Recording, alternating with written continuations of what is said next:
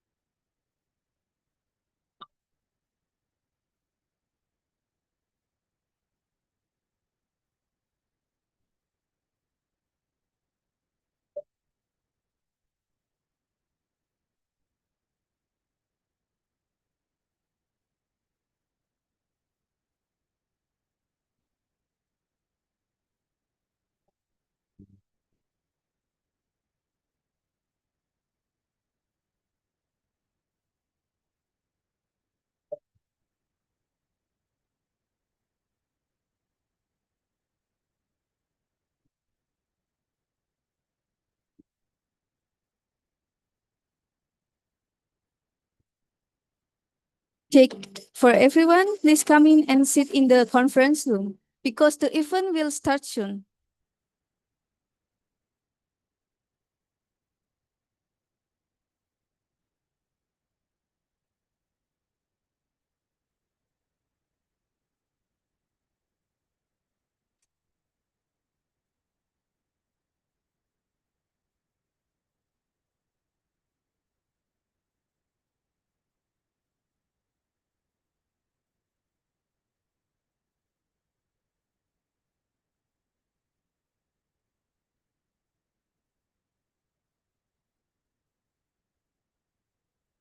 Reminder, please come in and sit in the conference room because the event will start soon.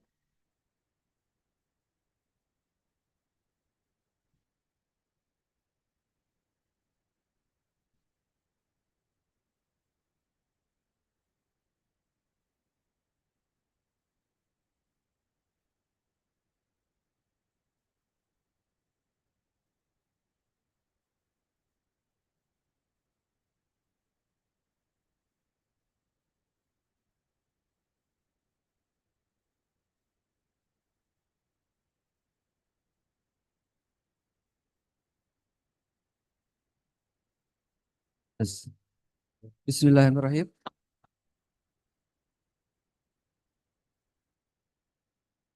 Sound.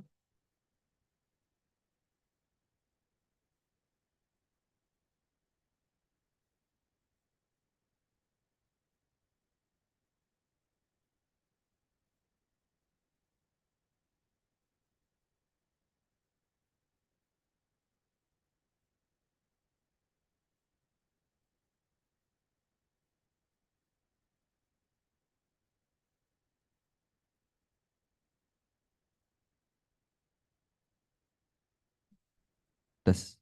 Bismillahirrahmanirrahim. Assalamualaikum Assalamualaikum warahmatullahi warahmatullahi wabarakatuh. wabarakatuh. Innal hamdalillah nahmaduhu wa nasta'inuhu wa nastaghfiruh wa na'udzu billahi min sururi anfusina wa min sayyiati a'malina. May yahdihillahu fala mudhillalah wa may yudlilhu fala hadiyalah. Asyhadu an la ilaha illallah wa asyhadu anna Muhammadar Rasulullah. Good morning, ladies and gentlemen. Welcome to the International Conference of Halal Ecosystem and Industrialization ICoHEI 2025. With them, addressing 21st century challenges in Asia. My name is Ani. And Khatibul Umam. First and foremost, I would like to express our gratitude to Allah Subhanahu wa Ta'ala for His blessing and the opportunity to gather here today. Peace and blessing be upon our Prophet Muhammad sallallahu alaihi wasallam. To begin, we will start with the recitation from the Holy Quran. Please welcome Fatur Rahman Al-Hadi.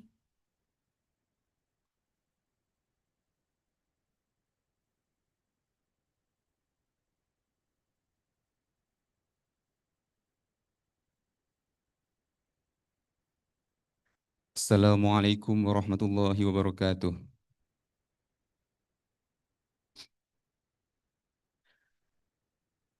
أعوذ بالله من الشيطان الرجيم.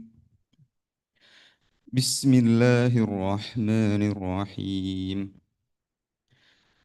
يا أيها الناس كلوا مما في الأرض حلالا طيبا ولا تتبعوا خطوات الشيطان إنه لكم عدو مبين إنما يأمركم بالسوء والفحشاء وأن تقولوا على الله ما لا تعلمون وإذا قيل لهم اتبعوا ما أنزل الله قالوا بل نتبع ما ألفينا عليه آباءنا أولو كان آباؤهم لا يعقلون شيئا ولا يهتدون ومثل الذين كفروا كمثل الذي ينعق بما لا يسمع إلا دعاء ونداء صم بكم عمي فهم لا يعقلون يا أيها الذين آمنوا كلوا من طيبات ما رزقناكم كلوا من طيبات ما رزقناكم واشكروا لله إن كنتم إياه تعبدون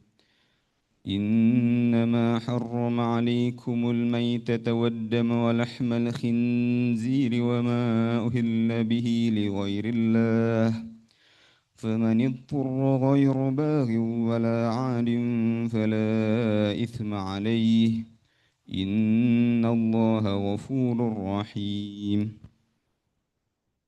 The meaning: O people, eat of the lawful and pure things in the earth, and follow not in the footsteps of Shaitan, for surely he is your open enemy. He only commands you to do evil and commit acts of indecency, and to ascribe to Allah the thing concerning which you have no knowledge. And when they are told, follow what Allah has revealed, they say, no, we shall follow what we found on our forefathers adhering to. What? Even if their forefathers were devoid of understanding and right guidance? Those who have refused to follow the way of Allah resemble cattle. When the shepherd calls them, they hear nothing except shouting and crying. They are deaf, dumb, and blind, so they understand nothing.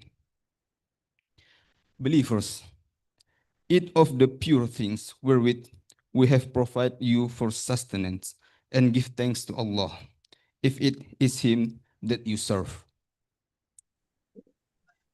He has made unlawful to you only carrion and Yang undang blood kampus Pak gitu. and the Hah? flesh Kampus yang of undang. swine, Iya. and that over which there has been pronounced the name and the name of anyone other than Allah.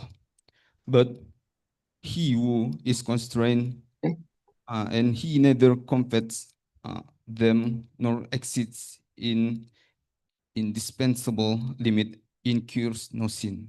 Allah is all forgiving, all compassionate. Sadaqallahul Azim. Almighty Allah, who said the truth. Assalamualaikum warahmatullahi wabarakatuh.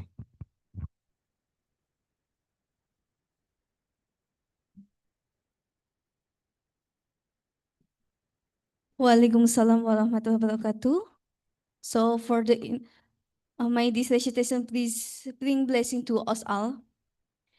For the information, this conference was live in YouTube, so we will watch video about the conference from the DA and UITM. A video.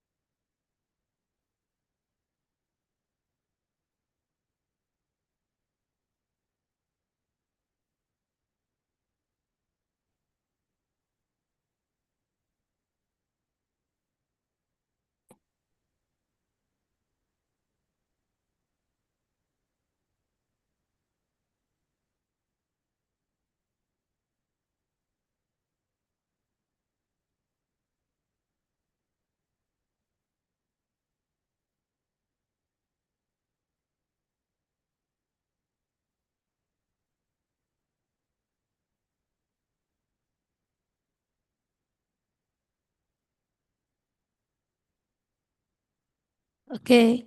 Thanks for Tida and UITM who organized this international conference.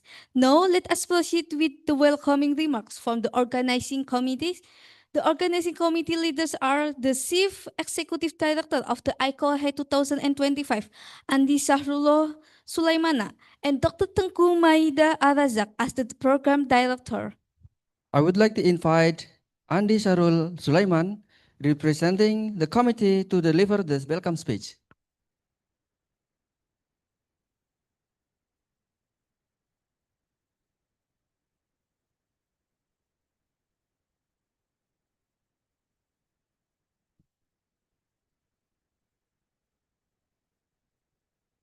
Check.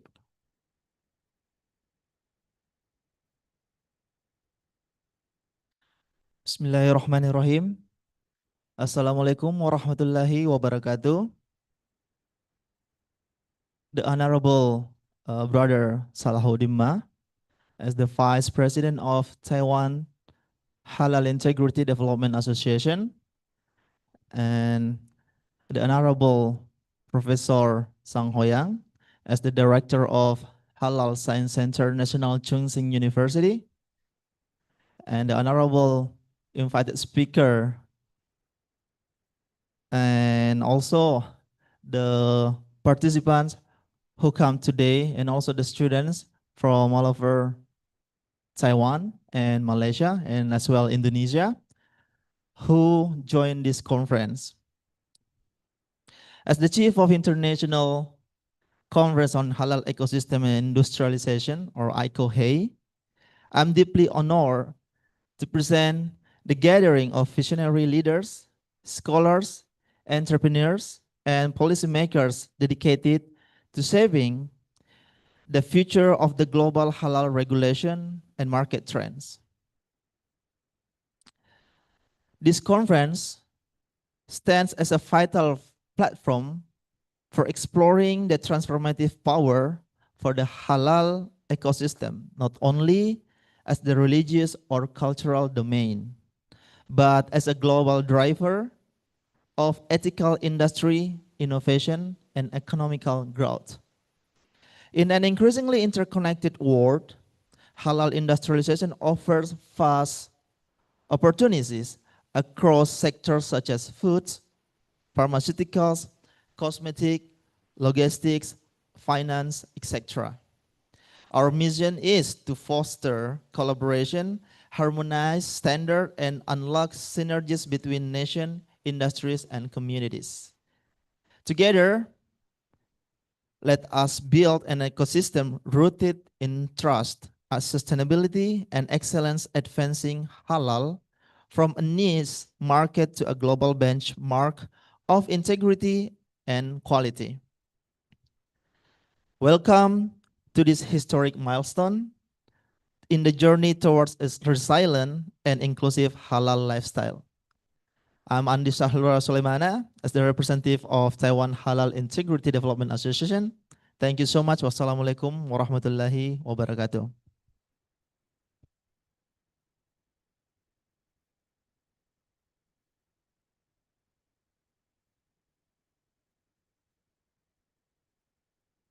Thanks for welcoming speech from Andi Sahrullah Sulaimana. So we will now move to keynote speakers session. Our first keynote speaker is Haji Salahuddin Machoyen, Vice President of the Taiwan Halal Integrity Development Association, TIDA, Taiwan. We welcome Mr. Salahuddin Ma, Haji Salahuddin Ma.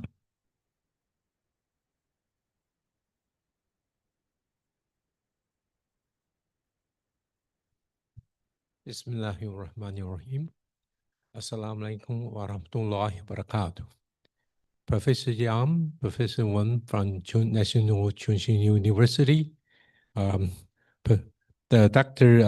Aida and Dr. Tunggu from the UITM, okay, and also we have Dr. Muhammad from UKM, okay, and we have Mr. Mustafa from INSCAN, okay, and we have also Mr. Muhammad Usama, okay, from Taiwan. Actually, all the distinguished guests, welcome. Well, it's a great honor and pleasure to welcome you to this insightful event to the Global Halal Food Market, featuring the distinguished Professor San Ho Yam, Director of the Halal Science Center, National Chengxin University, Taiwan. Building upon the forward, which so eloquently captured the rapid expansion and untapped opportunity within the halal food industry, we now turn our attention to the importance of collaboration, awareness, and innovations in shaping the future of this dynamic market. As we gather here, we recognize that the halal food sector is no longer limited to religious observance alone. It now intersects with the broader themes such as the sustainability, health, ethical sourcing, and international trade. This evaluation opens exciting opportunity not only for Muslim majority nations, but also for regions like Taiwan, where the industry is still emerging. Taiwan's strong foundation in agriculture technology for food innovation and quality assurance provide fertilized ground for halal product development that can support the halal industry worldwide. One vital way is strengthening supply chain sector. The ICoHEI will provide valuable perspective on how we can bridge the market gaps, align certification standards, and foster cross-border partnership. More importantly, it will challenge us to think beyond conventional boundaries to view halal not just as dietary requirement, but as a standard of quality, integrity, and inclusiveness. Let us approach this dialogue and discussion with the open mind and a shared commitment to advance the halal industry for the benefit of the consumers. Once again, thank you for joining us, and I wish you a rewarding and engaging season ahead. Welcome, and let's begin this important conversation together, inshallah. Thank you very much. Yeah, I just want to utilize some short for presentation to SIDA and NCHU, National Chengxin University. We have a halal center. So this is one, just make some introduction for our event, our activities, and our background, inshallah. Next one. Actually, halal market opportunity in Asia Pacific. Like we can see, it's a total Muslim population about 2 billion around the world. And the Muslim population in Asia Pacific is around 60% of total Muslim population as so many. So we know that the market is there. So growing market opportunity for business as increasing awareness and demand for halal certified product, especially for now we have our American and China for the tariff issues will destroy for the international trade. We have another opportunity to establish our Muslim market, okay, with our Muslim collaborations, inshallah. The other one, next. Northeast Asia technology advanced hub, because Northeast Asia include Mainland China, Taiwan, South Korea, Japan, and Hong Kong, etc. And for the leading for the technologies. And Taiwan, so Northeast technology and Taiwan's unique environment for special commodities.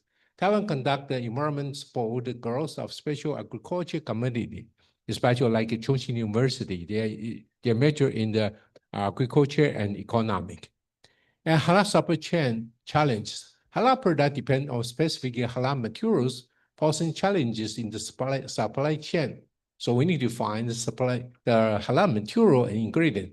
So we have leading technology country. Taiwan is renowned for its advance in technology, offering innovative solutions. So we need to develop manufacture all the ingredient materials or to get all the ingredient materials for halal consumption.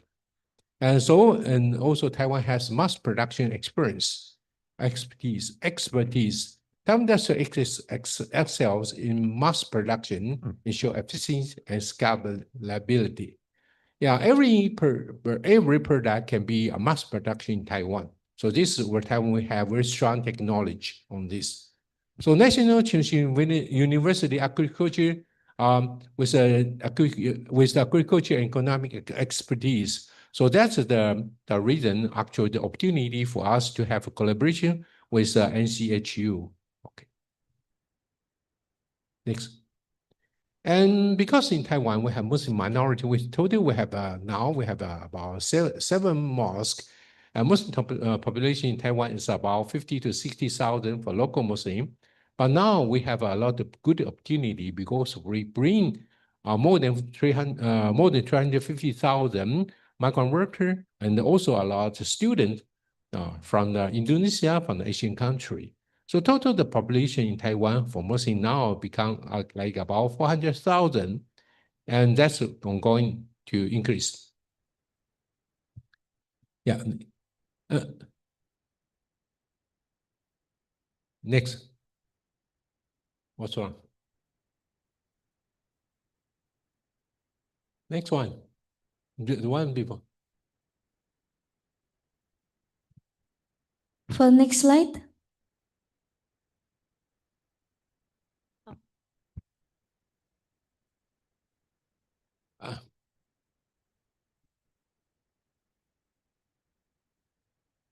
Actually, I just want to let you understand, in Taiwan, we have Muslim minority, so we lack of resources. For halal issues, okay, that need more expertise from different fields, like we know, food science, chemical, pharmaceutical, and nutrition, a lot about technology. So for each individual or organization or mosque cannot just show the responsibility. Move back, please. This happened yesterday. I just assistant to change. I don't know why not change. Okay. It doesn't matter. So we need to gather from the Taiwan market. We need to work together. So we have tried to united. So we use different mosques to join together to work together. So we established CIDA. So if each organization cannot share the responsibility. So next one. Next one. So actually, by year 2011, we established CIDA. That's now we have an associate member like from Taipei Culture Mosque, Taipei Taichung Mosque, Longgang Mosque, or Chinese Muslim Association. So we have worked together to organize establish one CIDA that by year 2011 May. And so we get formally registered to the government, also get the juridical body registration on that year. Next. See the vision to develop halal integrity in Taiwan to help Taiwan the halal industry enter the global market to facilitate the life for Muslim consumer, local Muslim. Okay, next one. See the mission to promote the concept of halal industry to research and develop halal food material additive and etc. And its information to establish halal food production spec to be followed by local halal industry, to educate, train, and supervise the food industry, to cooperate with international certification body to obtain mutual recognition, to work with government legislation and to facilitate the halal food industry, integrate the domestic halal industry for entering the global market to help establish Muslim countries in developing their food industries. So this is our mission. And next. See that the organization is according to ISO 17065. That's I just want to mention. Okay, it's not really we want, but actually we've been forced to follow the rules. So it's not a really it's good approach, but we got no choice because Taiwan is the for international Taiwan economic is from the international trade sector. So we need to follow some majority Muslim majority country rules. They set up for the ISO 17065. So we need to fulfill the requirement. So that means we need to have halal policy, procedure, and review of contract committee.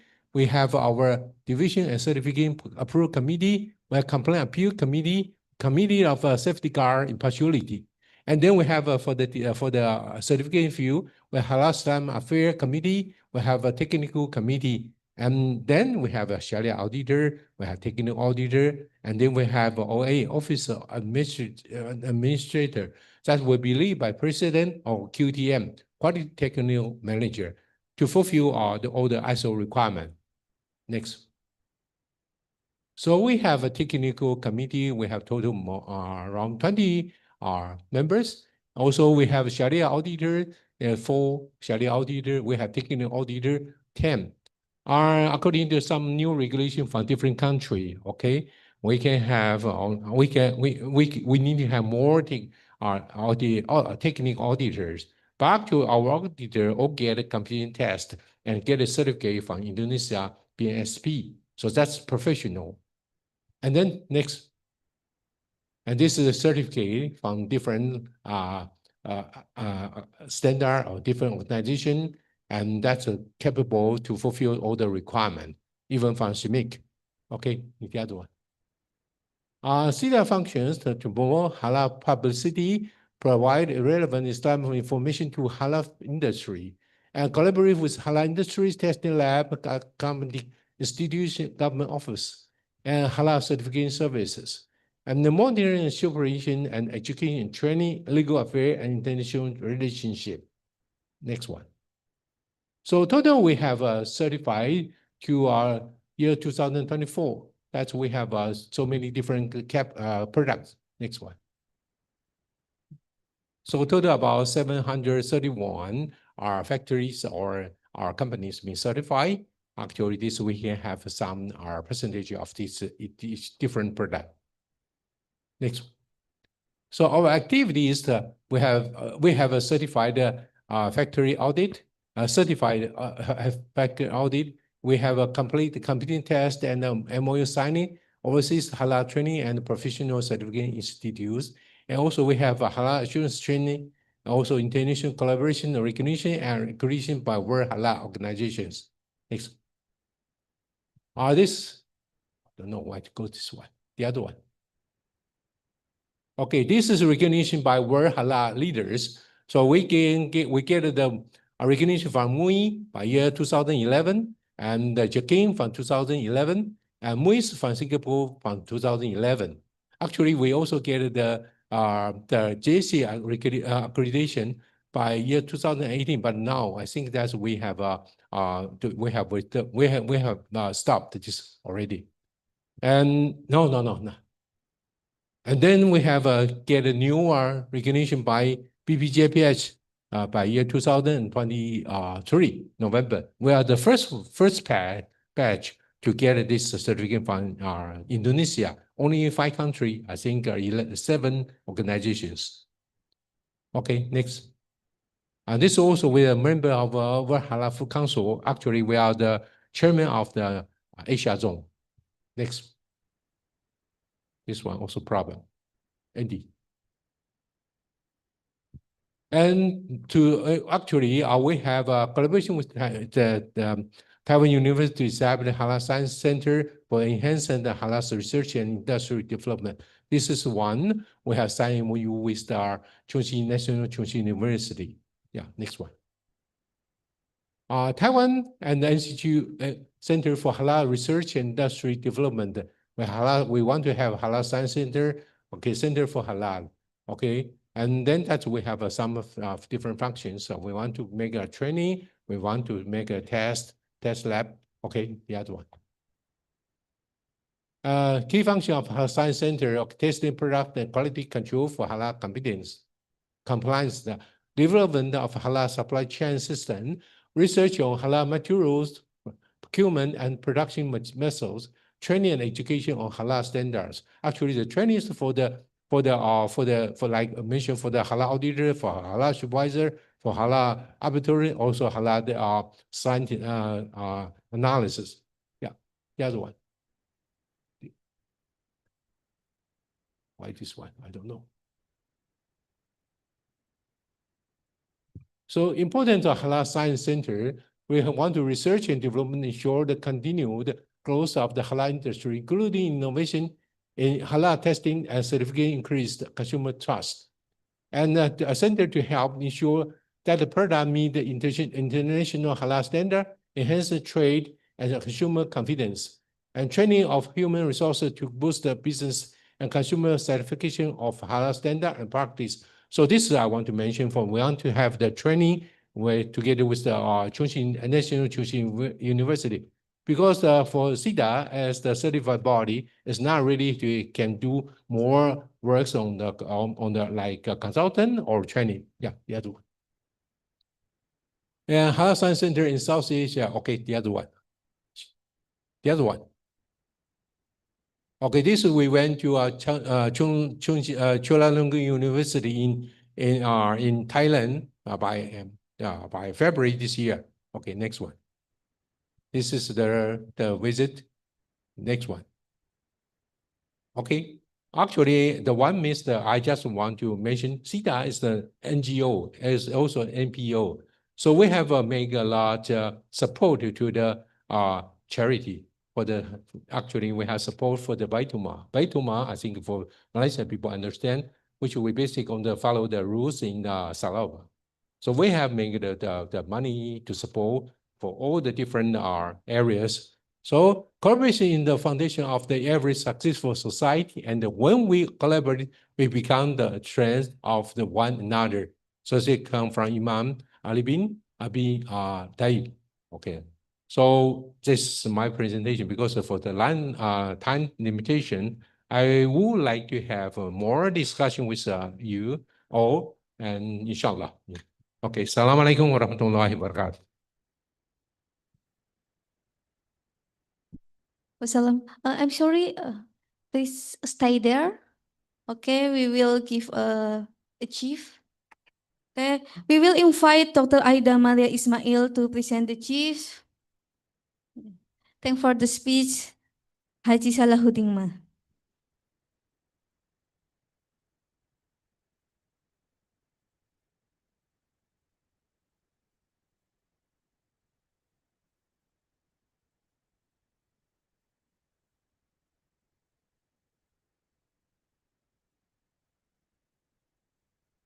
Okay.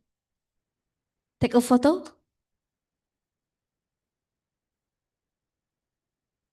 Yeah.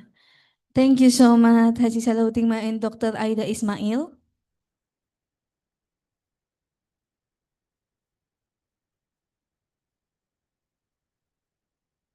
So next, we would like to move to our second keynote speaker, Professor Sang Hui Yang, Head of the Graduate Institute of Bioindustry Management and Director of the Halal Science Center at NCHU, National Chongqing University, Taiwan.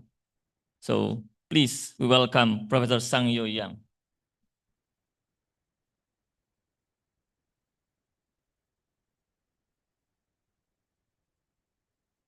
Good morning, everyone. How are you this morning? Very happy to be here sharing. Yes, we are happy. yeah. And would like to share some information.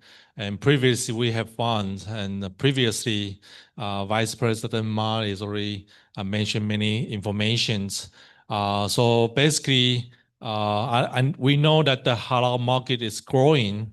So here I like to share some quick information and what I have done in the university in my research, what is relevant about halal markets. Okay, and please go to the next slides. Yeah, can I? The computer is not here. Okay, the second slide. Yeah. My outline today will cover how is the global halal food market trend and the demand gap. And the second part is the development of halal food and the products in Taiwan. And the third one, particularly Taiwan is non-Muslim markets. And so how is a non-Muslim consumer attitude toward halal foods product in Taiwan? Okay, so I will talk about these three things and try to point out one of our important challenges what we facing currently right now. Yes, go second, third slide. Then yes. Yeah, following the previous study and the market records, we have been seeing that the global population is growing. From the figure what we're seeing here in 1990 here, the total population is about 4.2 billions, and the Muslims occupy only about 19.9%, almost like 20%. Which is 1.1 billion of population in 1990s. But in 2020s, it's getting upper and more. And you can see that the share of halal populations is getting up to almost 25%. So 1/4 of population around the world are Muslims. And more important things is non-Muslim population is also growing.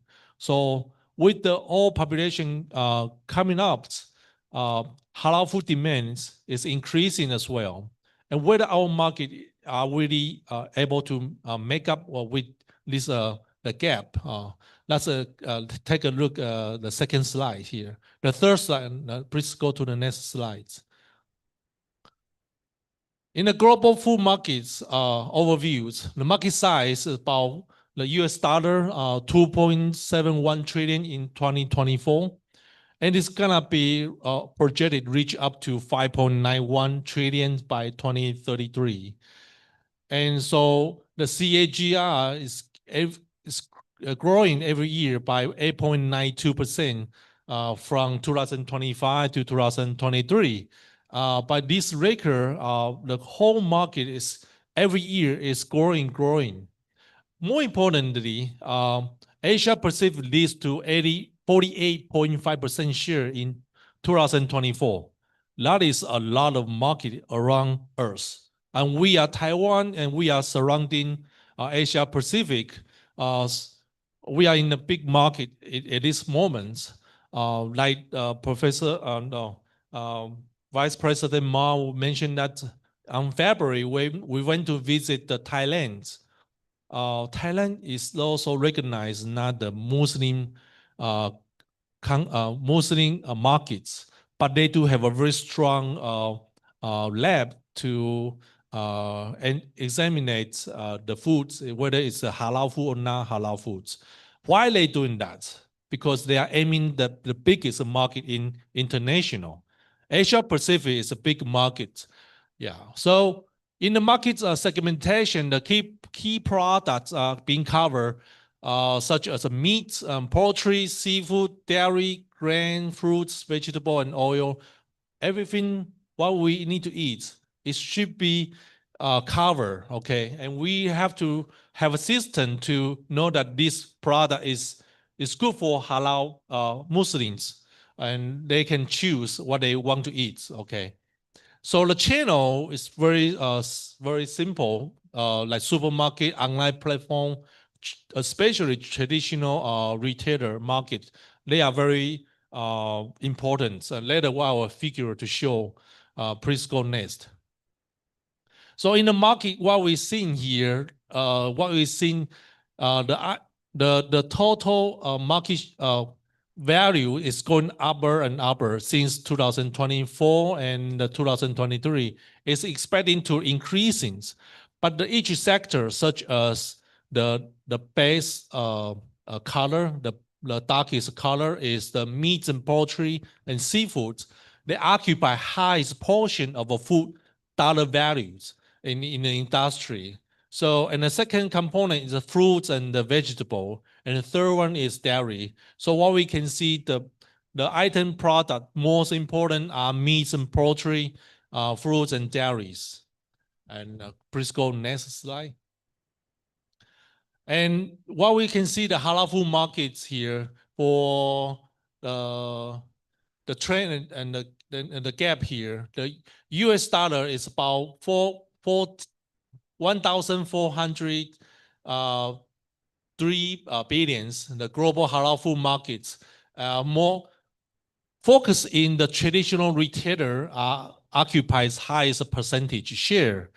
And that's why I say that among all those market channel, traditional retailer are most important. But traditional retailer and the supermarket retailer, the packaging system is not quite the same, right?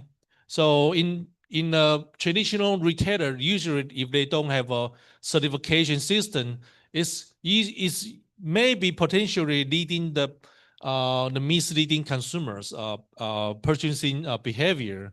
So although this market is like high share in the traditional retailer, it needs a higher attention about the traditional retailer. So my research especially in non-Muslim market in Taiwan, my research has been focused on traditional markets. So I will mention on that more. And then the online and others are occupied a less percentage. Okay, let's go next. So what we can see, Asia Pacific share is 48.5%, occupy around China, Japan, and even to the Australia, all occupies the largest regions around the world. Next. And then this is the market drivers. Why is the market growing? Because of populations, yeah, we know. And the growing consumer awareness and about halal certificates, that especially Muslims are getting more high demands. We must have a halal certificate, so I will know I want to buy the halal products. So without that, the halal certifications, it's difficult for them to make the choices. So the market is there, and how we want to approach it, just ready for that. And e-commerce growth is growing too, right? And we have to make sure, although it's online systems, how can we make the Muslim consumer feel comfortable to buy the product from online? That system is also important as well. Okay, the next. And this is the halal food market in the US. What we've seen that the global market is going to increase, but the US is increasing faster because you can see that CAGR is 9.7, much even higher than the global percentage, okay? And the growing demand from both Muslim and non-Muslim consumers. And that's give me a hint that maybe I should study about Taiwan's non-Muslim consumer along the previous president is President Tsai was trying to promoting the Taiwanese product and export to Southeast Asia country, not only just focusing in the China markets. But the first reaction of my intuition is like, how do I know that when the government promoting this, is it increasing some not feeling well for the Taiwanese product because they have a halal certificates or some issue. So I think I will share more about what about non-Muslim consumer in Taiwan, how they feel about the products. Yeah. Okay, let's go next. So in development of halal food and the product in Taiwan, the Taiwan halal food market overview, market growth due to the increasing Muslim population awareness. Recent years, we had new like new generation, they are married to Taiwan, or the worker, they work in Taiwan. The Muslim population is increasing. And even my student, we have a Indonesia student from Indonesia, and they are Muslim. They have a hard time to find halal food products. So that's also increasing our attention, that how can we make them feel comfortable, make them feel that Taiwan is their home, to buy the food for them. Okay, so we have a growing demand on the halal certificate food products, and of course the market including meat, snacks, beverage, everything. And so Taiwan conditions, we have diverse consumer preference in the markets, Muslim, non-Muslim, and also demand for ethical and sustainable food products. Okay, next. So the challenge in Taiwan in halal markets needs more strict certification standards.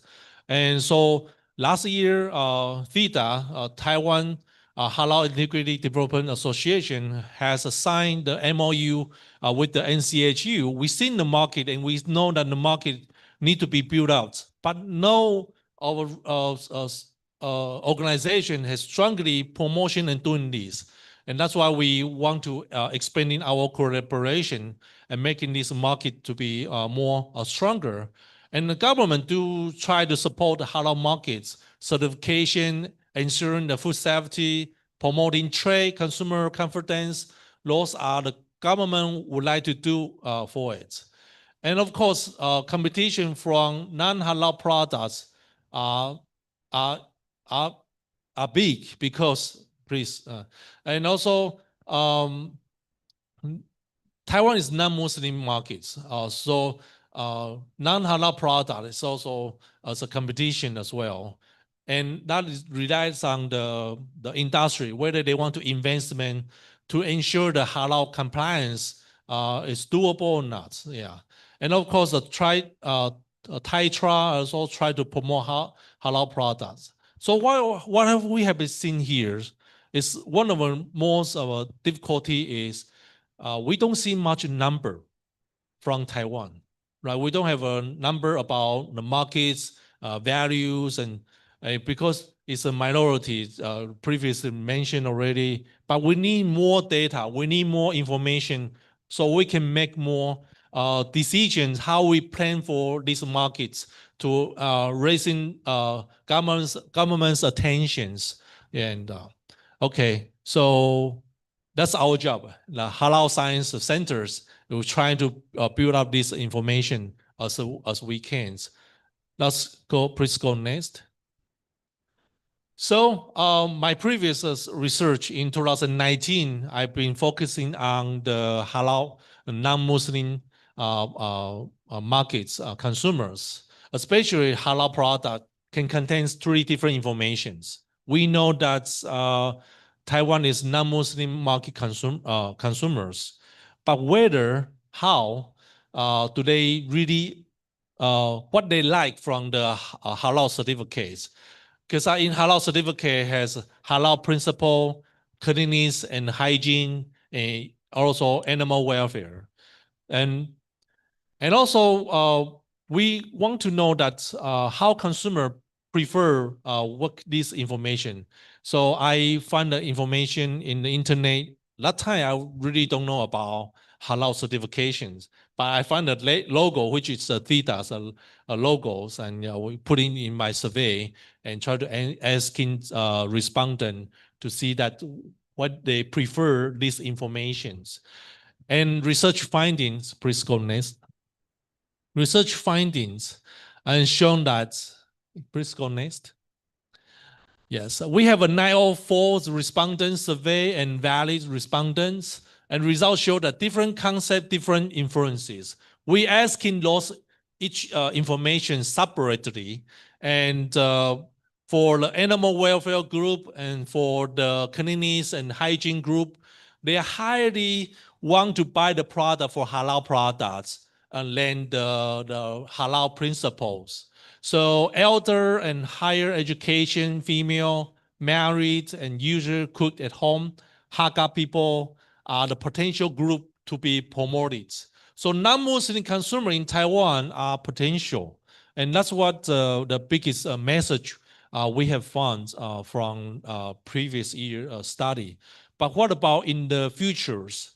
I mean, you know, for the halal, for the religions, someone has a religions more deeply, they may not want to buy halal. But for other things such as animal welfare and cleanliness and hygiene, those are typically Taiwanese consumer pursue it for it. Doesn't care about whether it's a religion issue or not. So based on this information, it's more important than the market planning in the future. So that's why I suggest the governments feel free to have a policy complies with the halal certificates and aiming for the foreign markets. I think our market needs to be more diversified and promoted for different consumer demands. Yeah. So last. Yeah, so that will be totally my presentation. Please go to last.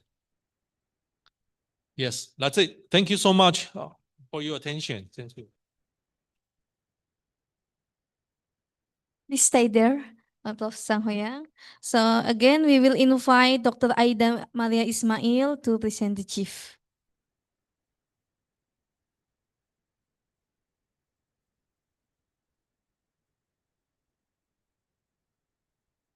Okay, thank you for Professor Sang Hoyang for his speech about halal food. Again, and take photo. Okay, thank you so much.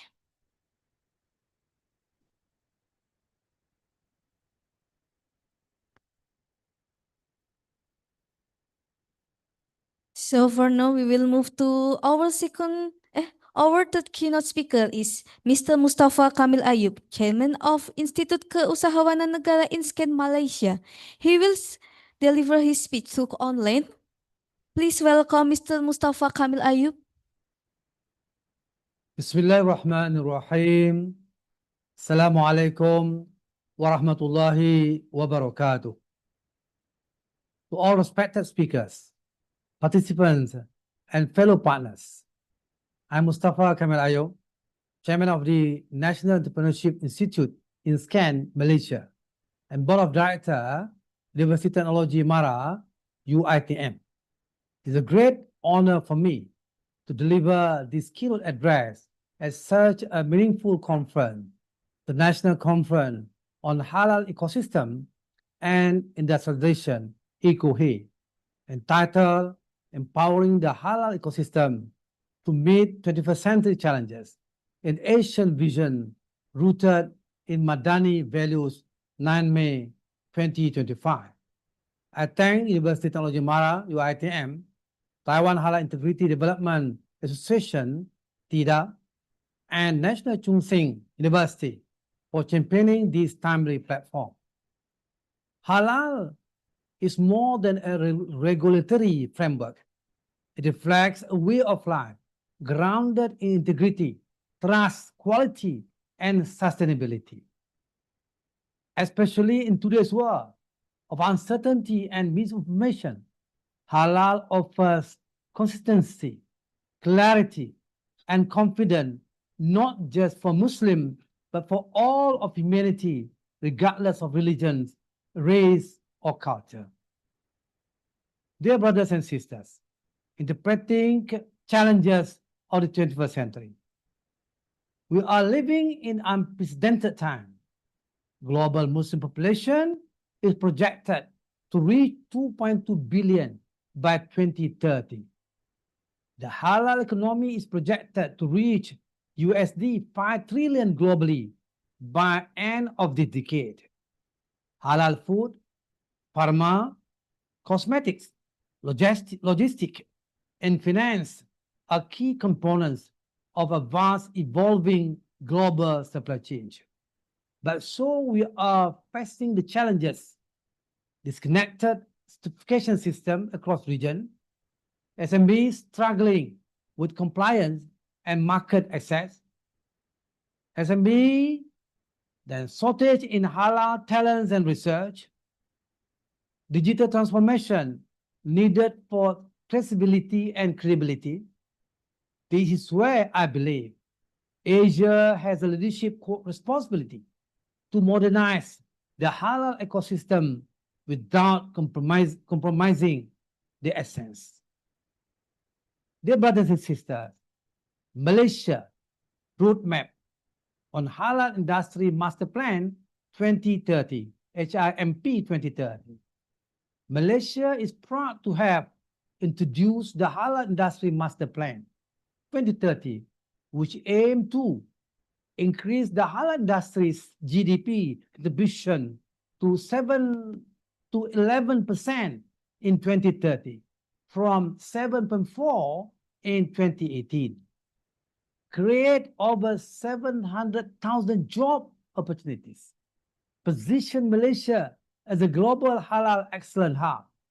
The plan is structured around 7 strategic thrusts: policy harmonization, market expansion, talent development, infrastructure and digitalization, research and innovation, SME empowerment, and inclusivity.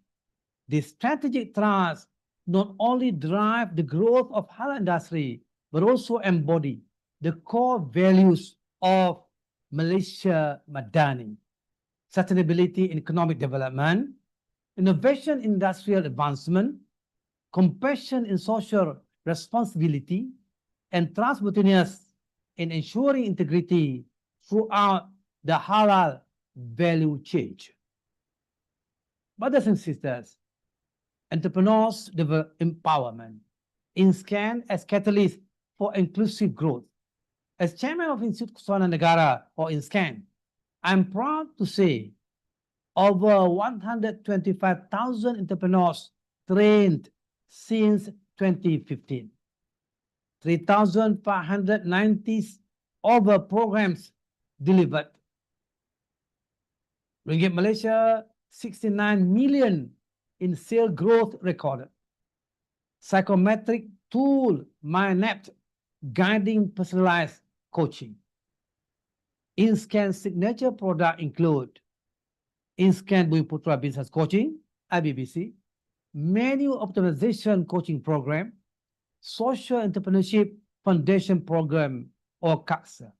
Several participants recorded remarkable business growth through INSCAN coaching program. For example, under the Menu Optimization Coaching, one of the F&B entrepreneurs increased monthly sales 514.56% in just 3 months. Many other progressed from micro to small enterprise status, expanded into new market, or onboarded their businesses into digital platform for the first time. Dear brothers and sisters, UiTM thriving halal talent and innovation for the future. University of Ujimara UiTM, as Malaysia's largest public university, play a vital role in shaping the halal ecosystem, particularly through talent development and research excellence. The university is actively involved in, first, educating future professionals in areas such as food technology, food science, biotechnology, and halal industry management. Second, conducting applied research and innovation in halal-related disciplines, including the development of halal ingredients, alternative materials, and product formulation. And third, collaborating with industry and regulatory bodies, including JAKIM and halal-focused agencies, to support knowledge exchange, curriculum alignment, and technical advancement. UiTM is more than an academic institution. It is a national path leader committed to advancing the aspirations of the Halal Industry Master Plan 2030 through research, innovation, and the nurturing of future-ready graduates. Dear brothers and sisters, Malaysia-Taiwan partnership, a strategic step toward regional halal innovation. This moment presents a unique opportunity for Malaysia and Taiwan and others to lead the ways in shaping the future of the halal ecosystem, not just for economic gain, but to share progress, sustainability, and ethical impact. I propose the establishment of a Malaysia-Taiwan Halal Innovation Partnership focus on, first, joint halal research and development, driving collaborative innovation in biotechnology, halal compliant ingredient, and digital traceability system with institutions from both countries co-leading on scientific breakthrough. Second, academic and talent exchange programs encouraging mobility between university and research center such as UITM and NCHU and others to cultivate a new generation of halal scientists, technologists, and policy experts. Third, these efforts are not just about bilateral cooperation, but will present a model of trust-based, value-driven collaboration that can inspire broader engagement across or throughout Asia.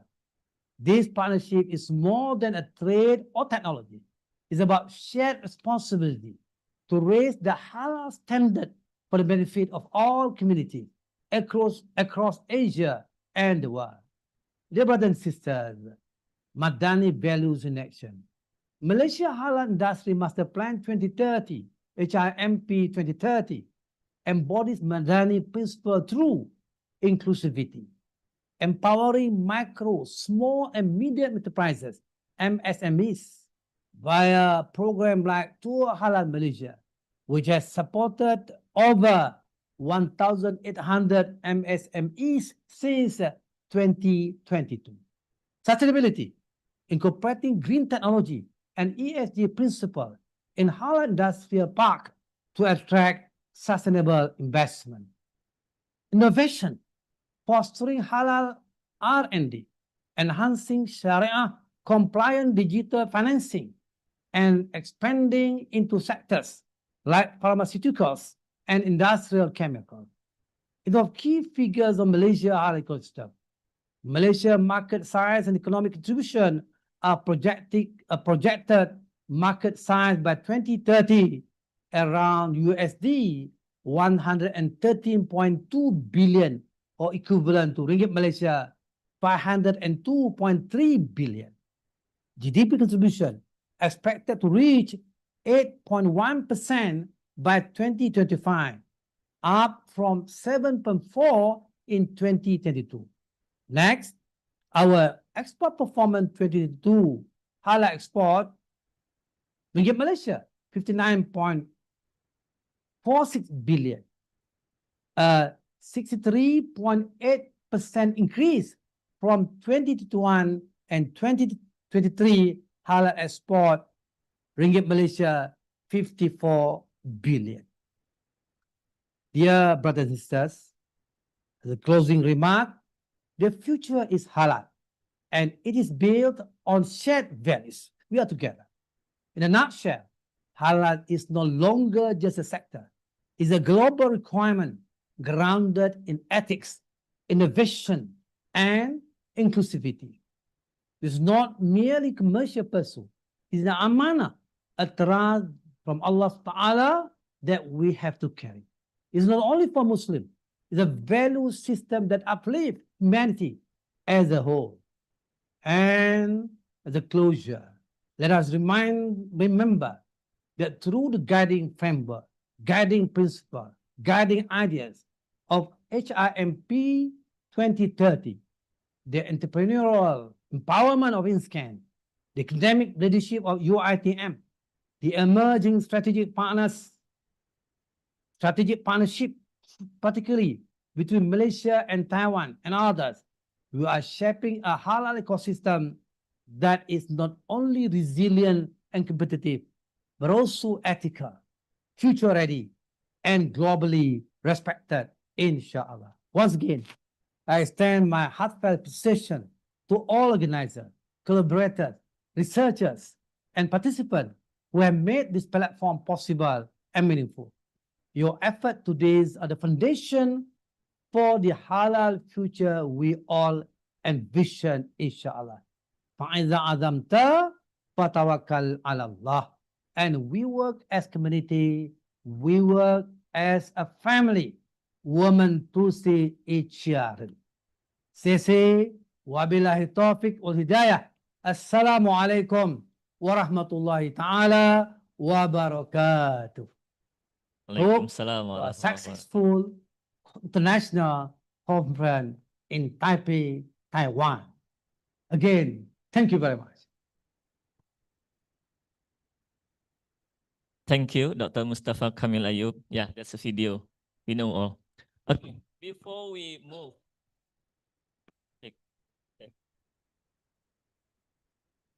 This. Before we move into the next sessions, we have about 6 invited speakers in morning. But here is generally reminder for you all. We, each the person will have 10 minutes to deliver the speech.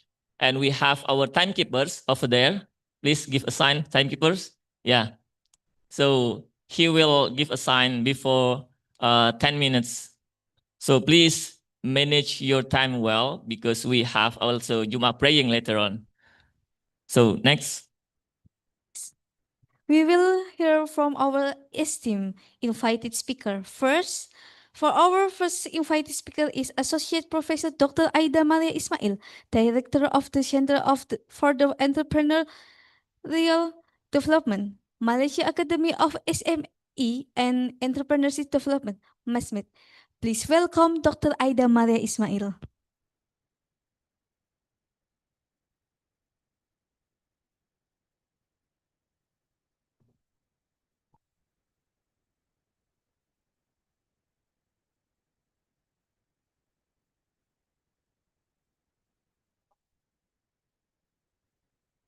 Okay, thank you, Mr. and also Mates MC. A very good morning. Assalamualaikum. We are only given 10 minutes to talk, so I'll need to make it short and sweet. To our distinguished guest, Haji Salahuddin Ma, Vice President Taiwan Halal Integrity Development Association, Prof. Shang Ho Yang, Head of the Graduate Institute of Bioindustry Management, Director of Halal Science Center, National Chung Sing University, Taichung, Taiwan. Mr. Andi Shahrul Sulaimana, Chief Executive Director, Coordinator, Taiwan Halal Integrity Development Association, Taipei, Taiwan. To our Program Director, Dr. Tengku Maida from MASMED, UITM, Malaysia, and also to all the invited speakers. Okay, we have actually heard from our 3 keynote speakers just now talks about halal, the ecosystem in the context of Taiwan, Malaysia, as well as globally. Okay, and today my topic that I would like to share with the participant and also to the guests today is actually on teaching cooperative in academic institutions, a sustainable students entrepreneur model. And this is actually something to actually support the halal ecosystem, having young entrepreneur coming out from the university and to become an entrepreneur and having the skill of, what is actually halal industry and how they can actually participate in the industry. Okay, next one.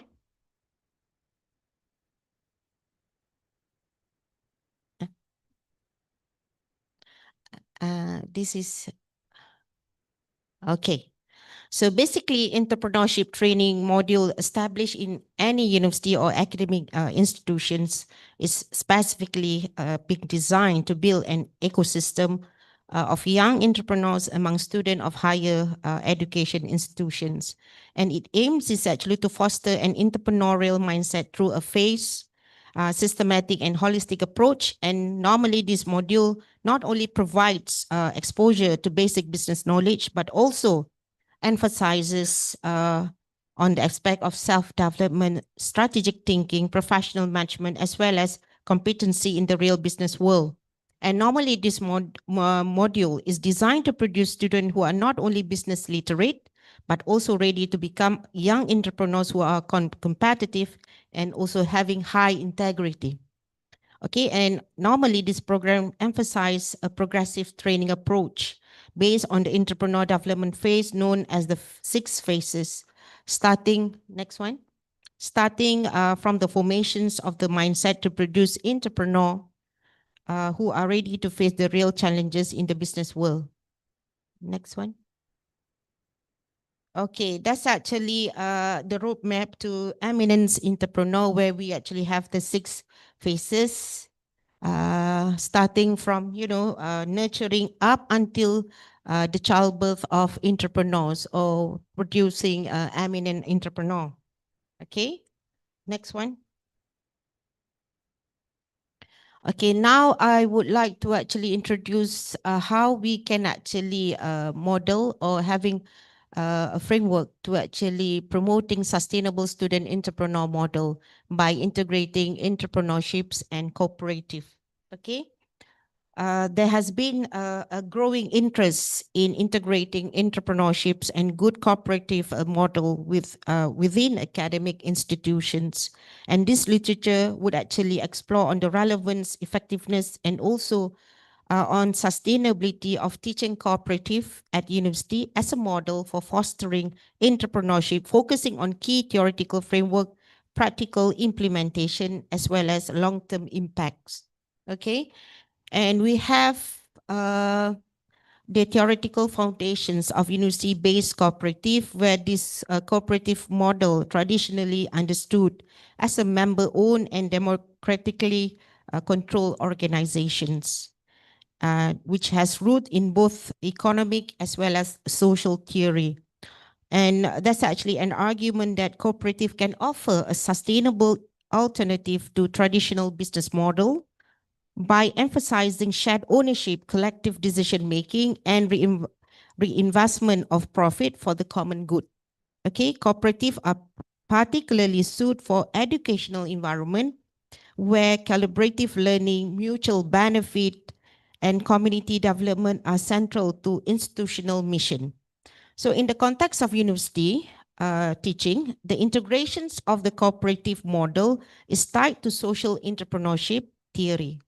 Okay, and this theory suggests that business or organization should pursue social value creation alongside financial success.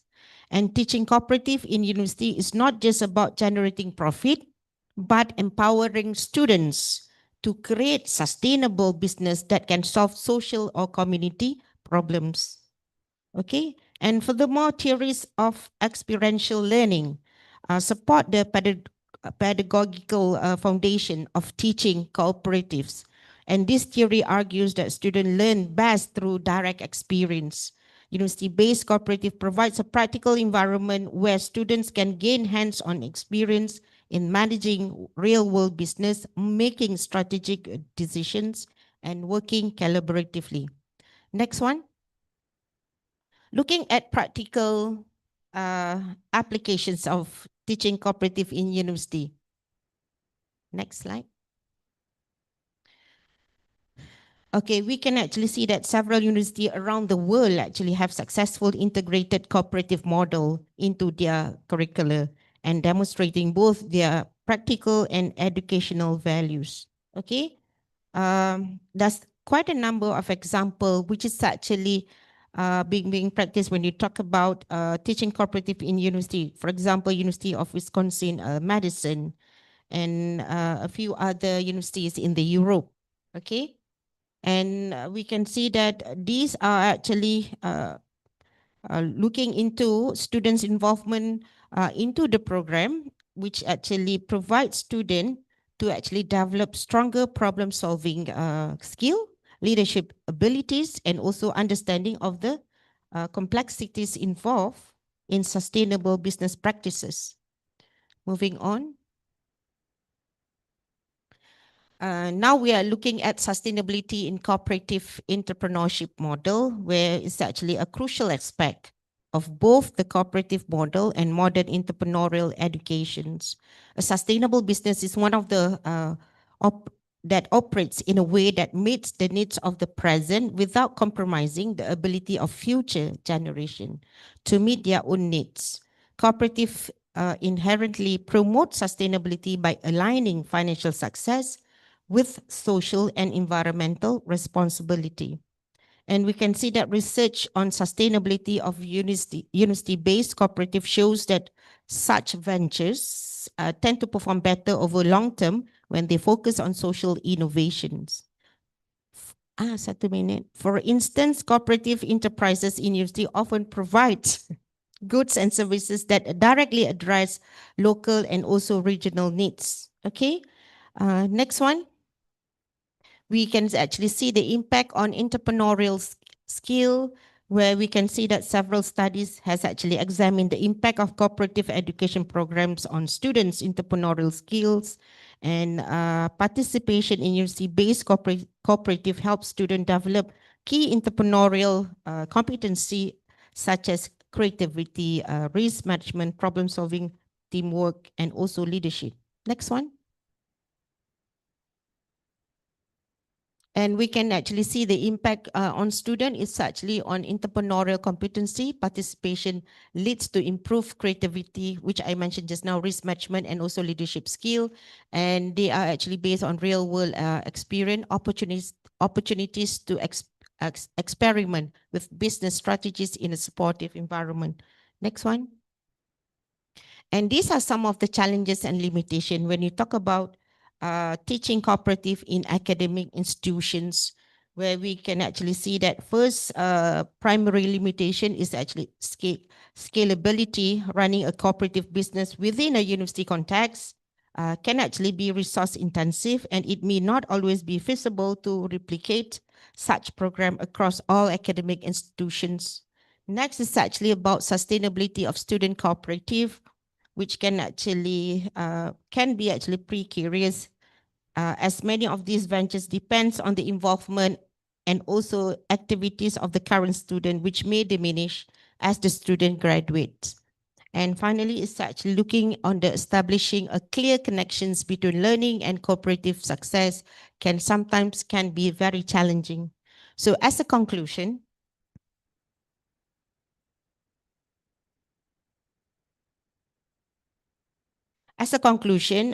teaching cooperative in university offers a promising model for fostering sustainable entrepreneurship, and this program provides students with the opportunities to engage in hands-on business experiences while learning important social and environmental values. By embedding cooperative principle within higher education, university can nurture generations of entrepreneurs who are not only equipped with the technical skill to succeed in business, but also with the ethical framework to lead sustainable, socially responsible ventures. However, for this program to thrive, university must address those challenges which I mentioned just now. With that, thank you very much for your attention. Thank you, Dr. Aida.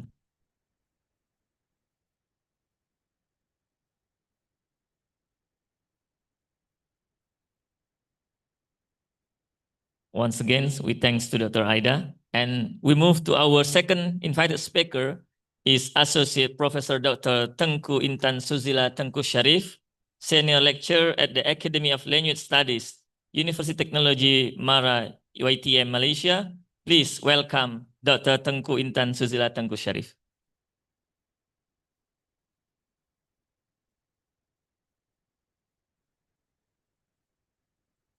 Okay, Bismillahirrahmanirrahim.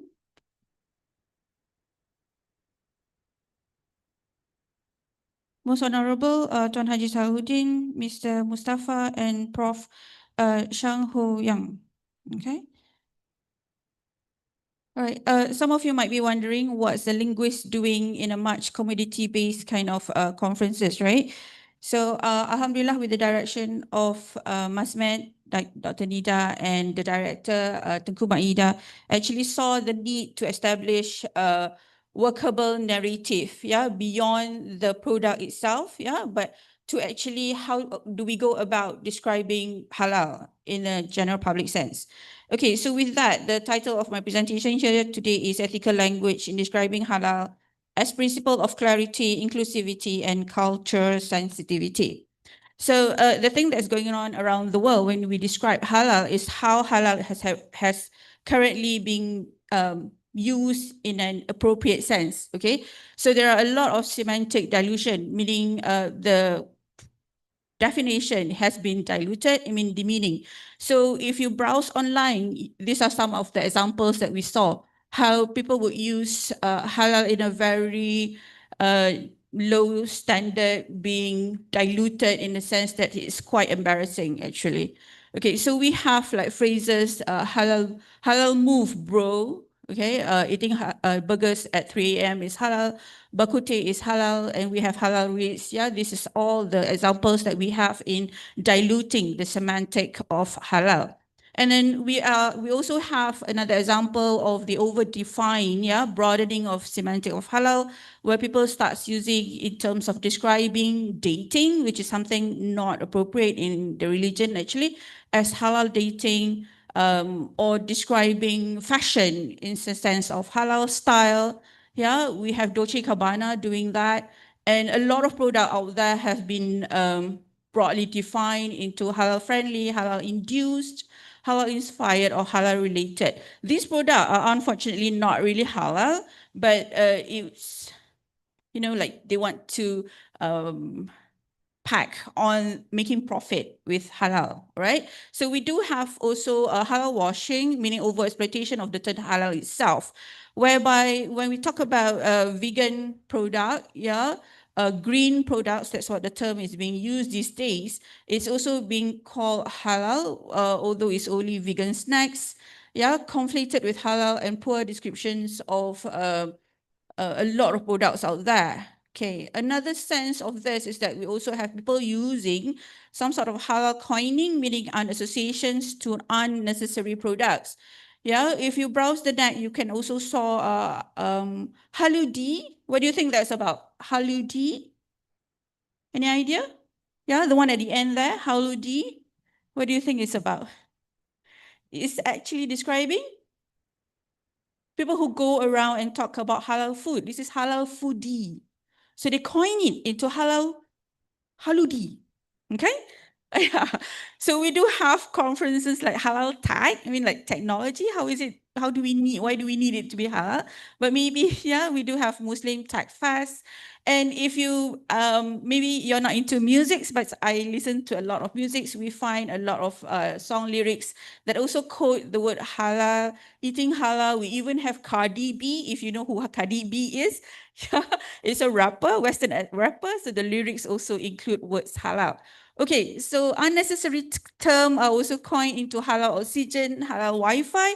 Probably what they're trying to say that it's halal for you to use the available Wi-Fi. Okay, but they coined it as halal Wi-Fi, which is totally unnecessary. Okay, in gaming as well, you don't know, maybe your children out there are into gaming. So we do have phrases like take that halal headshots. Okay, all right, let's turn to the next slide, please. Okay, so these are concerning, very worrying when I found this, because I do have daughters, all right? So this is what is available online. So we need to see that halal is not just about the products, but it's also about how do we actually describe it. So we do have all these pickups line. What concerning me the most is that it actually, if you go to this website, it actually explains about these phrases, and it actually teach the younger children on how to actually create these phrases. Okay, so here you can see how halal has been used in demeaning manners, right? So we should not just narrate, or establish the connection of halal merely to product, but we have a bigger responsibilities here to actually expand it beyond this. Okay, all right, next slide. Okay, so we do have this bakute in Malaysia, which we know is from the spine bone marrow, right? But because we do have halal vendors, Muslim vendors there, who try to make it inclusive to races in Malaysia, so we do have this halal bak kut teh. So they try to make bak kut teh, which is something from swine base into chicken or beef halal base, yeah, but I don't know about you, but I personally feel that we should not, because I don't want the younger generation not understanding the concept of, you know, something that is so associated to Chinese food should not be narrated in this sense. Yeah, we should use it a different term, maybe beef halal stew, rather than using the word bak kut teh itself, because bak kut teh in Malaysia is very popular as being pork based. Okay, so these are also the risks that we have. So yeah, to me, it's scary what my children are doing online. Okay, all right, that's the halal headshot. There are a lot online. Okay, next. Okay, so what I'm trying to bring here is that to the notion of how we actually describe halal internationally. So although there's a call for using ethical language, yeah, we should be bridging these things, but as I go along, you would see the direction of my study. Okay, next please. I'm trying to go very fast here.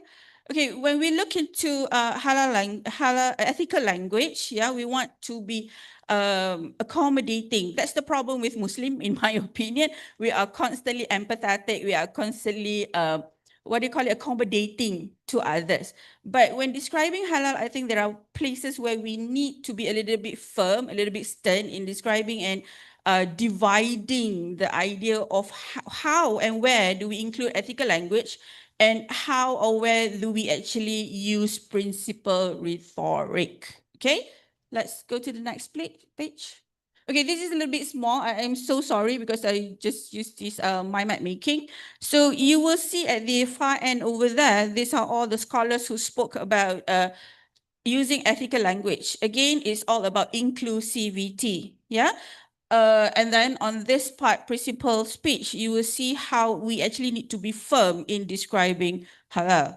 Okay, next page, please. Okay, so when we talk about these themes, yeah, obviously when we describe halal, we want to be clear. We want to be as simple as possible. We don't want misinterpretation, and we don't want to accidentally, pack on something more of commodity-based rather than making it precise in that sense. So if you were to Google or read more on the idea of valuing inclusivity, it will bring about to the idea of Shia and all those other Muslims communities out there. But in Malaysia, we just back on the Shafi'i teaching, right? So inclusivity here would actually wants you to bring in an accommodating of other culture. Yeah. So next, please. Okay, what I did was I looked into 45 Malaysia super brands. Yeah, so we tried to look it into visual impressionistic first, and then we go into content analysis. Next page. Okay, I have one repeated here. Next, please. So what I found is, unfortunately, only 8 out of these Malaysian 45 super brands are making or have used logo, the Jakim logo halal, or making any halal statement. Unfortunately, it has been poorly reduced. Yeah.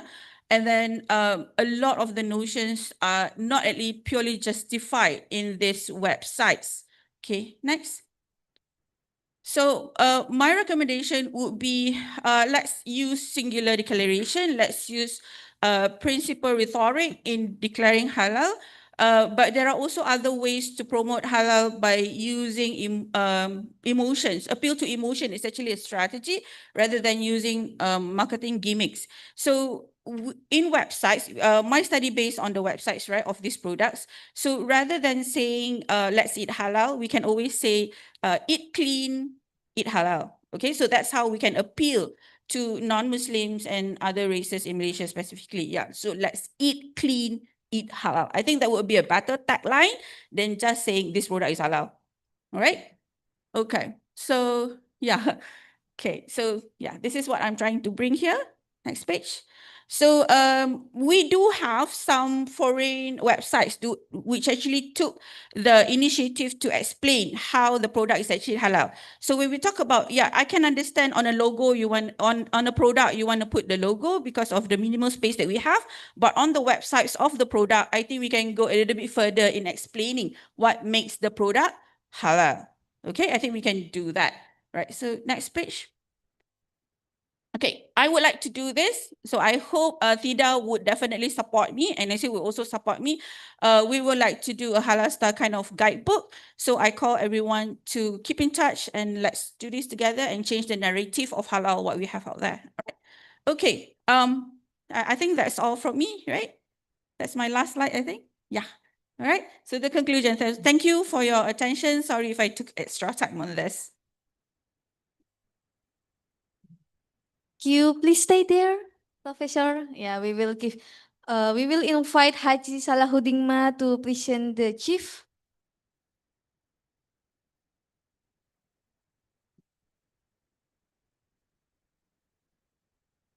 Yeah, please go to middle.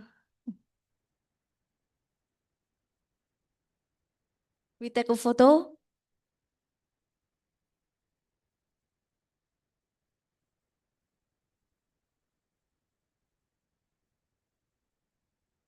Okay, thank you so much for Professor Dr. Tengku Intan Zuzila and Haji Salahuddin Ma. And then we will move to our third invited speaker is Mr. Tengku Ahmad Daudin Tengku Abdul Razak, founder and director of Ozil Genome DNA Services Malaysia. Please welcome Mr. Tengku.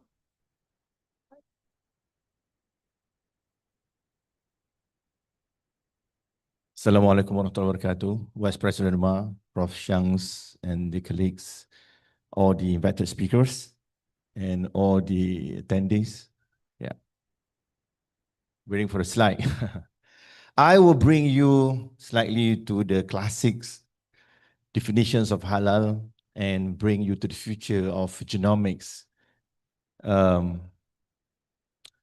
about genetics and DNA. Yeah, why we need to eat halal food.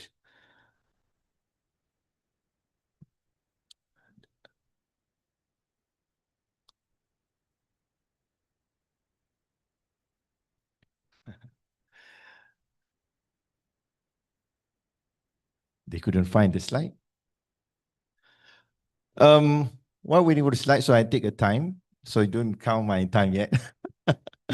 All right. I'm going to talk about beyond halal, beyond Tayyiban. If we look at the Quran, I think just recited by our brothers earlier, I think he recite nicely about 3 verses in the Quran from the Al-Baqarah 168 and Al-Baqarah 172 and Al-Ma'idah 588. So my studies actually is continuing studies of looking for 1,000 samples in Southeast Asia. For this presentation, I conclude from 50 samples. My findings that I agree with all the speakers that people have diluted the meaning of halal and they forget that halal is Shari, and in that ayat, in the Surah Al-Baqarah just now mentioned that halalan tayyiban. I think we mismatch the concept of halal, pursuing only specifically for certification or compliance to the Sharia law, but forget the similarity, the similar importance is the words tayyiban. Tayyiban is defined by 3 scholars, 3 classic scholars like At-Tabari, Al-Kutubi, and Ibn Kathir. So halal is permissible compliance to the law, but the tayyiban is more important, talk about beneficial and no harmful. Talk about food safety, talk about intoxicants, talk about avoiding filth. Al-Kutubi mentions about tayyiban, about nutrition, clean, safe, not just lawfulness. And Ibn Kathir talk about not everything lawful is necessarily good. So we have to redefine this and look at what actually being required when we mention about halal. We must not forget that halal must be tayyiban. And today I'll bring you further about what defined by At-Tabari, that the halal and tayyiban must be nourishing the body itself. So next slide. So my abstract, I made a study of 50 associations based on the SLABA samples using Illumina microarrays. I found that South Asian people, for example, are low in VO2 max and low in oxygen efficiency. It means what? It means that not necessarily we drink halal water, we need to drink Toyiban water, means that filtered water or water that been processed properly so that it's safe to consume. But at the same time, we also must look at the structure of the water that can be absorbed faster into our body based on our genomics. So we go beyond that. Next. So halal is permissible. Toiba means a wholesome, beneficial, and no harmful. But the traditional interpretations of halal, when it comes to certification, is only focus on compliance, focus on certification. So the emerging alignment should be that halal and toiban must go specific to the specific needs or precise needs of the body itself. Next. Next.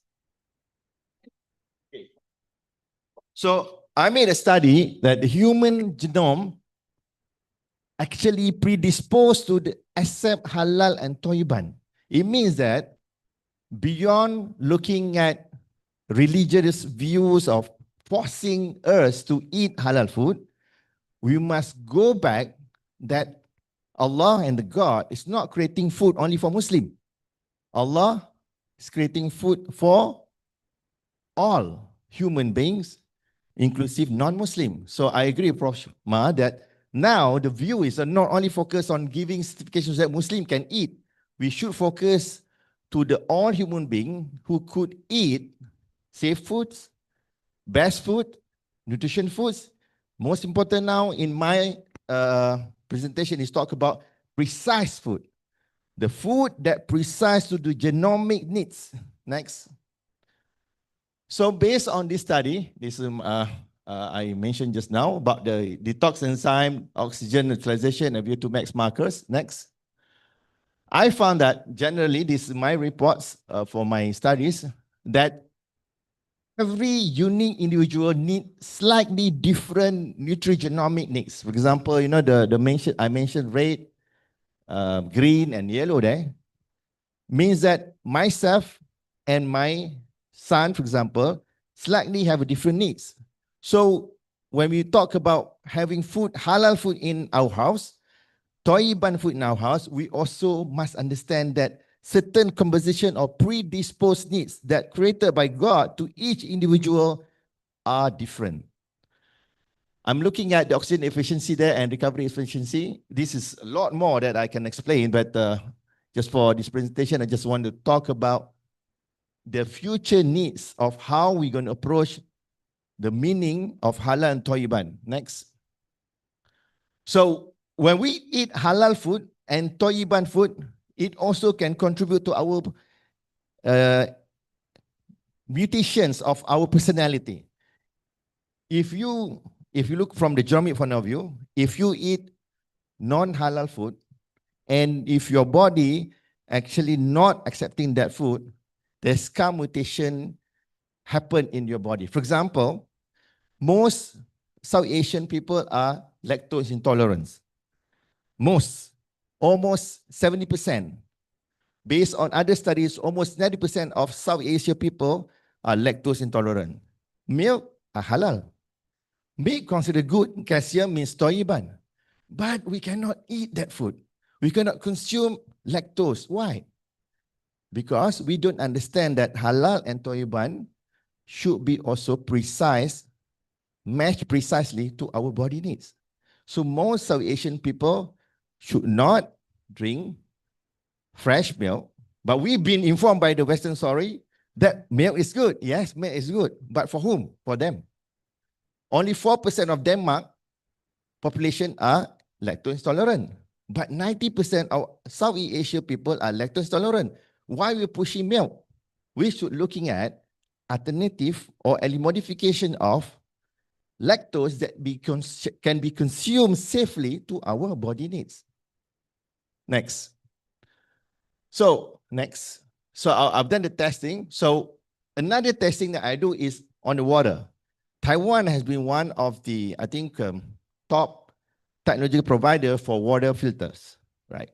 So I want to encourage that Taiwan scientists or Taiwan people to look at another area of how you're going to make the water that you supply to the market not only hydrogen ORP better, negative ORP should be antioxidant better, or for example, ionized better, but look at how the ORP, I'm talking about reduction potentials when you measure water quality, not only can induce antioxidant, but sustainability of that ORP in the water must be one of the factor, because many of the markets try to sell good antioxidant water by infusing negative ORP. However, they forget that infused ORP are not sustainable. So what I tried with another technology called Embred water, and we tried this for 5 days for 48-hour wash shots and 1 for 5 liters a day. We see that this technology adopted by Russians from studying the waterfall compositions of the water molecules, it sustained much better in terms of ORP in the body. And it can be consumed and absorbed better in our body. So I'm trying to bring you to another level of thinking. Thinking beyond halal, beyond Toyiban, and now we look at another perspective of halal and Toyiban must be made precise to the body needs of that population. So if you are Taiwanese, you have to study the genomics profiling of your populations, and then we put there what kind of food that's suitable for you, scientifically from genomic studies, and then we reapproach the classic definitions of halal and Toyiban. I believe there will be 1,000% improvement in your market capacity, because people are no more looking at halal as forced religion, no more view halal as what been enforced to them, but now they will have to relook back at their body needs. Each individual see their body needs as the need to consume halal and Toyiban food. I believe that the world will change. I think that's all. Thank you very much for me. So the rest is next slide. Yeah, the rest is all my, I'm trying if I thought about 15 minutes. Okay, next slide. So this, next slide. Next slide. So this more details. So my conclusion is that halal Toyiban must be evolved beyond external purity, must be aligned with genomic needs for food biological benefits, precision nutrition and hydration through genomic insights. And the study that I use Embed water as a genomic compatible halal solution is one of the solutions that I found so far. Perhaps Taiwan scientists from these universities and Vice President Ma could engage more scientists to look in the point of view, because I believe that this paradigm shift, will grow the halal understandings beyond Toyiban and beyond precise needs to the body. Assalamualaikum warahmatullahi wabarakatuh. Waalaikumsalam warahmatullahi wabarakatuh. Please stay there, Mr. Tengku. So again, we will invite Haji Salahuddin Ma to present the chief.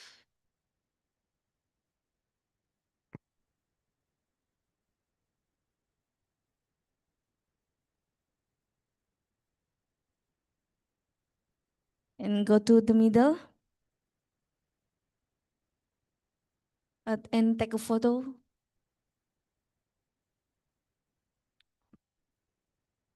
Okay, thank you so much, Mr. Tengku Ahmad Ridauddin and Haji Salahuddin Ma. Okay, next we move to our third speaker. We would like to invite our fourth speaker, Associate Professor Dr. Muhammad Hakimi Mosifai, Dean of Industry and Community Partnership, Faculty of Economic and Management. Please welcome Dr. Muhammad Hakimi. Bismillahirrahmanirrahim. Assalamualaikum warahmatullahi wabarakatuh and very good morning. Thank you very much, Chairperson. All distinguished guests, including my friends, Professor Dr. Burgafar from UKM, from UITM, and of course from this NSC SU and also TIDA, Mr. Salahuddin. Since I have 10 minutes, I have 3 things to share with you. So perhaps we can have for the further cooperative and collaborations in the halal economy. The first one related to perspective. I think we have to have a very good narrative on this. The first one about narrative, when we say Islam, for example, to French, people will regard this very negative. Islamophobia, terrorism, etc. But once we said halal to them, it's related to how delicious the food. This can be seen also in Japanese and also I believe in Taiwan as well. So about narrative, okay, this is my title of presentation. The second one related to the current issue. I would like to focus about the current trade war between US and China and how this can create opportunities to us to create the platform to engage. And I would say this as the halal diplomacy. In Malaysia, we do have durian diplomacy. And finally, I would like to highlight about the consortium of collaboration in halal economy. Why we use halal economy? Because I don't know, maybe Prof. Ghaffar can explain further, but my understanding is that we want to go, as I mentioned by Mr. Tengku and also Dr. Tengku from UITM, I'm very interested with them about the linguistic, about the genomics, and all these things, the entire ecosystem of this, we need to have scientists, social scientists, religious person to further. So let's move. I have 16 slides. So that's why this is the summary of this thing, the 3 things. Okay, next. Okay, this is the thing. If you said about the Arabic word, permissible or lawful, but you said about the modern world, we are dealing with the globalized market, as mentioned by Professor Shang. People, universality in halal, people can do trade, either you are Muslim or non-Muslim. We are dealing with the market. And then in Malaysia and also Indonesia, I guess we do have in terms of the pork avoidance. Is it only pork? We cannot eat pork, no lard, that's considered as halal. So this go beyond that, and I believe that this is my first theme. It's all about perspective and how we tune positively this perspective. This is, we need to have the global movement of this. I said this before we start to Mr. Salahuddin. Global movement, intellectually, academically, scientifically, to show to the world as the universal values from religion. Okay, next. So this about the perspective and then the ecosystem. I think all of us aware on this. Next. Okay, this is related to the current state. As I mentioned earlier, if we go to any countries, non-Muslim state, in Japan, in Korea, I got my PhD from Japan, so I can see my observation how this evolved towards the religious market. And we can see this in many countries, as I mentioned. We can see many halal products in Carrefour in France and also UK, London. This can be seen as the coin, the halal term can be our representative to show the beauty of Islam as a religion, as a way of life. So the economic development can be seen as a tool for the current civilization for humanity. So that's the thing that I think we can discuss further. Okay, next. So this also, this the new photo yesterday in our stay hotel, and then we can see the development in Taiwan. This is my second time in Taiwan. I met Mr. Salahuddin in 2019, just before COVID. So I can see the very vast and very good, positive development in Taiwan as a non-Muslim state, and how your government, my curiosity, how your government deal with this. Is it because of the market or the demand? I think the animal welfare, because in Shinto or in Buddhism, you cannot kill animal. So of course, this is in line with the hygiene and cleanliness and also animal welfare as mentioned by Professor Shang. Okay, next. So these are the potential. The issue is this is the current state. Is it the Muslim as the consumer or the producer? Apparently, in the case of Malaysia, for instance, the producers are non-Muslim. We have almost 10,000 companies, and 7,000 of them, they are non-Muslim. So obviously, Muslim are consumer instead of the producer of this. We are mentioned about the market and demand, but how this thing? I'm not blame a non-Muslim on this, don't get me wrong, but the issue is how from the positive side, we can see this is a universal. So it goes beyond either you are Muslim or non-Muslim. Case. Next. So apparently in Africa, obviously there are, I mean, the consumer instead of producer. Okay, we are also dealing with the billion and trillion. Okay, this is also the things. Okay, next. Dollars of market. And again, the big question mark in my mind is that how this economy really give the impact to the Muslim world, to the Muslim, and how it goes towards humanity. I'm very interested and captured with the Mr. Salahuddin point related to the welfare things that TIDA did. Because in economy, my basic understanding, how we create wealth, how we manage wealth, and how we distribute wealth under the parameter of halal economy. So the distribution of wealth under the parameter of halal economy also must be through the zakat and wakaf, sadaqah, infaq. This also must be considered as a part of halal economy. The creation of wealth, of course, by non-Muslim, and therefore we can see the issue between. Okay, next, please go next. This also the current trend. I did mention about Chicago, UK, France. Maybe I can see this in Taiwan soon, inshallah. So how all these things develop. Okay, next. This happened. The first port in the world is in Belgium. Why people, am I right, Prof. Ghaffar? Rotterdam, sorry, in Rotterdam. And the second one is Belgium. It's in Europe. It's not in Muslim countries, in Djibouti, for instance. And is no doubt China, mainland of China now considered to have halal port. If we can see during COVID, sometimes the cost of production is not increased, but because of the logistic thing, who manage and control all these things. So we need to consider as well the ecosystem that how this evolve, and maybe we can see this positive trend in future, inshallah. Okay, next. Okay, this is the thing, the halal diplomacy. What's going on now?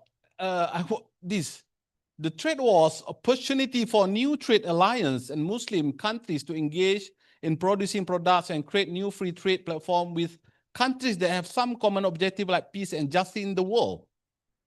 Is it possible we do this under OIC? I'm not sure. Or we want to have the very non-aligned movement under NAM. Also, of course, we have the tendency to have the privilege one to them. Okay, next. Okay, 1 minute. For the 5 minutes, 1 minute left between Islam, politics, and market, we have to have this halal political economy, perhaps. And finally, 30 seconds to left. Next. I would like to promote next. I would like to promote this International Consortium on Islamic and Halal Economy Studies. This year, the third ICoHEI will be held in Yogyakarta in Indonesia. The first one in Putrajaya, the second one in Johor. I would like to invite all of you to be part of them, especially Tida and also Chang and definitely UITM, all friends, of course. And next, we do have this one endowment fund related to halal economy in our university in UKM. Perhaps we can enrich this not only national level but also international level. So with that, I end my presentation and let's go together under the umbrella of halal economy for the peaceful coexistence for the betterment of humanity, inshallah. Thank you very much. Assalamualaikum warahmatullahi wabarakatuh. And very good afternoon. Waalaikumsalam warahmatullahi wabarakatuh. Please stay there, Dr. Muhammad. And I would like to invite again Haj Salahuddin Ma to give.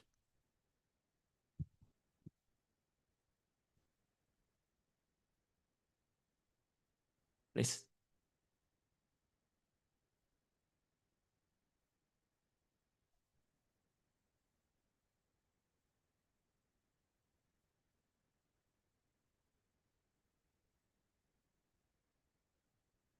Okay, thanks again to Professor Dr. Muhammad Hakimi and Haji Salahuddin Ma. And now we will invite fifth speaker is Professor Xiao Weiwen, Director of the Safety Center.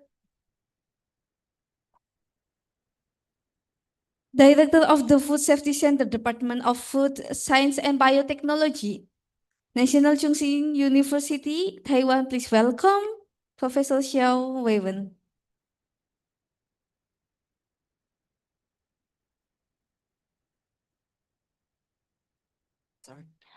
Good morning, everyone. My name is Xiao Weiwen, and I'm kind of nervous because I noticed like your topic is about economy, but I'm a food scientist. So I'm going to introduce you the impact of DNA extraction methods on the detection of pork residue in halal foods. Next one, please. So for the pork residue for the regions, it's not allowed in the halal food. But another issue related to the pork residue is pork also is an allergen. So some people who are allergic to the pork, for example, this Nigerian woman, if she accidentally eat the pork materials, then you can see her lips are swelling. Sometimes people allergic to the pork, they will have diarrhea or they have headaches. Next one, please. So why have these kind of issues? For example, when you read the news from last year, October, in Turkey, they also noticed that they have the pork or other non-compliant ingredient found in the beef or chicken. But why? Because, and how? Because sometimes we can see the cause contamination in the food industry. Maybe unintentionally from their raw materials, or like for some flavors, they have the pork or they share the production lines. And the other issue is because the adulteration, because pork is cheaper than beef. So some of the factories or manufacturers, they will use pork to replace pig. Okay, next one. So how can we detect the pork in the food? This is an example from the commercial kit. The kit is like we call the rapid kit. Is a lateral flow assay, which we use like during the pandemic of COVID-19. We use to test ourselves. So this one is very quick. You just mix your meat sample and shake it, and then after 2 minutes, you can insert the strip, and then you can read the result. Next one, we can see the result. So this is the publication in 2017. And from the previous one is the commercial one. And you can see here on the strip, you have the polyclonal antibody against the swan, the pork IgE and IgG antibody. So when you dip the sample into the strip into the sample, then when they move up to the strip, you can see the red color, the red line. If you get a two line like this one, you have two line, then you have the pork in your sample. If you only have one test line, then there is no pork residues. Next one, please. But for the immunoassays, you detect for the protein. But for the industries, normally our products are highly processed. That means like high temperature or grounded or like spray dry. So we have a lot of issue from like food matrix. Food matrix means the interference from our food ingredients, and also from the processing effect because the high temperature or sometimes high pressures. So protein will degrade. So compare with the immunoassay, DNA assays, like we say molecular biology assays is more suitable for highly processed foods samples. So this one, PCR-based methods, they kind of, you can see here, they use a primer and also the probe to amplify the target DNA and then show it with the fluorescence signal. This one is also regulated by our Taiwanese food department. Next one. So you can see from this paper, they kind of organize all the PCR, the DNA assays, and you can see here is like for the real-time PCR, then the detection limit is about 0.1%. And normally for the DNA, we need to target a gene. For pork, we target to 12S RNA or cytochrome B DNA. Next one. So I'm going to introduce you another paper. This one is use RPA. This is a new technology because the previous one, if we use PCR, it's around 2 hours and then we need to have the device. But this new technology, we don't need the machine. We just need 20 minutes in the room temperature. Then we can get a lot of DNA. So from this paper, you can see like here, after 20 minutes, they already can amplify the DNA to 0.01 nanogram per microliter, and then use the DNA to detect by the strip. So after amplification of DNA, traditionally you need to use the electrophoresis. You need a device. So, but if you use the laser phoresis, then you can just drop it and then see the result. Next one. So this is the official testing method from the TFDA, the Taiwanese Food and Drug Administration. So the method that we use also the real-time PCR, and we target to the 12S ribosome RNA, and the cycle number is 25 cycle numbers. Next one. So as you know, if we want to detect DNA, we need to extract DNA from the first sample. And here we have 3 different methods. The first one is the traditional one, like we usually do in the lab. It takes about 2 days, and it's quite complicated. You need to lysis the sample and then add protease, because sometimes our food have a lot of protein, so we need to digest those protein by protease, and then mix with phenylcophone, extract lipid, and then precipitate DNA. So that's why it takes a long time, but it has a lot of recovery. And the second one, this one is, if you do a lot of lab work, you can see this one is a kit. It's just like about 2 hours. And the way they do is lysis the cell and then extract DNA by the colon, because here they have the specific colon to bind the DNA. And the third one is the most quick one. You just add the Colotex 100. It's like a small bint and can isolate, clean the DNA. Okay, so next one. So here I want to use this paper to introduce that if you work on very highly processed food, I will recommend you use the 2-gram sample. But if your sample is like ketchup or chocolate, you can use the 200 milligram, 10 times lower. And this one can use for the, like for example, the previous kit. Next one. So this is the FAPAS prophecy test. We use this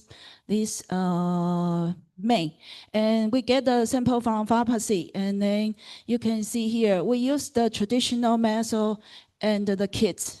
And compare these two, you will notice that for the traditional method, the DNA yield is higher, quality is higher, compared with the kit, right?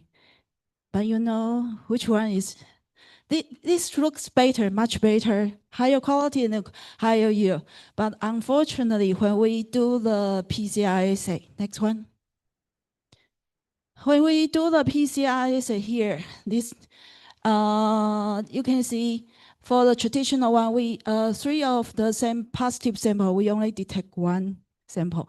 But if we use the DNA kits, even though the yield is just 10%, but we can successfully detect 3 samples, 100%. So be careful for your DNA extraction method. Okay, next one. So my conclusion is like finding a good way. For example, we use traditional method and use the kits. Even though the traditional method has higher yield, higher quality, but when we do the PCR assay, kit is better. Maybe because the column can remove the PCR inhibitor from the sample.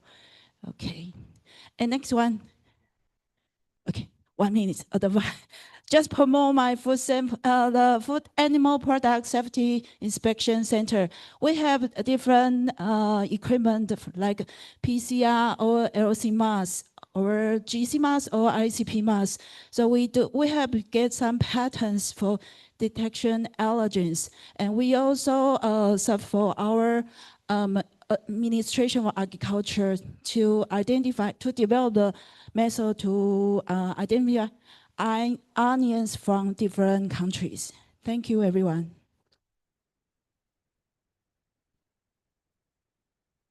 Thank you for Professor Xiao Weiwen. We will invite Dr. Aida Male Ismail to present the chief.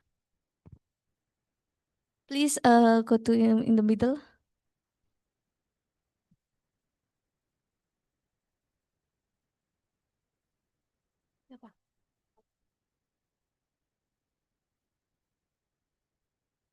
Okay, thank you so much.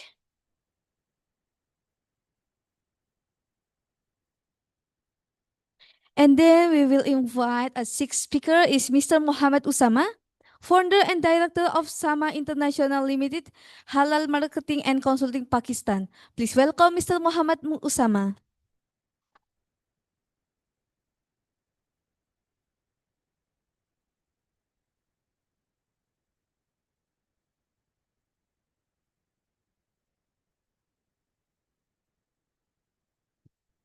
Hello, everyone. My name is Usama, and I would like to give a little presentation about my experience in Taiwan, that the bridging culture of international trading and also the food business in Taiwan. Yes, next page. Little about me is that I am a half Pakistani and half Taiwanese, and I was born in Taiwan. So basically, I identify myself as a Taiwanese，所以我其实算台湾人。对，我在台湾长大的。对，然后and then because of the experience, I was grew up in Taiwan, but then I study in UK for 3 years in Islamic school when I was in junior high school. And then I came back to Taiwan to do high school and also university in Taichung, also in Qingyi Keda. Yes, I'm I'm specialized in chemical engineering. Yeah, nothing to do with all these tradings and my food business, but it's just a habit. And from a very beginning, I was doing the trading business with my father, along with some of our agents across the world. Some of them are in India and Pakistan and Dubai with a different type of product. And also we have two restaurants now, but we begin in Taipei. Yes. So in halal, yes, next. So in halal, next, thank you. So in the halal industry, we have some information regarding all the travelers from all around the world to Taiwan. Yes. Let me introduce a little bit about the trading part, because I travel around the world oftenly. So, and I meet a lot of people. So we have the very strong connection with the different countries, with different product and also different specializing. And okay, next. And one of my business is we having the first halal Indian restaurant in Taiwan. It's been 30 years from my father until now. It is 30 years. And next. And our restaurant start with a night market in Taipei. And yes, because in the very beginning, why do we start the food business when we are first seeking for trading? It's because when my father first arrived Taiwan, there is no halal food. No one even speak English 30 years back then. Yeah, no one knows about halal food. Only we know. And I have deep down the feeling that whenever we travel to Taiwan, or as a non-Taiwanese, we don't know what is something that looks like halal, something that looks like non-pork, but it has pork in it. Something that looks like a meat, but that's vegetarian. It's very confusing in Taiwan. Taiwan has that special, very special in food processing ideas that they can make something vegetarian into food, meat-like, and meat-like into something else. Yes. And then we established a restaurant in Taipei. And from the very beginning, we are very taking care of the halal. Because in the very beginning, we are slaughtered the chicken by our own. Because back then there is no supplier, or maybe some Taiwanese, they say they can supply the halal meat, but the concept of halal from them and us is different. Just like we mentioned before, most of the Taiwanese, they consider non-pork as halal. Yes, so we have our insist. So we slaughter the chicken by our own, and then we taking care of every part from the very beginning and till the end. Yes, and next. And one of our experience is because we have been here for a long time, and we have a lot of travel agency that cooperate with us for a long time. So we always hear the feedback from the customers from Indonesia, from Malaysia, from all these Muslim countries. They want to enjoy the food in Taiwan. So what will happen is the travel agency, the travel guide, perhaps they don't have the idea about the halal food. So we not only we do giving the food in the restaurant, we also send the frozen packet and also the food delivery to all Taiwan. Depends on the demand. Sometimes we even deliver to Hualien, because the group they want some authentic halal food, so we have to arrange for them. Okay, next. And my personal point of view is that I see the very good opportunity in Taiwan halal food industry, because we have more than 300,000 Indonesian people in Taiwan. That's a huge amount. And also we have a lot of travelers from different countries. Sometimes they come for business, for exhibition, or they work here, or they just come here for travel. And me personally think it is a pity that whenever the foreigner comes to Taiwan, they can only enjoy Indian food Thai food or maybe sometime Neuromian maximum, but they cannot find the halal Taiwan food in Taiwan. But as a Taiwanese, I grew up here and I know how to cook all this Taiwanese food. And I think it is my dream is to expand this Taiwan food into a halal business. So we can have a hot pot, halal jiro fan, and so on. So, and my vision is I have a strong connection with the Taiwan franchise association, and I want to promote this halal food, Taiwanese cuisine, authentic Taiwanese cuisine into halal food, because just like bubble tea, it was original from Taiwan. And because of people travel to Taiwan, they enjoy it first. So then now this is worldwide known. But also, I believe that Taiwan has a very deep culture, since we have some Japanese culture also, we have some China culture also. It is a mixed culture. Taiwan has a lot of special food that you cannot get from outside. Like the Taiwan cuisine is very, very nice. So, but how will the world know this? Only if they can enjoy this. Bubble tea, maybe there is less halal issue, because even though there's a Mingjiao, sometimes we have to take care of. But other cuisine, we have to make sure it is halal, so the traveler too can enjoy this food first in order to let the world know. Yes. So next. So I think it is a best opportunity that we can get in touch with the Taiwan culture, deeply understand the Taiwan culture and the need of Muslim. So if we can cooperate with the government and also the franchise association to expand the halal food. Okay, next.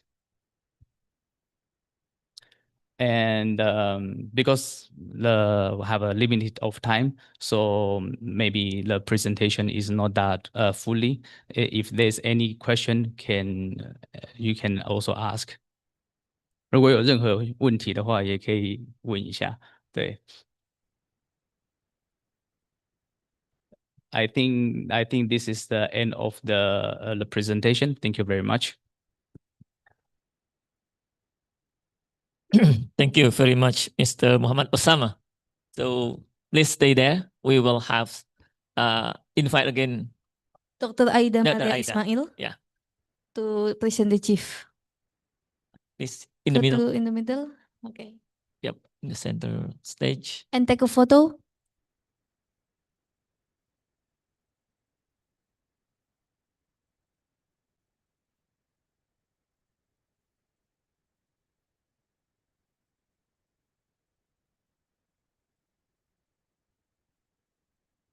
Thanks again, Mr. Muhammad Osama.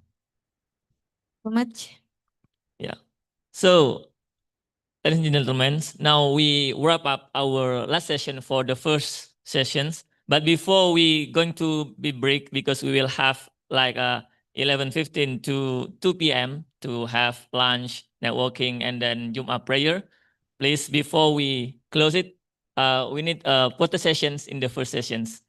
If please, can you going in the stage? We take photo together, and please the photographer get ready over there. I think it's enough, right?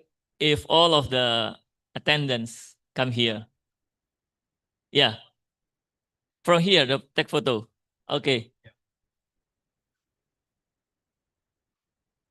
Okay. Please, the photographer. The photographer need to be in the stage now. We change. Okay, for all attendants, please be more closer. Yeah, be So more we can, closer. Frame I think in all the first the line it's attendants. okay.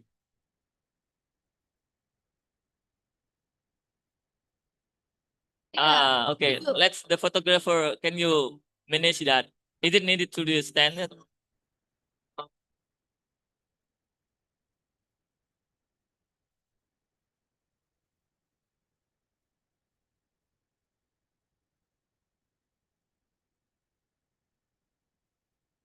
Okay, for all attendants, please more closer.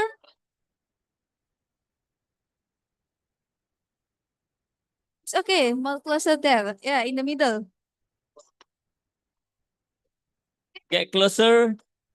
Make sure everyone get in the frame. Let we here join. Okay, on my sign. Ready? Okay, let we count. San. Yay.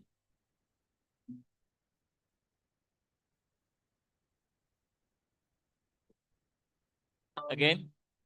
Okay. One Okay. more. Please wait.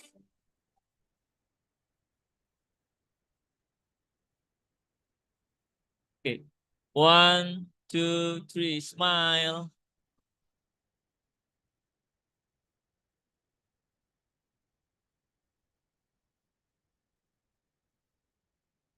Thank you. Thank you, everyone. Don't forget to return on time on 2 p.m. One more sessions. Okay. Now, please come here. We take photo for here. Yes. In the stage. The front. Oh, on the stage. Invite the speaker. Okay. Please, all of the invited speaker. And keynote speaker. Yes. On the stage. On the stage, please. Yes, please go.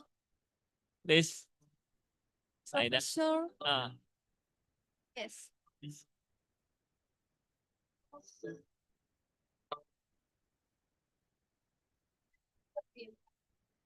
Okay, Dr. Aida in the middle and Prof. Sahoyang and Haji Salahuddin in the middle, please. And Prof. Sahoyang, Dr. Aida. Okay, please more closer and get in the frame. Okay, photographer. More closer, Dr. Aida. Okay. Okay, ready? Yeah, make sure, is it center already? Okay, yeah. And Okay. smile. 1, 2, 3. 1, 2, 3. Okay, thank you everyone. Oh. Enjoy the break time. For registration. Well, where is the passport? Please be attention that we will come back here on the 2 p.m. Yes. Operator. Ano?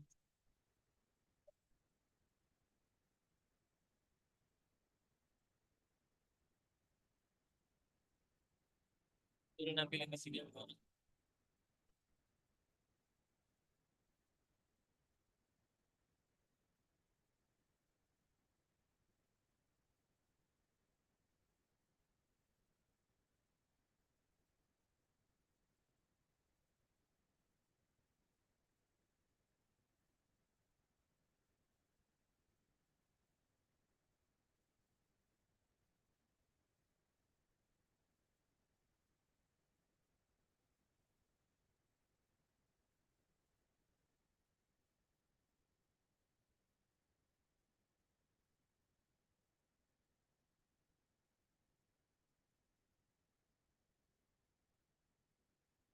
Okay, please everyone to scan this barcode to registration for ICoHEI for all people. Okay. In the screen, you can scan the barcode. Don't forget about it. Thank you. And enjoy the break time.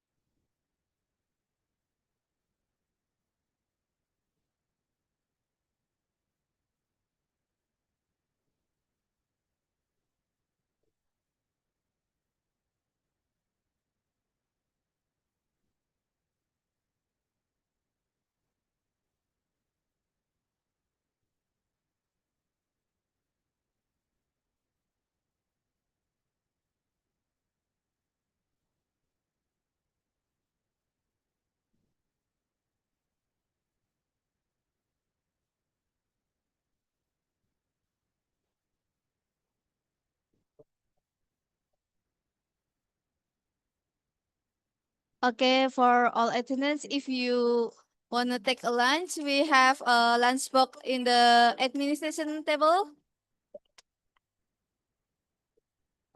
Please get it once.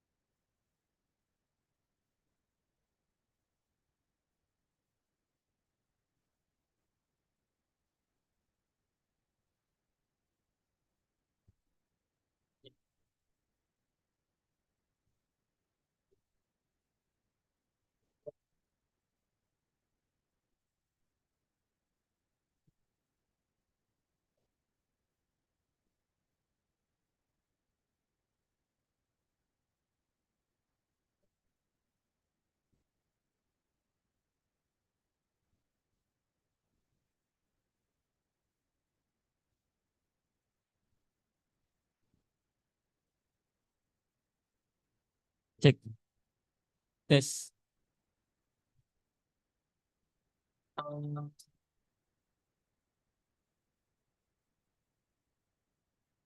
Dear our attendants, this is just gently reminder that we will start at 10 minutes later at 2 p.m. exactly, because now in the online Zoom meeting, only one invited speaker already there. So we still waiting for another invited speaker. Thank you.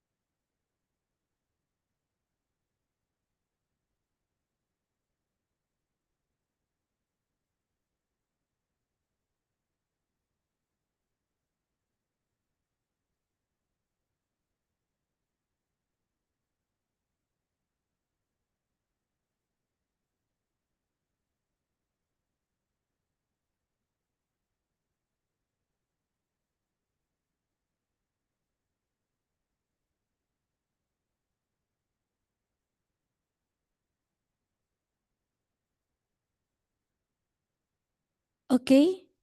Assalamualaikum warahmatullahi wabarakatuh. Welcome back. So we will now continue with invited speaker session, but this session will be conducted in online. So we can see for the Zoom meeting. Okay, we will start for our seventh invited speaker is Associate Professor Dr. Amar Kasan from the research organization Ritsumeikan University Chaban. Please welcome Dr. Amar Kasan. Thank Dr. you Amar very Kasan, much. can you Yes, hear us? yes, I can hear you. Can you hear me? Yes. Okay. Thank you very much. Assalamu alaikum wa Sorry. rahmatullahi ta'ala wa Can you barakatuh. hear? Thank you very much. You can't Dr. hear Amar me? Kasan, hello. Yes, Yeah. can you hear me? We cannot hear you. Can you be louder? Close with the mic. Okay.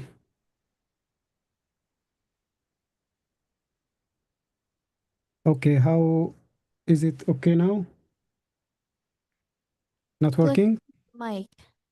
Okay. Dr. Amar? I think this is the loudest I can. So if you cannot hear me, maybe you don't have sound in the hall. We still cannot hear you clearly. Open your mic. It's open. I think on my side it should be okay.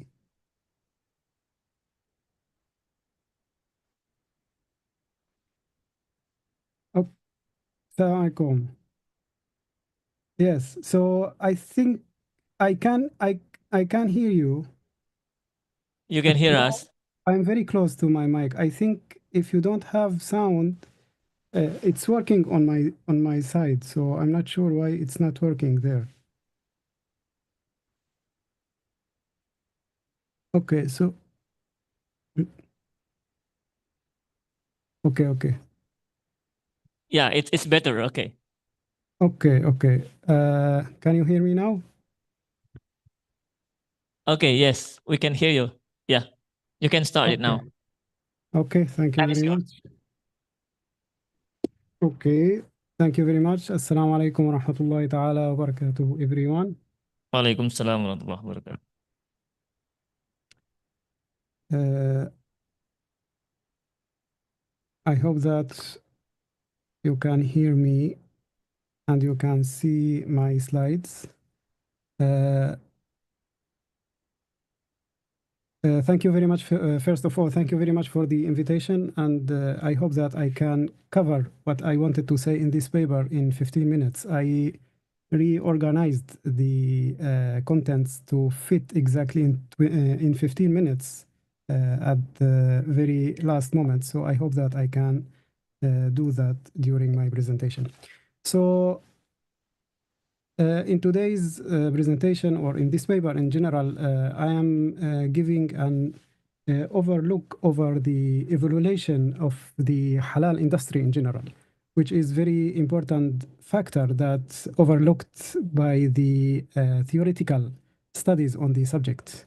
So I am analyzing how something that began as a simple response to religious dietary and lifestyle needs has grown into a multi-trillion dollar global industry. And above all of that, I'm going to try also to claim that this wholesale growth, there has been more disconnection from its higher ethical and spiritual origins, which is maqasid al-sharia or maqasid al-halal, as I call. The higher objective of Islamic law in general. Maqasid sharia is translated to the higher objective of Islamic law. I will end up my presentation or my paper with also going back to what I have started with, into calling to return to of the modern halal practices to the fundamentals, and first by overreaching the theme of tayyib, or the wholesomeness. So this is in general the main three concepts I'm trying to cover in these 15 minutes. So how did it begin? So I think no one here needs to hear about the history of the halal industry in general, but to put things into context, we are going to go through very quick overview of halal industry to highlight the point which I'm trying to make here. So in the very first form of halal, halal was not an industry as we know at all. It was a deeply personal and social response to a religious requirement that which is the need for Muslims to only eat and use that which is Islamic principles permit. The primary reason was simply to avoid that which the Quran and Hadith or Sunnah quite explicitly forbids. This was and remains especially necessary for Muslims, for Muslim communities living in non-Muslim majority societies, where the distinction between halal and haram is moment-to-moment process of maintaining their religious practice and identity. When the world became more integrated, especially with the one set of global trade in manufactured food products toward the second half of the 20th century, the background started changing. Muslim consumers, particularly in important dependent religious or regions or as minorities, increasingly needed guarantees of reasoning nature regarding the products that they are consuming. This creates the first formal halal certificates, which appeared prominently in the 1970s and 80s.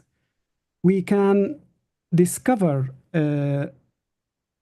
pioneering activities from bodies like the Islamic Service of America, established in the US in 1975. And in approximately in 1982, Malaysia also emerged as an important player with government backed schemes. Indonesia too, also driven by incidents, too many incidents, also developed their its own certification schemes. It is noteworthy that these early certifications were as much about religious compliance in an increasingly complex global food system, as they were not marketing gimmicks initially. This is very important point. Of course, one of the greatest milestone in the formalization of this was the establishment of Department of Islamic Development Malaysia, or JAKIM, in 1997, which was initially a culmination of organization that dated back to 1968 and was tasked with the Islamic development aspect, which was front and center the standardization and certification of halal.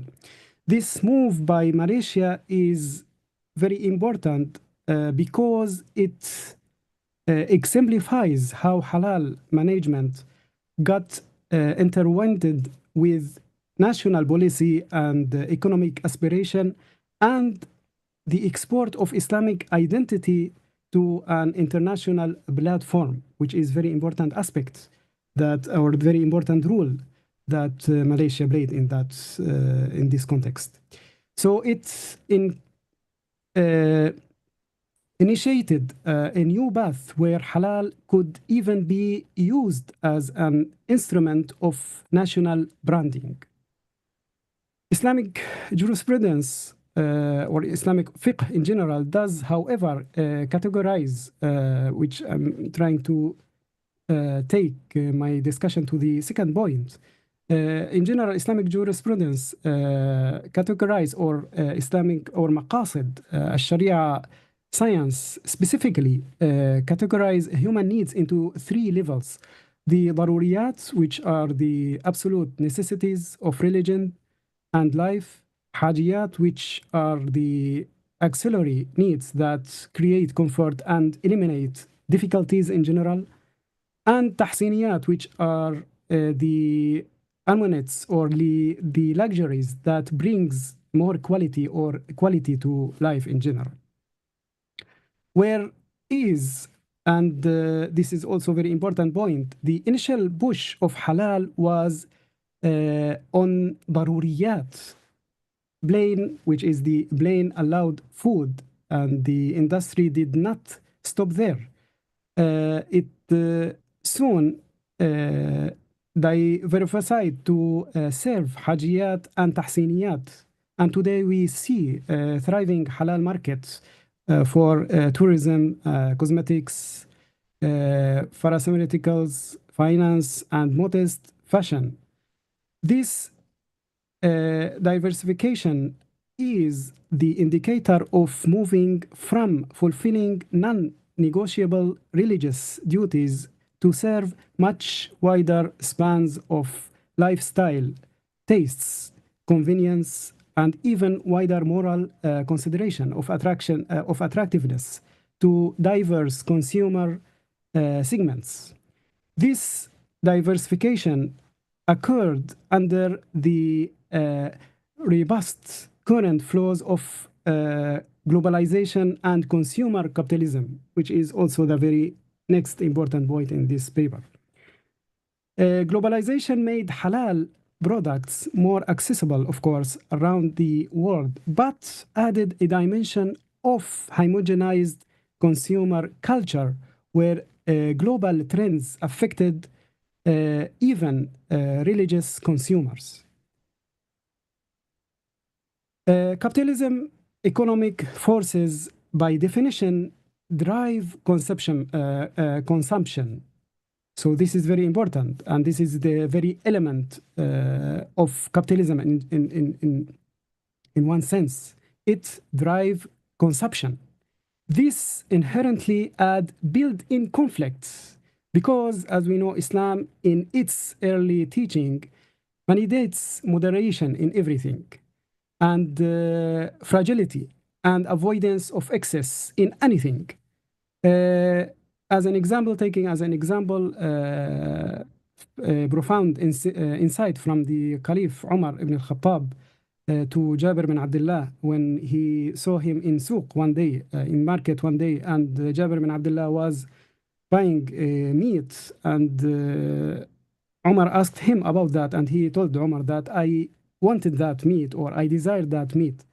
So Umar replied saying that, do you need to buy everything you desire, or أو كلما اشتهيت اشتريت, which is a very clear indication that inhibits consuming in general. Of course, this is the complete opposite of the consumer culture that tends to prosper on creating and fulfilling endless wants. The risk, as some of the researchers and critics in general point out, is that halal itself becomes just another commodity. Its deeper meaning diluted by market forces, which is a very important point to think about, and one of the aspects that I wanted to highlight in this presentation. To take some practical evidences on this claim, even before, of course, the COVID-19 pandemic, the halal market was seeing significant growth. For instance, Muslim consumer spending globally across core halal markets was already around 1.62 trillion USD dollar. So in 2012, and the pandemic, by disarranging the supply chains in its first place, paradoxically accelerate some trends. It raised worldly awareness of health, hygiene, and ethical sourcing attributes that are increasingly associated also with the halal products, which widened their markets in general. As such, we have seen a post-COVID boom. State of Global Islamic Economy report in 2023-2024 records Muslims consumer spending worth a staggering 2.29 trillion USD in 2022 alone. Projections of the halal food industry estimate that the industry can grow to almost 6 trillion USD by 2033.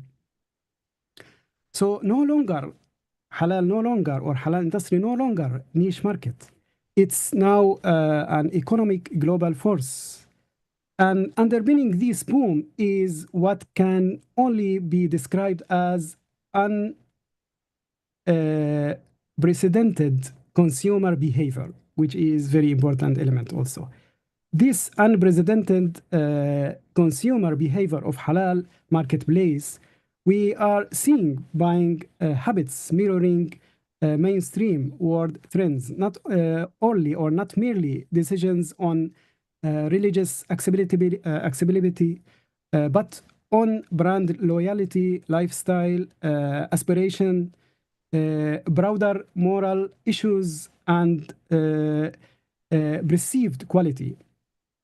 The concept of halal lifestyle has become an effective marketable force, and the industry has responded enthusiastically for that. But far from of this activity is most of these the activities on the research. So just going back to the previous slide. So So huge investment in halal-related industries in general, relentless product innovation, and big ticket growth across all segments has flowed in general. So this, of course, has good economic impacts like the generation of employment and contribution to GDP. But this rapid consumption-driven growth has a double-edged sword kind of effect. While much as one sees the economic benefits upfront, there is an ever-increasing also valid worry between researchers and between scholars in general about the potential of watering down of halal's deeper ethical and religious roots to maqasid. Academic scholarship, of course, in this area is coming very strongly and recently, and we see studies into consumer behavior, market forces, and certification processes, and some of the papers also presented today highlighting all of these issues. But far too much of all of these activities is post-rationalizing the current state of affairs rather than predefining how they might be or how they should be. And this is one of the most important conclusions and that I'm trying to make in this paper. There have been missing links identifying such as a lack of priority on Sharia compliance in new technologies such as AI or other technologies also in the halal sector, and a vast lack of integration between current certification procedures and the higher goals of maqasid and the conception of tayyib, which what urgently is highlighted in these studies to urge the researchers to carry on in their in the future of the halal industry studies in general.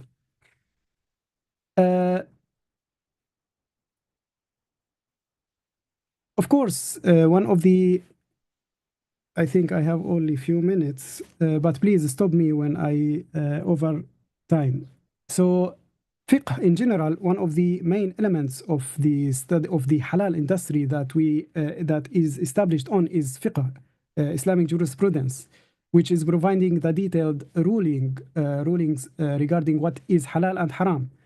And usul al-fiqh, the principles of jurisprudence, and provides the mechanism to deduce this ruling properly from the source, from the original texts, Quran and Sunnah or Hadith. And the qawa'id al-fiqhiyya or Islamic legal maxims are also the general principles which ensure consistency and conformity to the overall objectives of Sharia. In this also ijtihad, which is the rigorous scholastic thinking or reasoning is crucial to deduce and apply these timeless principles of fiqh among the new complex realities of the modern day halal enterprise, from cutting-edge food science to the intricate international supply chains. And if we neglect any of these principles, the halal, any of these judicial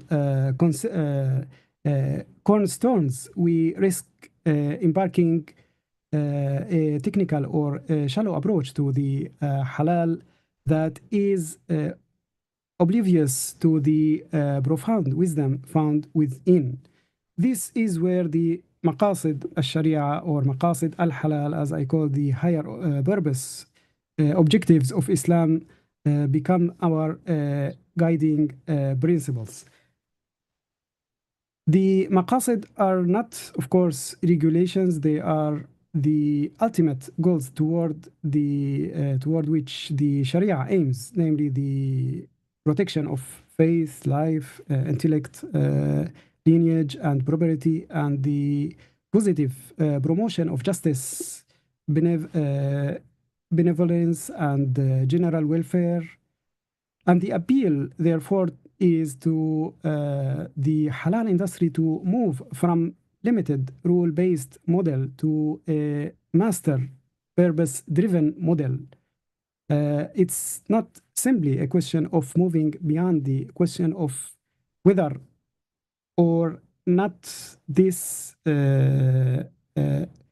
product is technically free from prohibited ingredients, but asking the more profound question, does this product and how it's produced and brought to market positively promote the good, support justice, and advance well-being in line with these higher purposes of maqasid? So this issue we have is the overemphasized on the technicalities of certification can sometimes lead to this broader maqasid being lost sight of. In order to truly understand these maqasid and earliest sources from the which they are derived, we have too many elements. We have to consider some of them mentioned in the beginning about fiqh and usul and qawaid fiqhiyya. And one very important thing also is very overlooked in the modern, in the recent academic works on the halal is the knowledge of the Arabic language and the knowledge of the context in which that Quran was revealed and Hadith was said, which is related to the halal issues.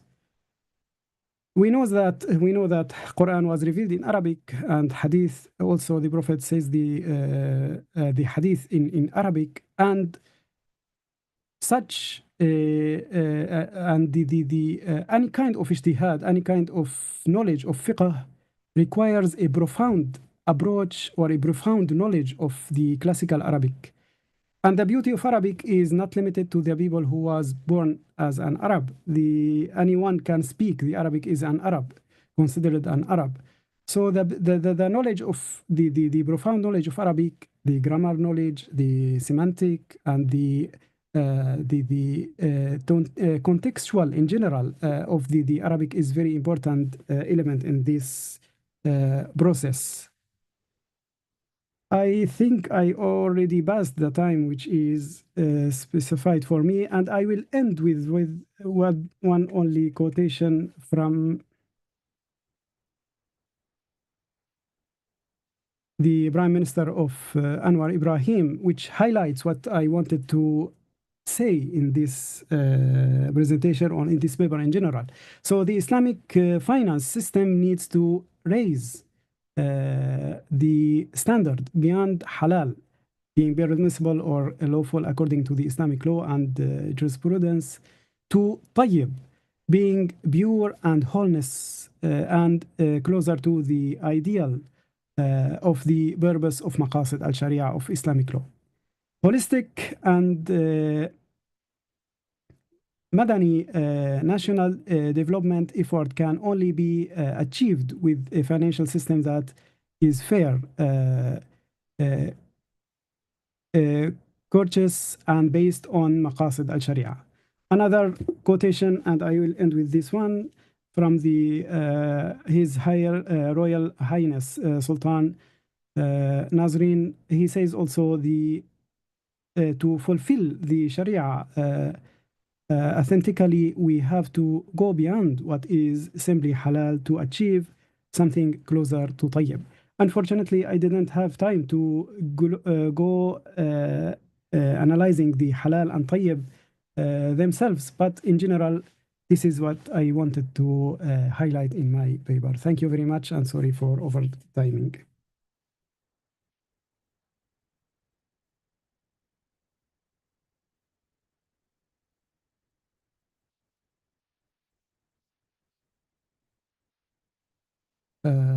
We cannot. I cannot hear you.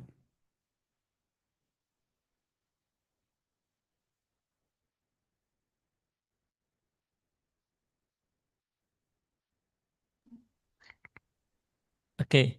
For Dr. Hamza, are you there? We need to make sure your voice are clear and Yeah, I'm here. okay. Okay. You can hear clearly, right? Yeah.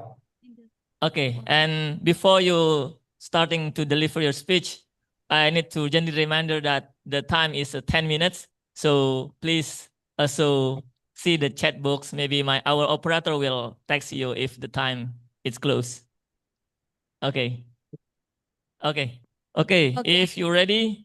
Okay. Please Yes. welcome Professor Muhammad Dr. Hamza bin Muhammad Saleh.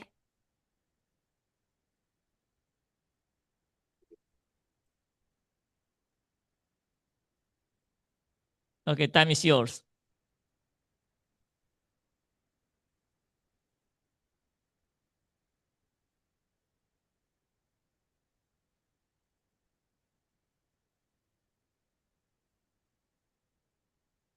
Can you see my slides? We can see it.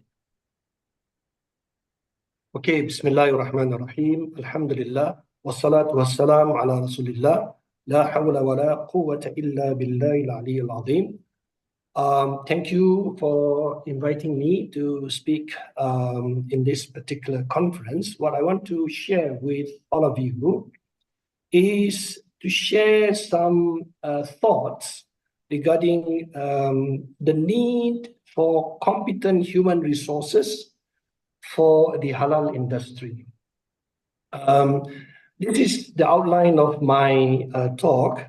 I have a very brief introduction that is to be followed by the framework for development of competent human resource.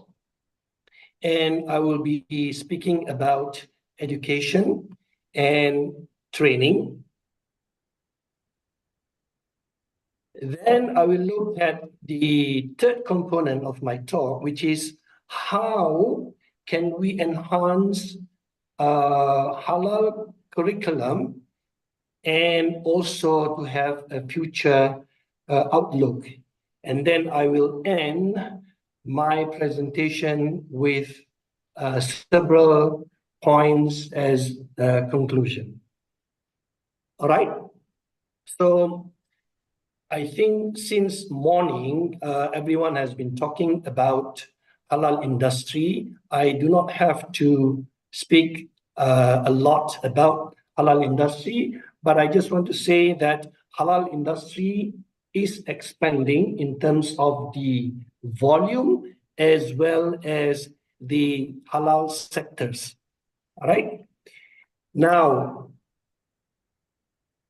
we know that this value of the halal industry globally is in the trillions of US dollar per annum.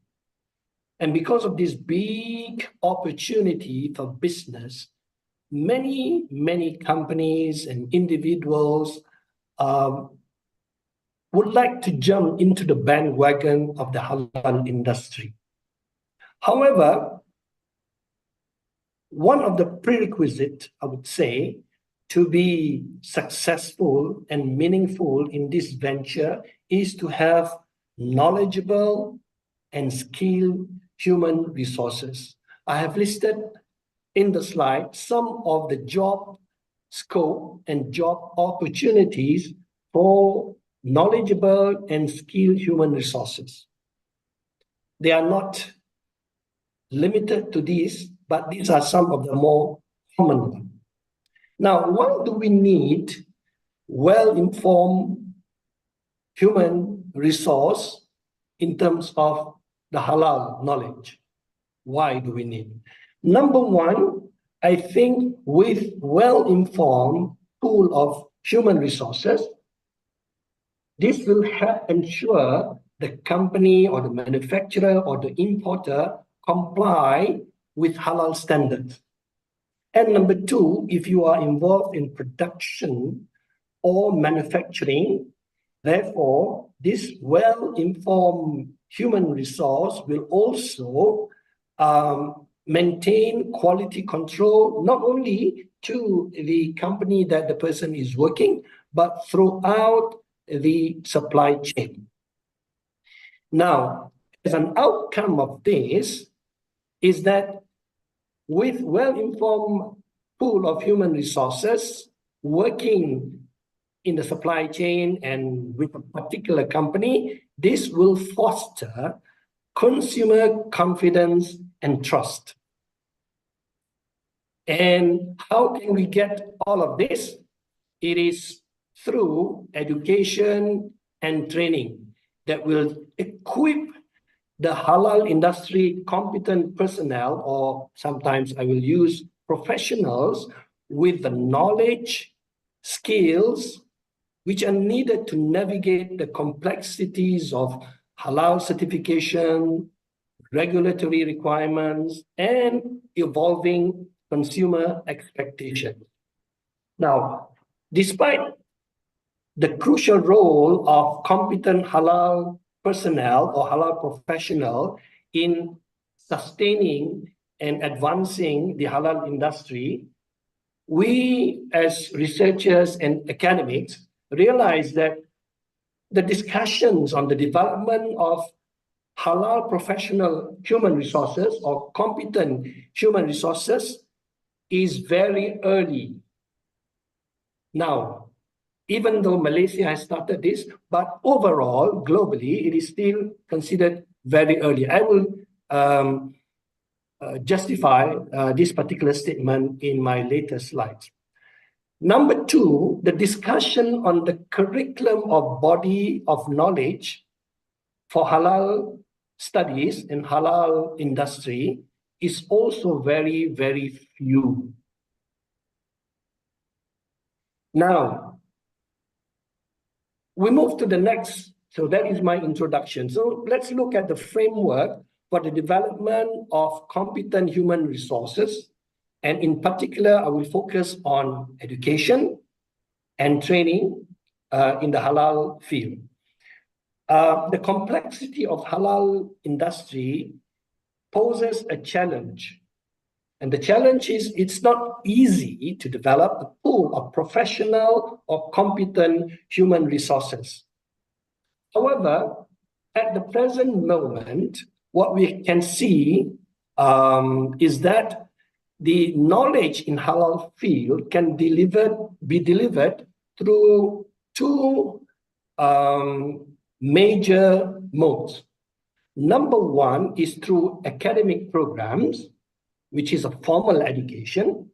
And the second is training programs. And what do I mean by academic programs?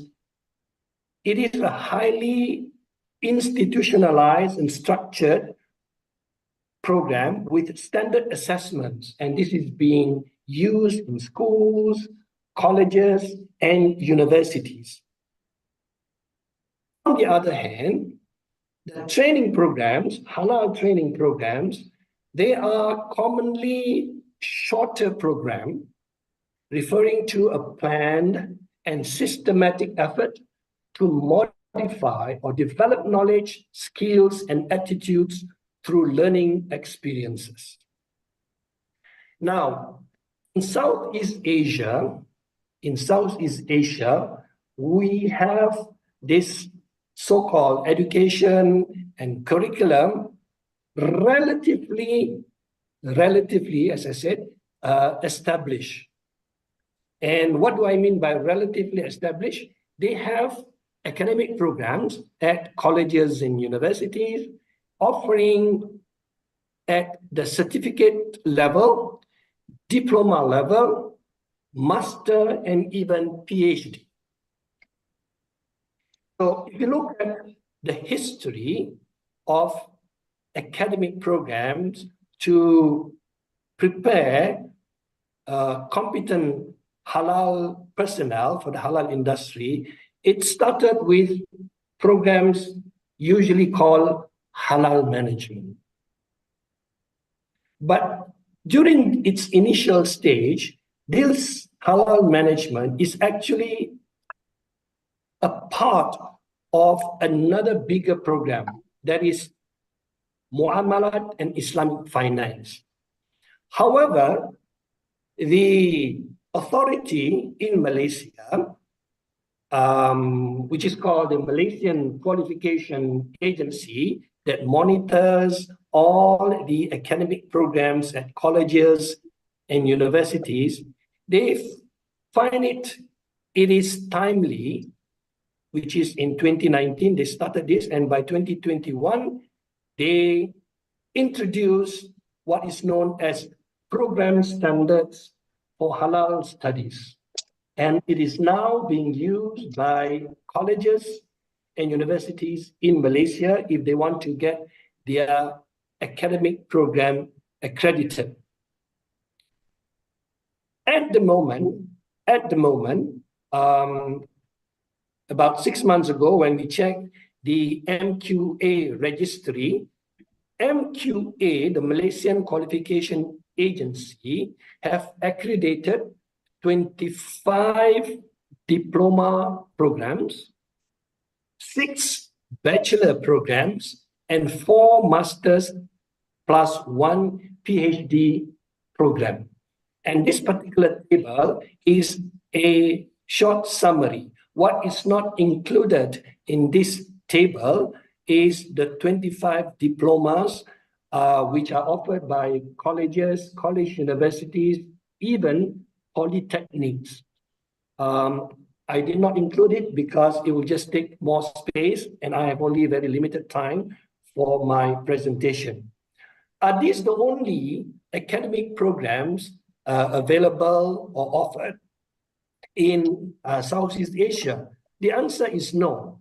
For example, this particular slide describing postgraduate program being offered at University Putra Malaysia, or better known as UPM. It offers masters and PhD programs. Right? Masters and PhD program. And in other parts of Southeast Asia, for example, the university that I'm currently working, Sultan Sharif Ali Islamic University, we offer at the bachelor level, at the master's level, and as well as at the PhD level. For the postgraduate programs at the university that I'm currently working, we offer by 3 modes: by coursework and dissertation, and by full research. Now, what I have mentioned is basically just now diploma, bachelor, and postgraduate, either master's or PhD. But for the halal industry, we need some other trained personnel.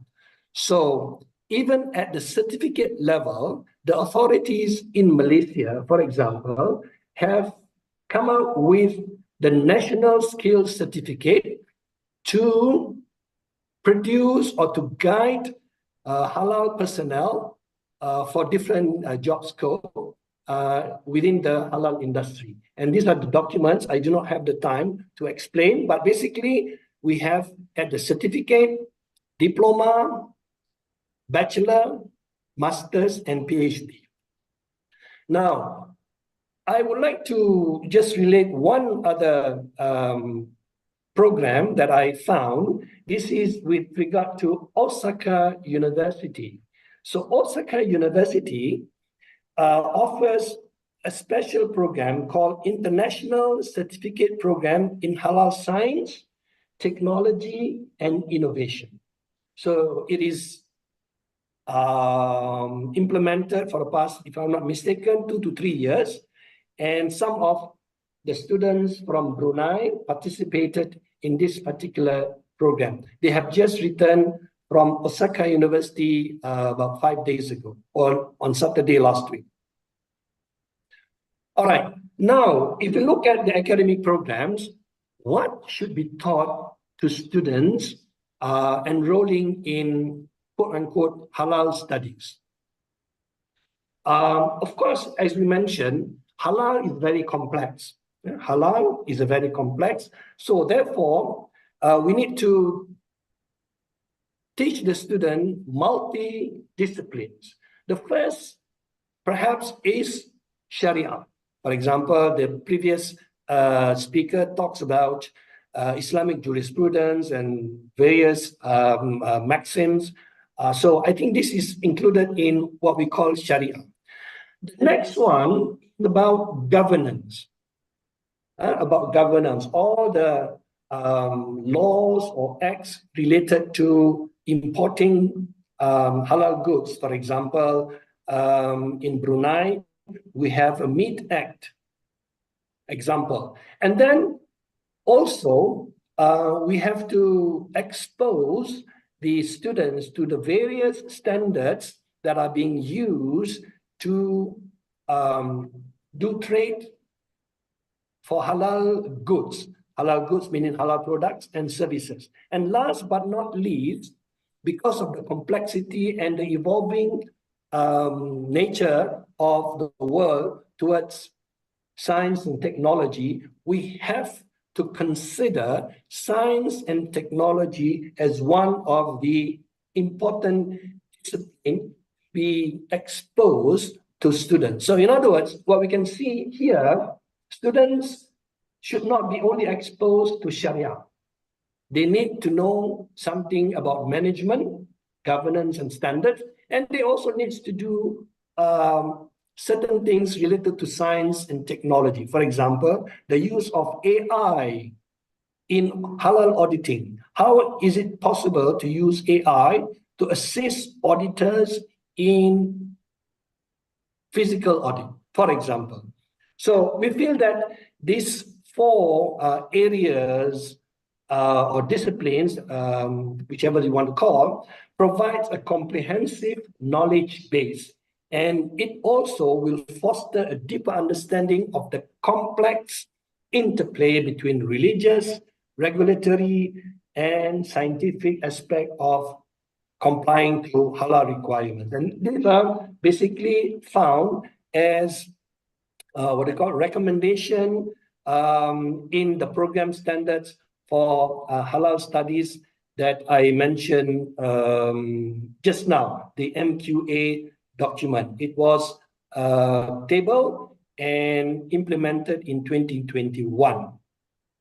But if you look at what I have just said, the key academic modules, for example, in the Sharia, we say that students should be exposed to the Islamic principles of halal compliance, covering Islamic dietary laws, Islamic jurisprudence, not only about food, but also for non-food. Ethical consideration in halal food production, for example. For component that we call standard governance and management, it covers regulatory, managerial aspects, halal standard certification process, quality control measurement, etc. And then for the science and technology, it is crucial because this is how you are going to be innovative in many things, especially halal products and services. And at this particular juncture, because for halal, you cannot escape from food, so we have to expose the student to food science, for example. And in the current era, biotechnology is also important. Last but not least, some of the techniques used for verification and also detection and monitoring of products in the market. So we need to expose the students, the halal studies students, to all three areas that I have shown in this diagram. All right, so I leave the academic. Now we move to training. Training. So for training is to equip industry professionals, regulators, and business owners with the knowledge and skills required for halal compliance and management. But more recently, as also explained by the previous speaker just before me, the training also covers halal living and lifestyle, right? So in Malaysia, because Malaysia is, you can say, quite advanced in preparing competent halal human resources. So in Malaysia, there are two training programs that are very popular and recognized. Number one is called the Halal Executive Training. This is proposed by JAKIM and administered by JAKIM. And another is the Internal Halal Auditors Training.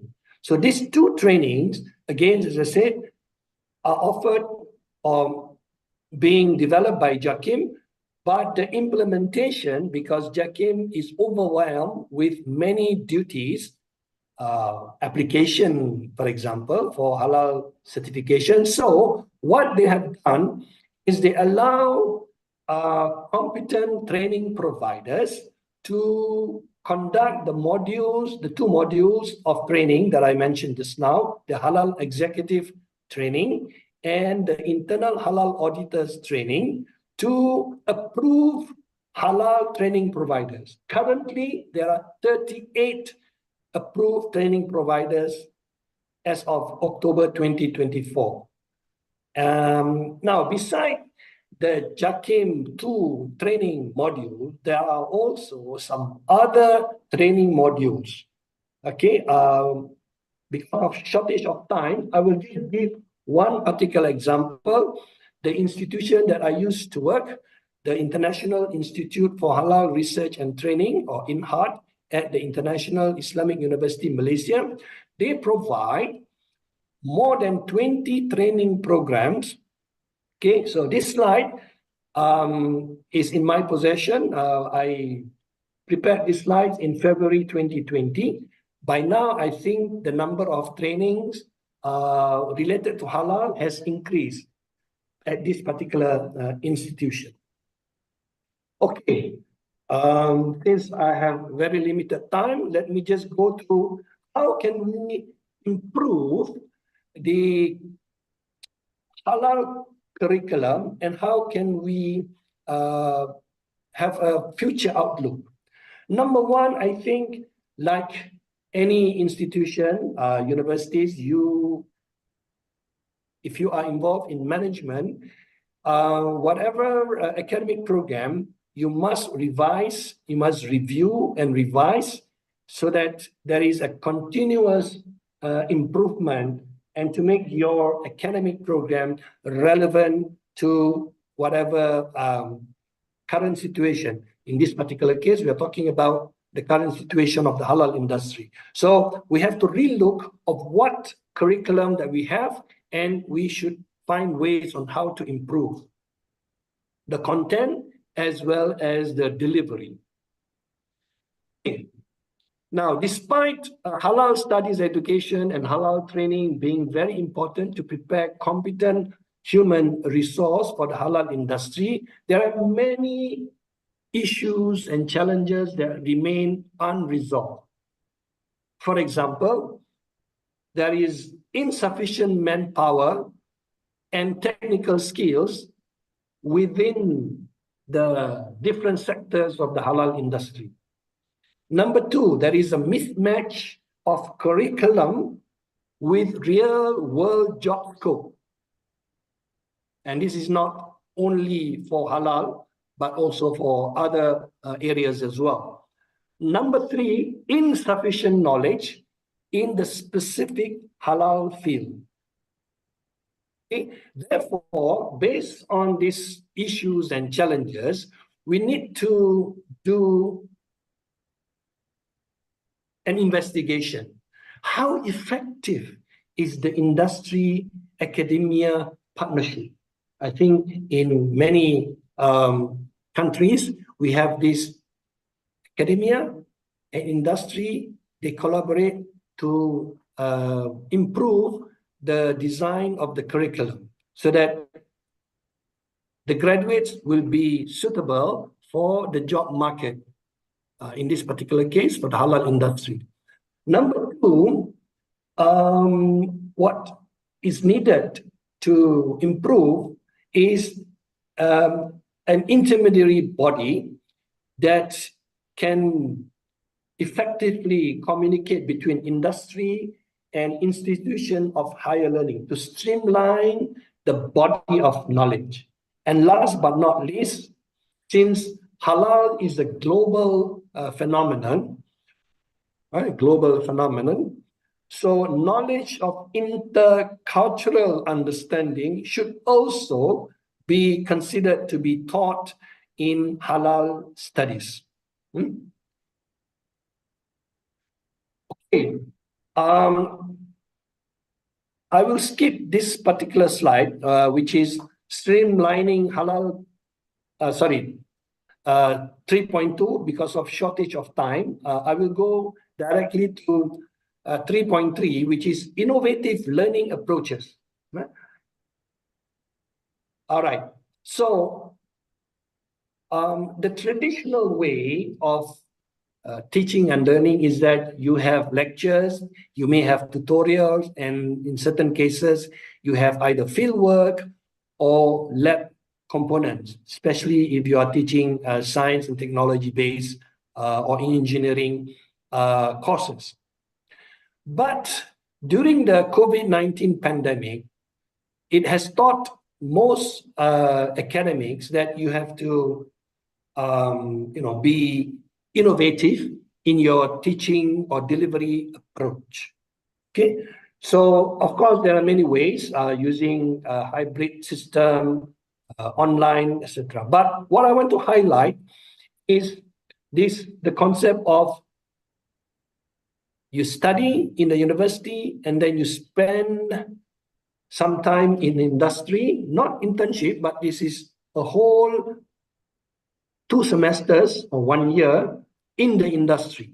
So whatever knowledge that you gain for the 2 semesters attached in the industry will be equivalent to a 2 semester courses that you have or you would have taken in the university. So this is what is called 3U 1I, 3 years of university studies and 1 year of industrial attachment. So several universities have implemented this for different academic programs, but one particular university that has used this 3U1I for the halal industry is University Science Islam Malaysia, where they have the Sharia program. Those who are specializing in Islam halal industry, they will be placed in the industry for 1 year. Okay. Another improvement that we can do in the normal teaching in academic programs is to have case studies or have industry collaborations, or we have field work into the curriculum. For example, Sorry, Professor. I'm sorry.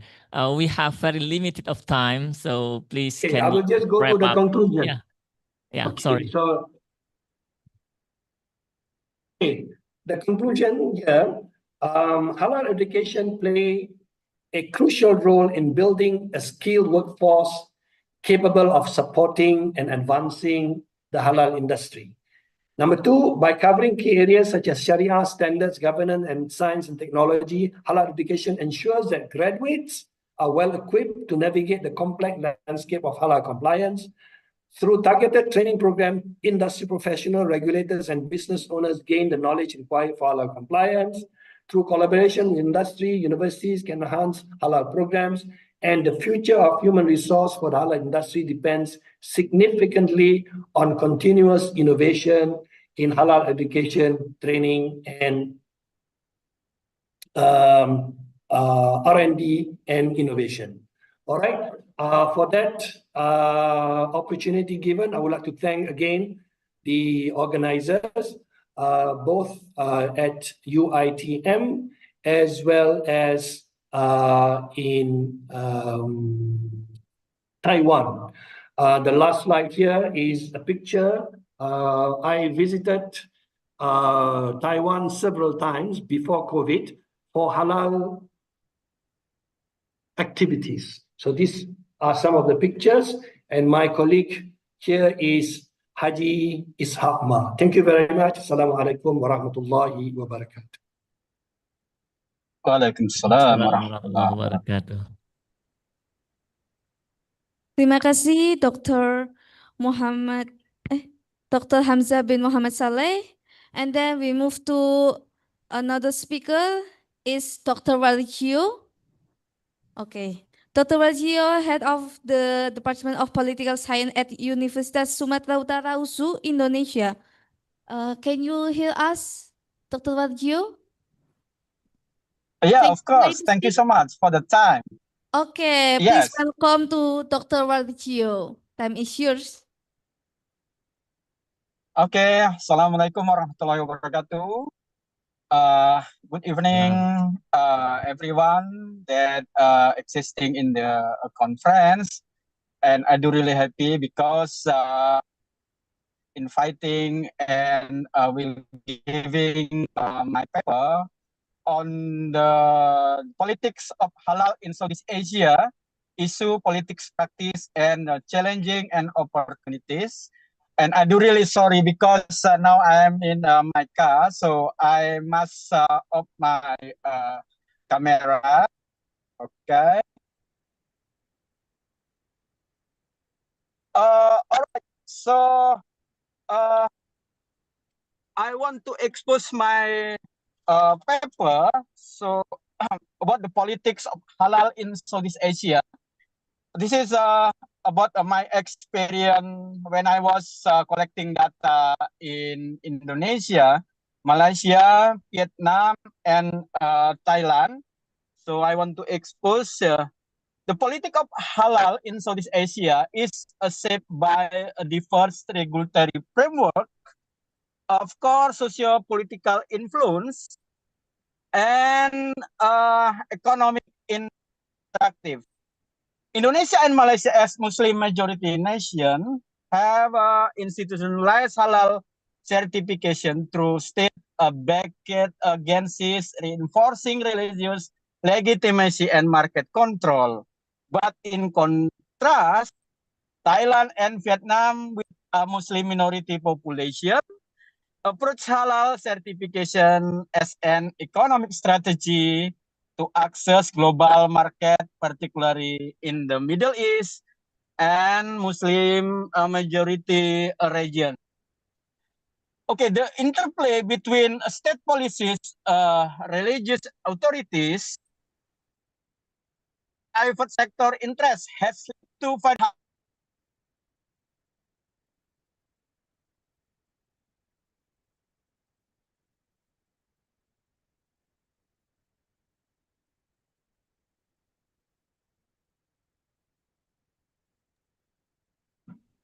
Yes. Interplay between state policies, religious authorities, and private sector interests has led to various halal. Hello? So sorry. Indonesia, You can like continue, yes. halal product insurance law mandates a comprehensive halal certificate. But Thailand Central Islamic Council facilitate halal certification to both export, while Vietnam emerging halal sector is driven by foreign investment and trade agreement.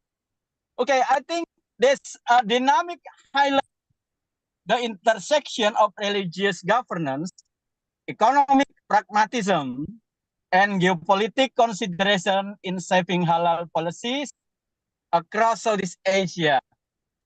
I mean, understanding this framework provide insight into the broader implication of halal politics on identity, trade, and regional cooperation.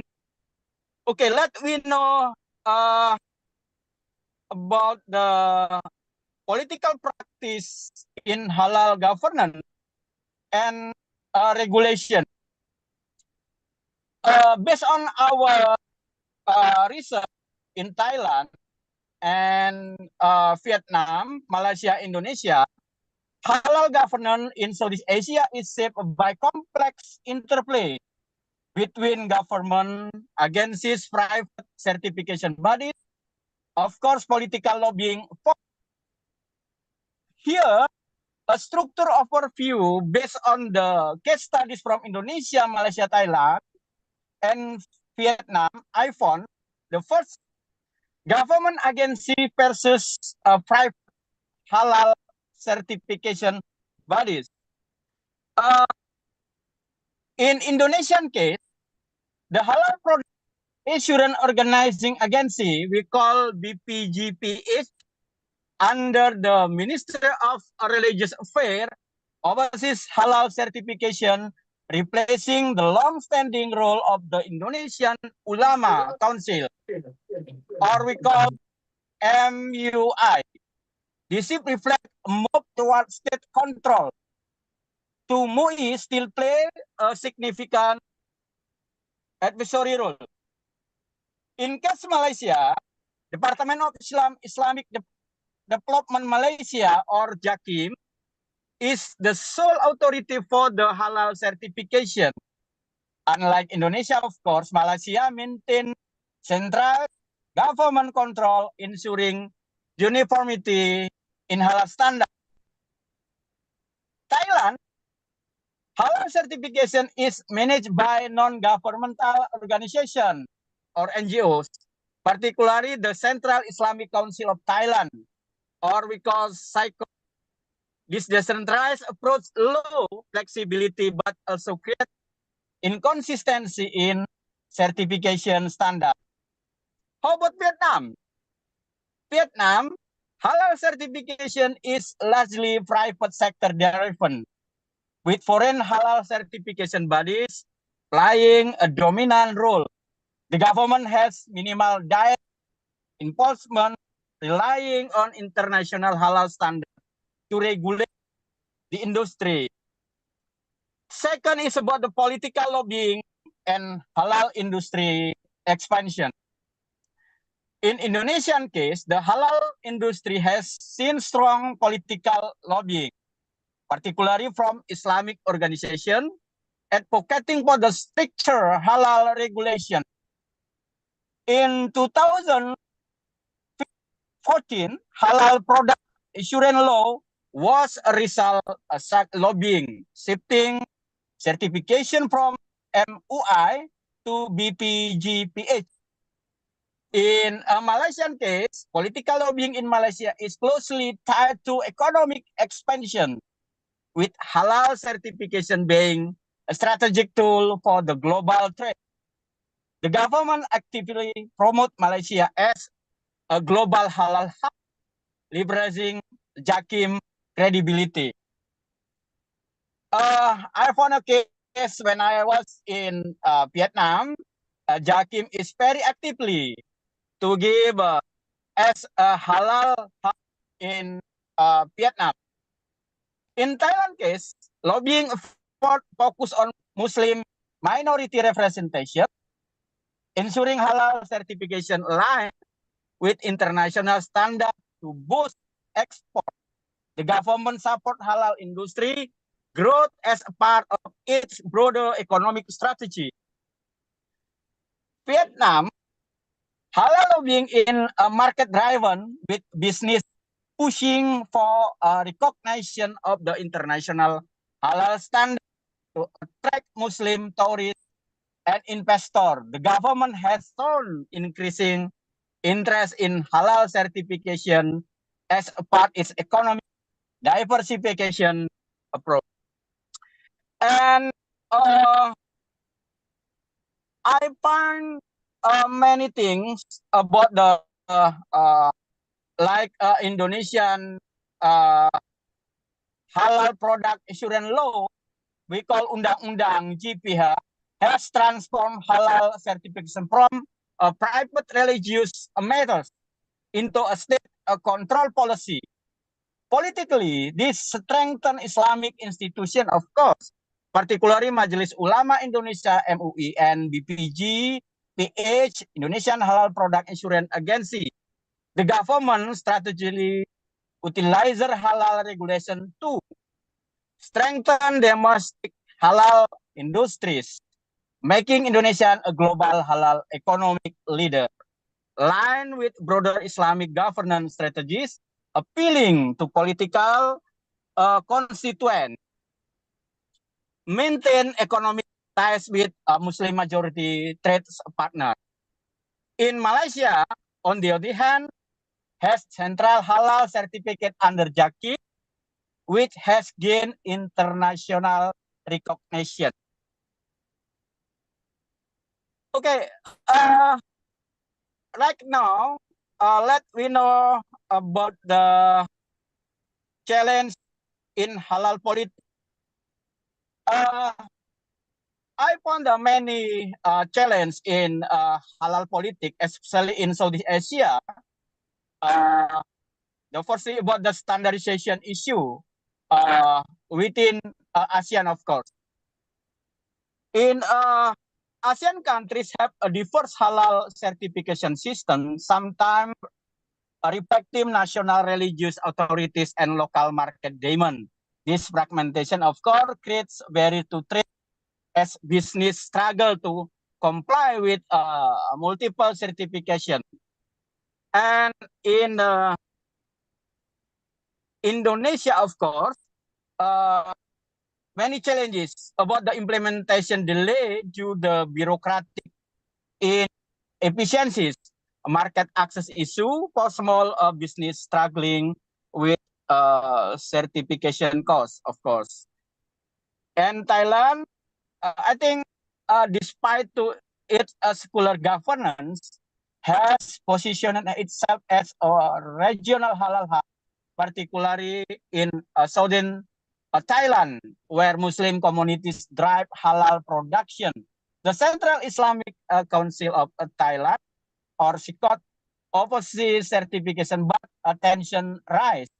Government reluctant to fully integrate halal policies into national trade strategies. Limited state support for halal business compared to Malaysia and Indonesia. The competition with Malaysia, which Sorry, dominate ASEAN halal. Professor, Yes. can you Yes. be faster? We have 2 minutes left. Okay. Yeah. Okay. All right. Like I give my conclusion. Yeah. Across this four nation in Southeast Asia, the tension between secular government and religious mandate is shaped by historical legacies, political strategies, and societal expectation. While Indonesia and Malaysia struggle with balancing Islamic influence within governance, Thailand faces challenges with Buddhist nationalism, and Vietnam enforce strict state control over religious institution. This dynamic continue to involve influencing legal framework, political discourse. Of course, I think because I have a limited time, yeah, of course, the time I think is enough. Just like policy recommendation, I think the standardization and mutual recognition ASEAN. I think ASEAN should strengthen effort of the harmonized halal certification to facilitate trade. Public-private collaboration, government should work closely with industry stakeholders to ensure halal policies and align with a market. Thank you so much for the time. Assalamualaikum warahmatullahi wabarakatuh. Waalaikumsalam warahmatullahi wabarakatuh. Dr. Thank you so much, Dr. Waljo. And then we will invite a last speaker. Is Dr. Rodrigo M. Velasco, President of the Institute of Industry and Academic Research Incorporated, Philippines. Dr. Rodrigo? Is he already connect with us? Test. Operator, can you see it? Dr. Rodrigo. Is it already here?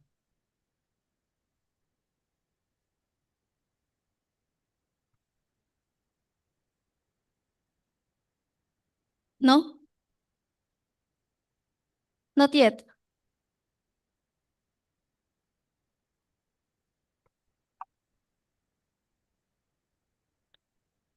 Okay, while we wait for Dr. Rodrigo, it's actually we have one other invited speaker, but unfortunately, Dr. Muhammad Hussein Ismail should be here, but we got the news that he cannot attend here, so we move into the Dr. Rodrigo, and still we're waiting for Dr. Rodrigo.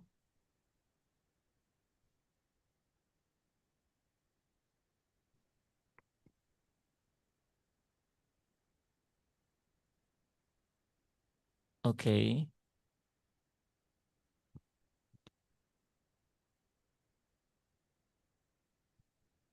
Oh, we continue to the next sessions. Okay. Okay, we will move to a next session that is parallel session. So we will now proceed to the parallel session, which will take in this place or two place.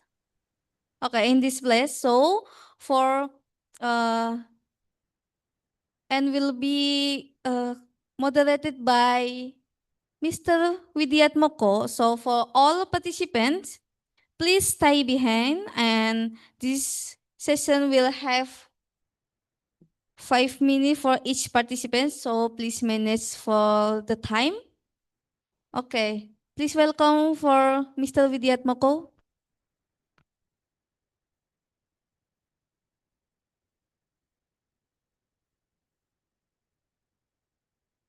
Thank you.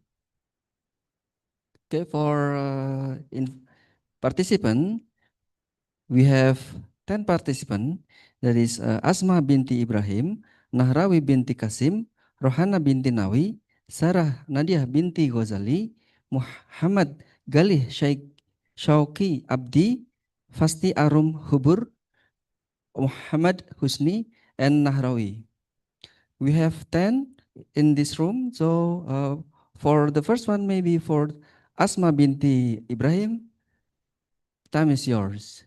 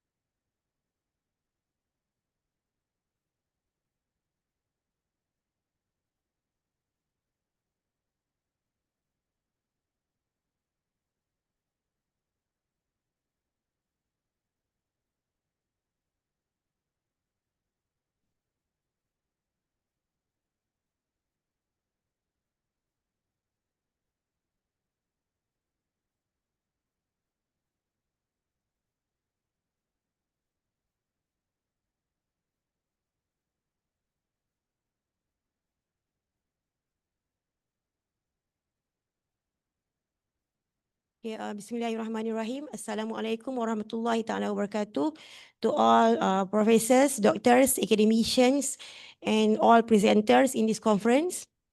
Okay, my name is Asma binti Ibrahim from Sultan Idris Shah Polytechnic, Sabak Bernam, Selangor, Malaysia. And I'm going to share with all of you the study entitled Islamic Microfinance Rohnu as an Ethical Debt Management Tool. Okay, as we have limited time, so I go shortly. Okay, as an introduction, Islamic microfinance offers an ethical alternative to conventional financial systems, particularly for low-income groups and micro-entrepreneurs managing short-term financial needs. And Ar-Rahnu, an Islamic microfinance instrument based on Sharia principles, provide ethical mortgage values in debt management while promoting financial well-being. Okay, we go to what is Ar-Rahnu first. Okay, next slide. Okay, Okay, Ar-Rahnu is Islamic mortgage system, a popular form of Islamic microfinance in Malaysia, Thailand, Indonesia, and other Muslim countries offering short-term financing with gold as collateral. Yeah, so basically we know Ar-Rahnu gold is related, especially for women. Okay, so Ar-Rahnu is based on Sharia principles, prohibiting right, usually prohibiting riba, uncertainty, waror, and exploitation while reinforcing social responsibility and justice.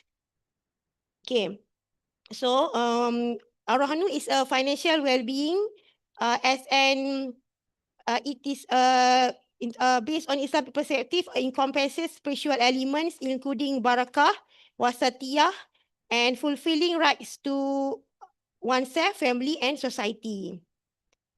And Islam, Ar-Rahnu itself, next slide. Ar-Rahnu itself is Islamic lending etiquettes, lending ethics. Okay, is social justice, no profit on financing, and honesty and intention. So especially women in Malaysia use Ar-Rahnu as a micro assistant for financial aid. Okay, next slide. We go to what is how Ar-Rahnu contribute as a financial well-being.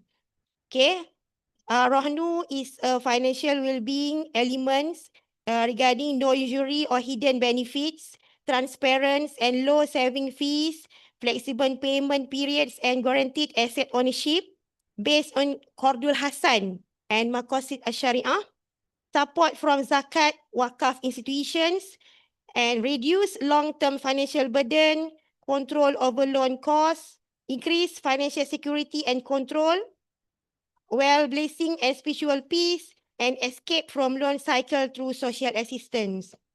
And Ar-Rahnu function as a connecting tool. Okay, immediate financial needs, financing discipline, financial recovery, and financial education. And we recommend policy, strengthen Islamic financial literacy, encourage digital Ar-Rahnu, integrate with zakat and wakaf, and monitor Islamic microcredit ethics. And conclusion for the study is, next slide. Okay, conclusion for the study is ethical solution Ar-Rahnu solves financing problems through justice and integrity, and comprehensive policies needed to align with Maqasid Shari'ah, and further research, empirical studies needed to test effectiveness across communities, and financial education based on Islamic values must be strengthened. Okay, so in conclusion, Ar-Rahnu represents more than just a financial instrument. It embodies an ethical approach to debt management that contributes significantly to holistic financial well-being. By combining Islamic financing principles with practical solutions, it offers a model that balances material needs with spiritual values. Okay, that's all for me. Okay, thank you. No Q&A, right? Okay, thank you.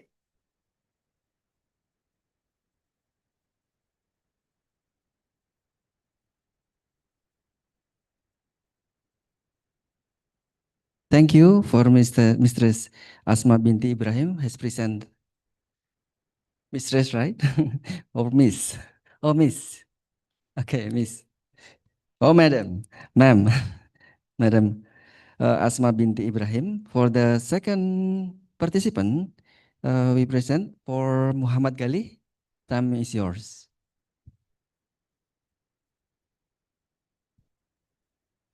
Muhammad Gali. Okay.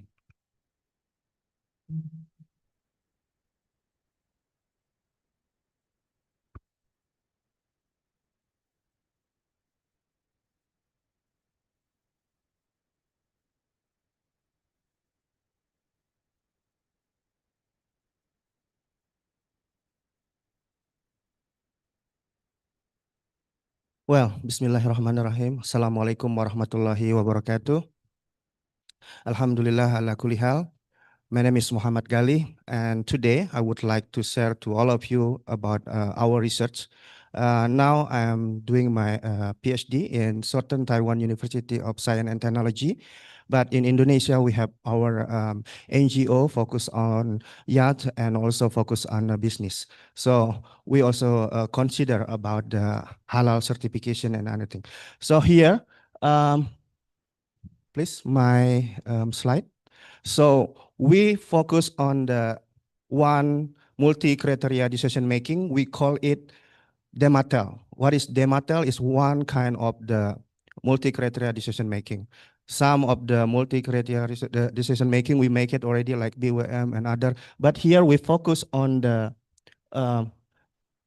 you can open it there. Yes, I already upload in the Google slide. So everyone maybe want to know about that. Yeah, so in my research, I focus on how the criteria and the alternative criteria can make, to help decision maker to make decision. Yeah, so we use and combine and make a hybrid models. Yeah, so we put some models. Can you? So everyone will don't know about it because I want to get some insight here also about my research paper, about my research, right? Thank you. Yeah, actually, we also would like to invite all of the participants because we call for book chapter, and it also will be published in the Scopus Index. So everyone here very welcome to submit to the chapter books with the ICoHEI global submission system. So, oh, sorry. Okay, so they don't have it.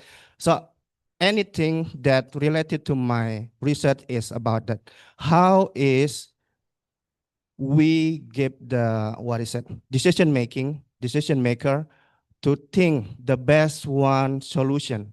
Yeah, it's not only about the certification because we have a lot of things. Like today we have a keynote speaker that tell that many things that we need to consider about the halal and also tayyib and anything that related to us. So as a manager, as a organization and anything that, so we also need to consider to the ESG and also SDGs.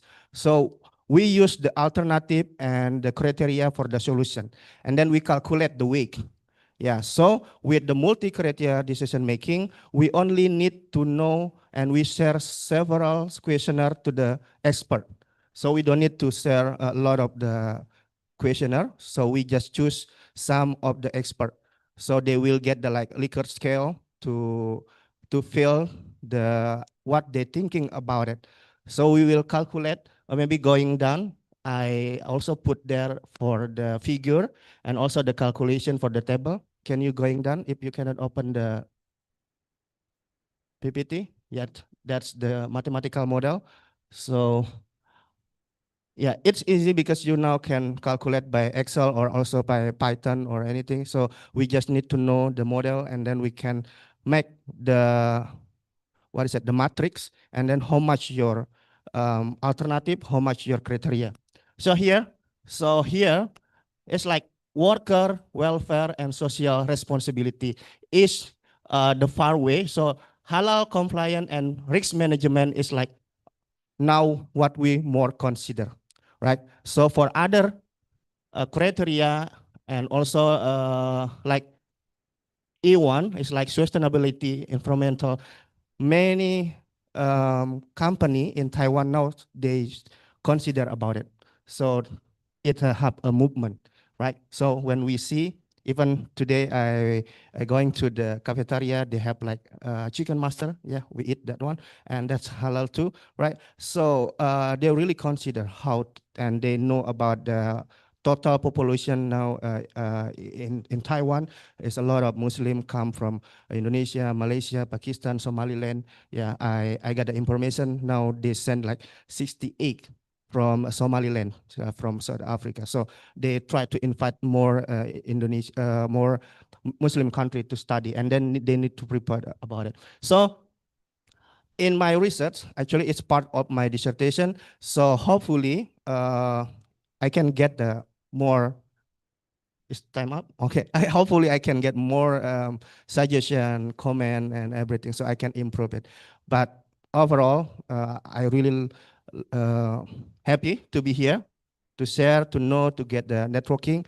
Anyway, in the group, I will share the information about the book chapter and our research foundation so we can make a collaboration. Thank you. That's all for me. I'm Muhammad Gali. See you around. Wassalamualaikum warahmatullahi wabarakatuh.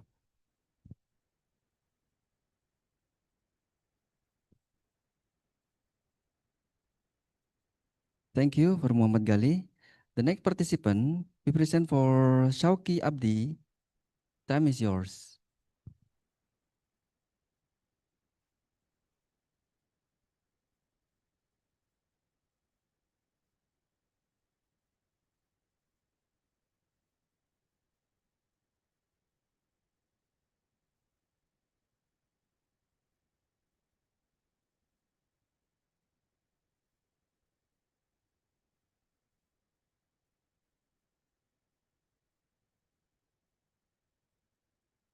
For preparation, maybe after Shauki Abdi, for Fasti Arum. But now we still waiting for Shauki Abdi.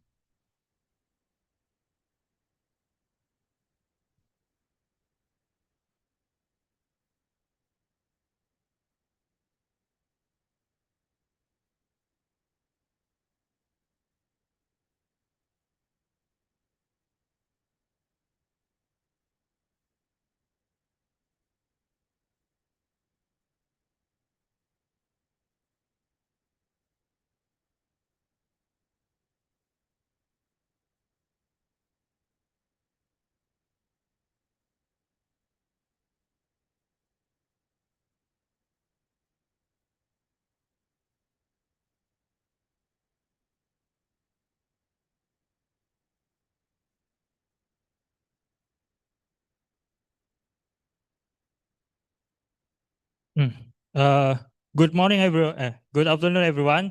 Thank you for the opportunity to speak this conference. The title of my presentation is about the smart halal detection, a portable system for pork adulteration using recombinant polymers amplification methods.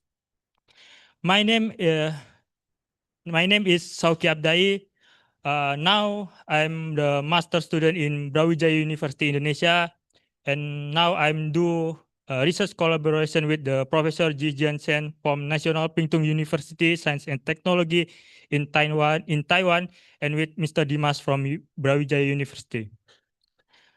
And then for the introduction, next, the global increase in meat consumption, particularly pork, presents a challenge to meeting the demand for the halal food.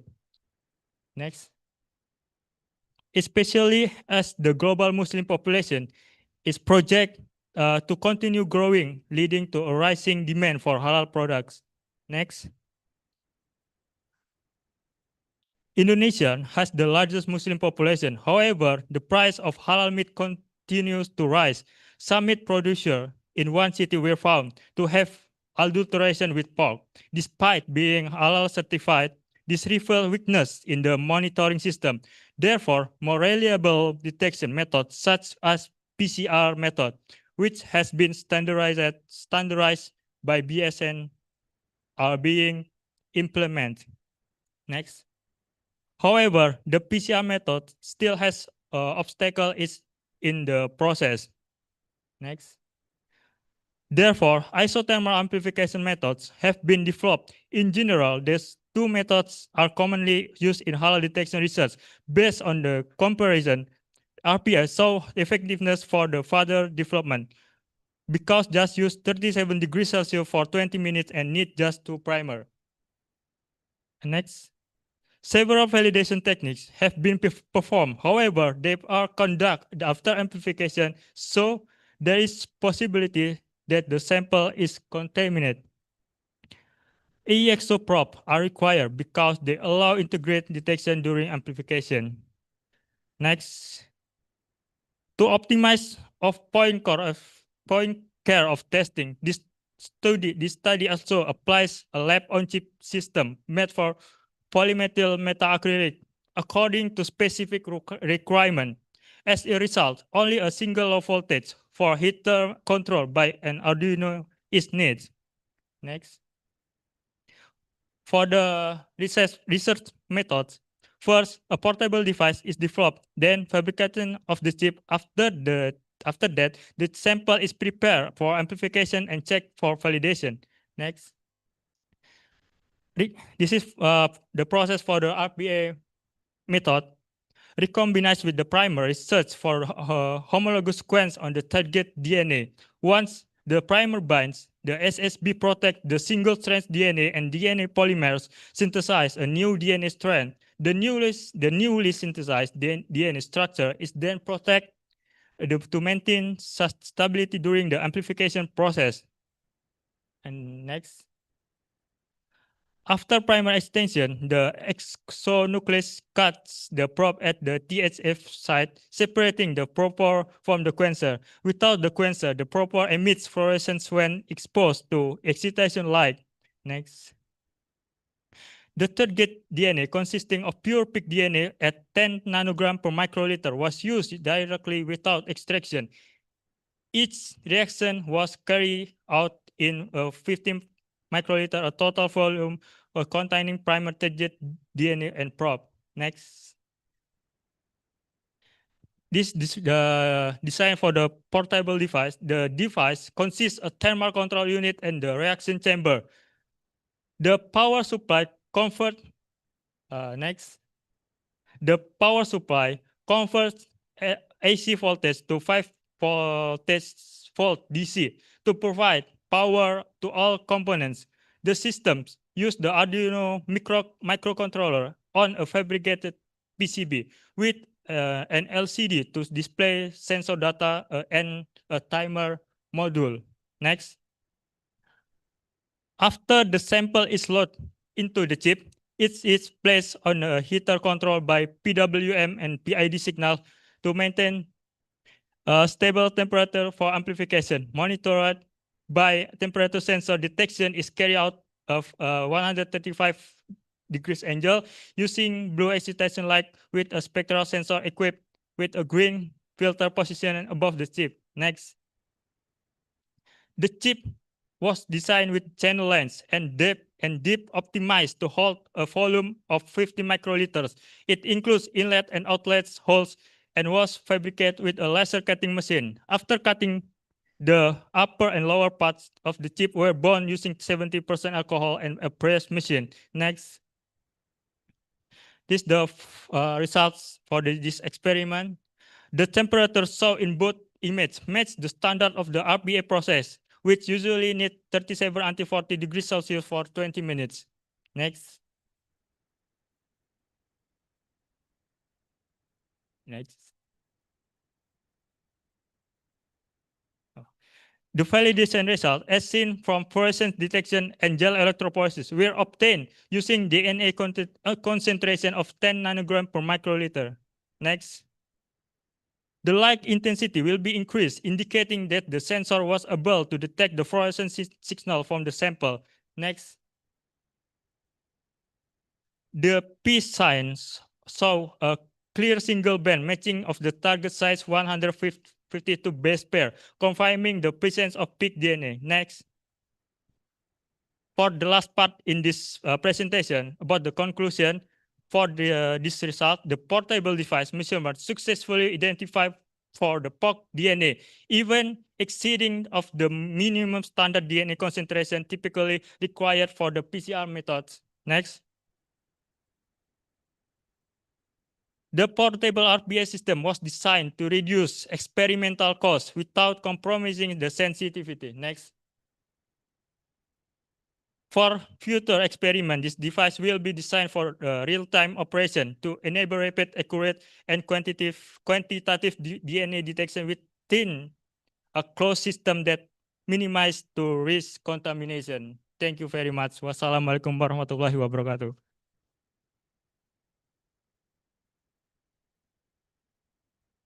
Thank you. It's very good, right?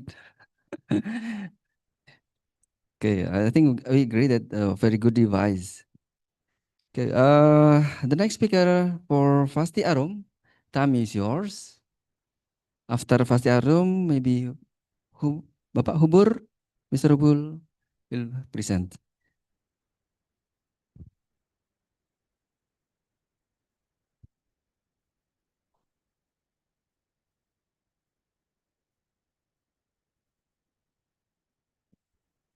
Assalamualaikum warahmatullahi wabarakatuh. Thank you for the opportunity. My name is Fasti Arum Utami. I'm a student in Taipei Medical University in Department of Nutrition. So during my study, we try to develop our nutrition platform we call as a gizigo.id. So you can check our website. We have an Indonesian and also English version. And also we have a YouTube and Instagram. So next, what is the gizigo.id? Next. Gizigo is actually, next. Yes, Gizigo is actually to enhance public health to accurate nutrition education. Next one. And then we provide several services such as catering for outpatient, nutrition counseling, lab analysis for food products, and also food product formulation. Next one. So why we try to use this platform? Because actually halal certification in Indonesia is actually mandatory. But we see that we have a significant hurdles for SMEs, for small, medium enterprises, especially in the complex procedures, financial burdens, and also lack of awareness. Next one. Because of that, we think that mentoring program is important. So we try to give them the mentoring program. Next one. What kind of the mentoring program that we have? The first one is the halal certification.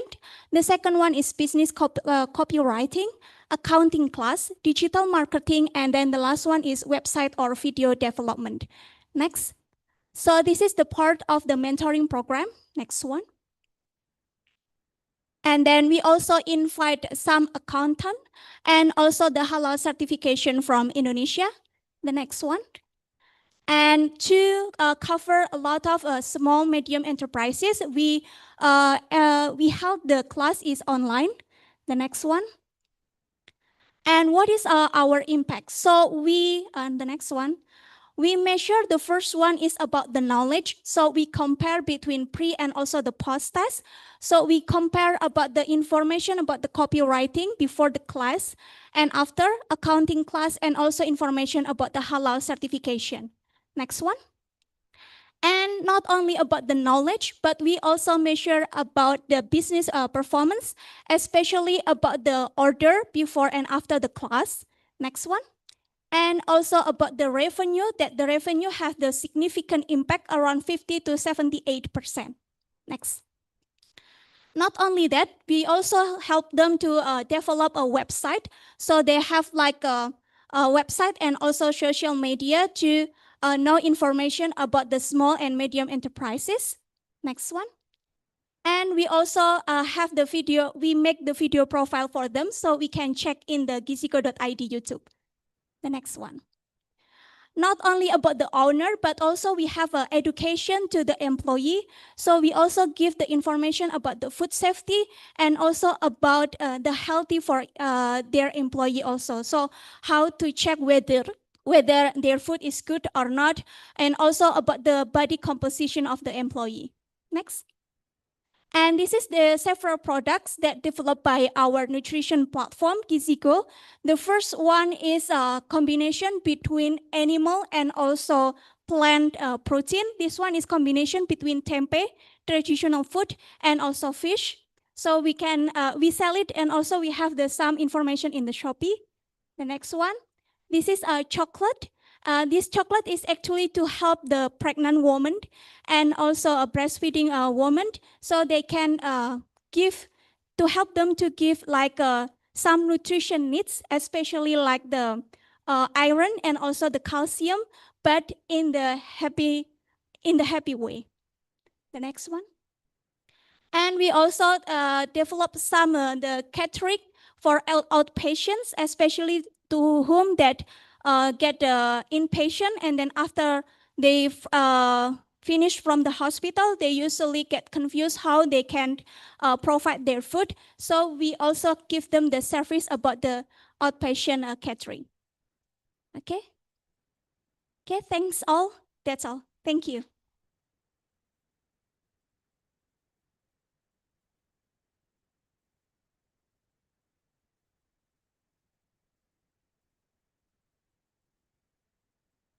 Thank you for Miss Fasti Harum.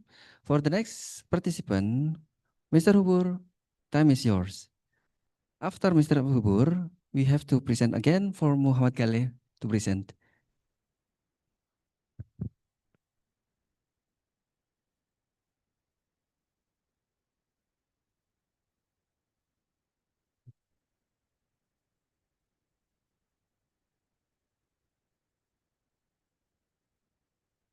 Bismillahirrahmanirrahim. Assalamualaikum warahmatullahi wabarakatuh.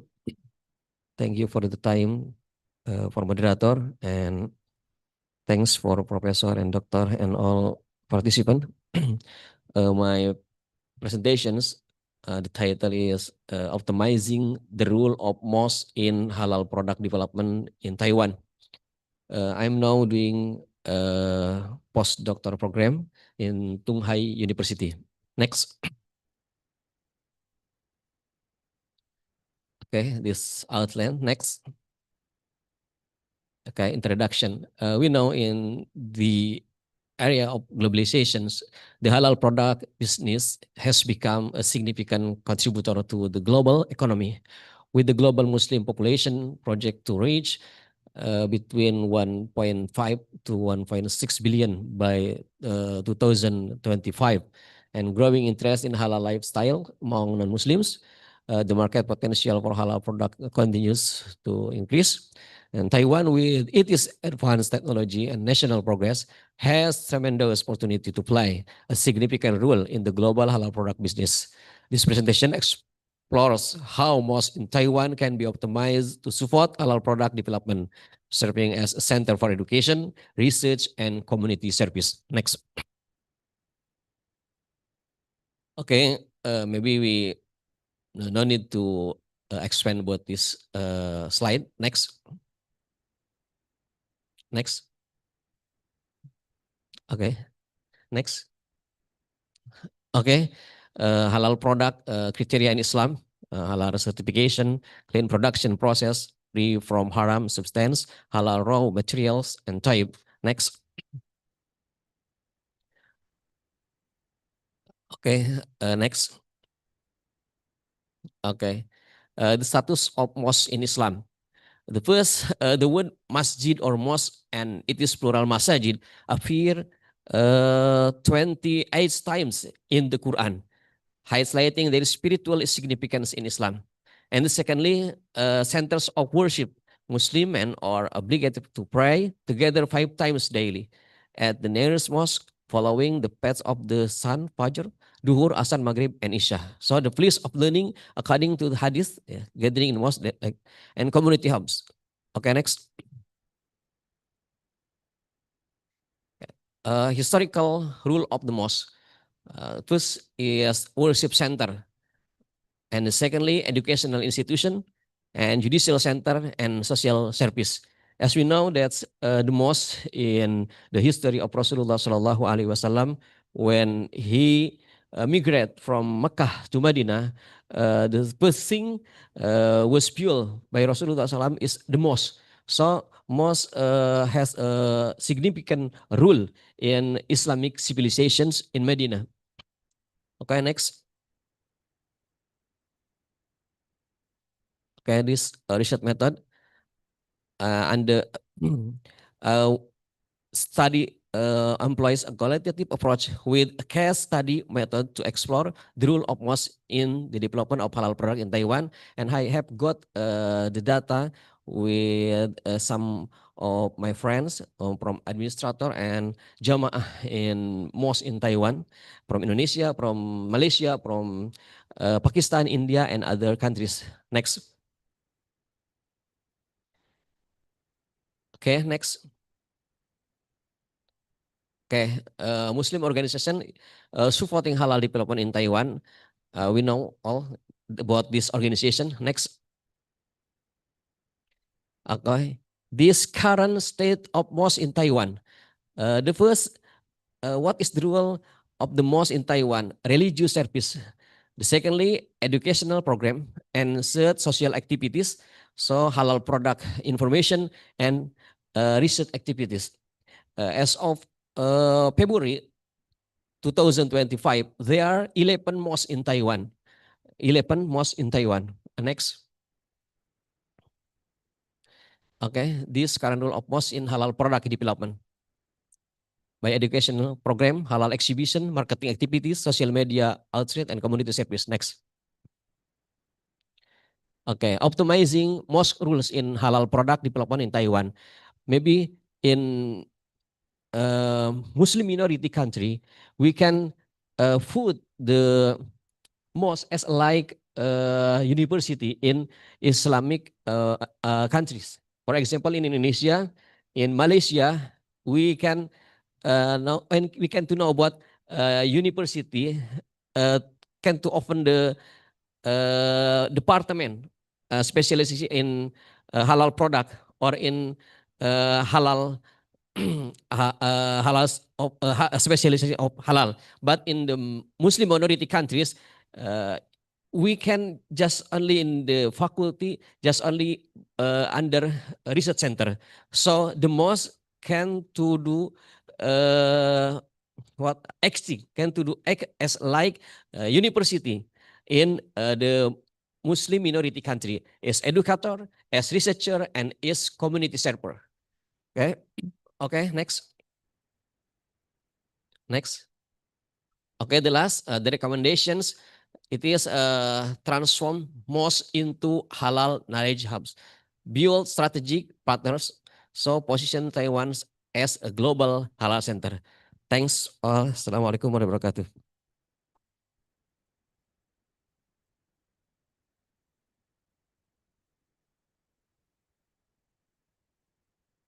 Thank you, Mr. Bur, for the presentation. Muhammad Gali, time is yours. Sorry for the second time because the previous one, the PowerPoint hasn't found. Now it's found. So we have to give opportunity to Muhammad Gali to present one more time. Well, Bismillah. Assalamualaikum warahmatullahi wabarakatuh. Thank you all for being here today. I'm so happy, and thank you for the committee and TIDA for this conference so we can share our idea about our research. So my name is Muhammad Gali. I am pursuing my PhD now in Southern Taiwan University of Science and Technology.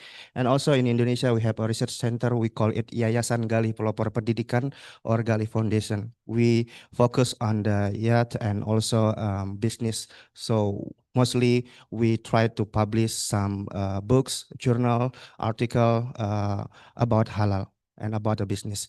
So today, because my research focus on the supply chain management, so we focus on halal supply chain management in Taiwan, and we use one of the multi-criteria decision making. We call it the DEMATEL. So what is DEMATEL? DEMATEL is a decision evaluation table laboratory. So before we going to the the reality, we use calculation on the table first.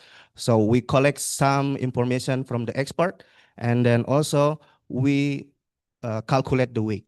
Okay, next. So this is the research background.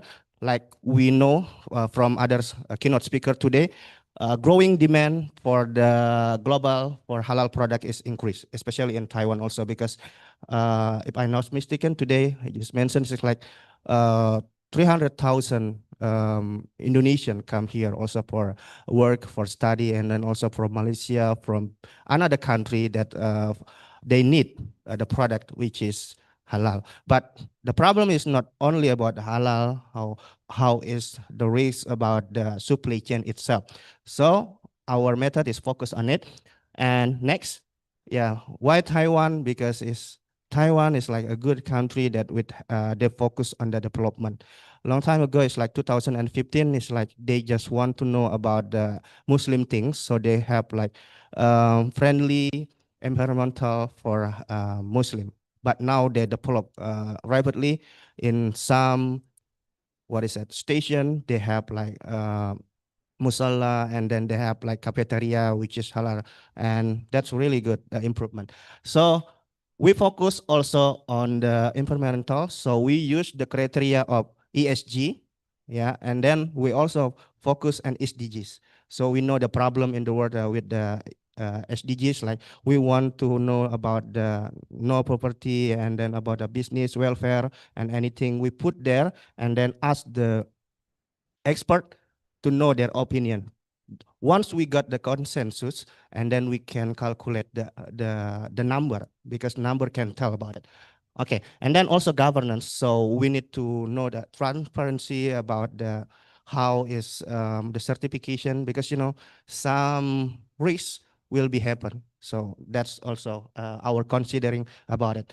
And next, well, so in this research methodology, so we use the focus on the literature review for ESG, and then we have an expert panel. So we choose 12 experts from academia and also industry, regulatory bodies. And next month, hopefully, today I already talked with the Salahuddin Ma. So I asking him to going to TIDA to ask also about it, so we can improve our research. So we need to get the opinion from the expert. Well, and then data collection, we structure the questionnaire, and we also compare with another multi-criteria decision making. So we don't use only one, we use several, like dermatotopsis, and then EHP, fuzzy, and anything in the multi-criteria decision making. But for this conference, I only use dermatel because I want to show the result, right? So here, and then dermatel analysis. Next, we can see here some criteria and some alternative, and we calculate after that how the E1 and then S2 and G2 once we get the data. Next. Well, so this we want to focus on, because worker welfare, like in Taiwan, we got like in petition also in some company, and they have like a lot of Indonesian worker there. They're asking about how the Indonesian worker need, because they're working here beside of the ibadah mahdoh and another, because sometimes they work during Ramadan, and also they need to do going for the pray and anything. Time is up. Well, I will go first. Next. Well, in the end, we calculate the result and we get the figure. And then we will know which one we need to focus on and give suggestion. And then we write it in the book chapter. So we publish the book chapter with the ICoHEI Global. So it's a for free, but it's a good index. It's indexed by Scopus. So we welcome to all of you to join with us to publish there. And yeah, I think that's all the strategy. And then after that, we can get the implication. Yeah. So we can build the better halal supply chain management, even though in Taiwan, they're not a Muslim country. Thank you all. And my name is Muhammad Gali. Akhirul kalam. Assalamualaikum warahmatullahi wabarakatuh.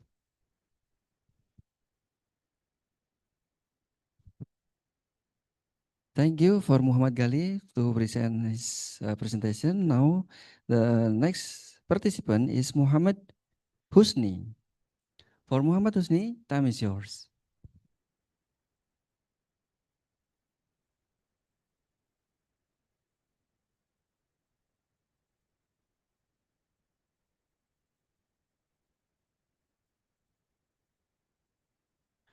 Thank you to Mr. Chairman. Bismillahirrahmanirrahim. Assalamualaikum warahmatullahi wabarakatuh.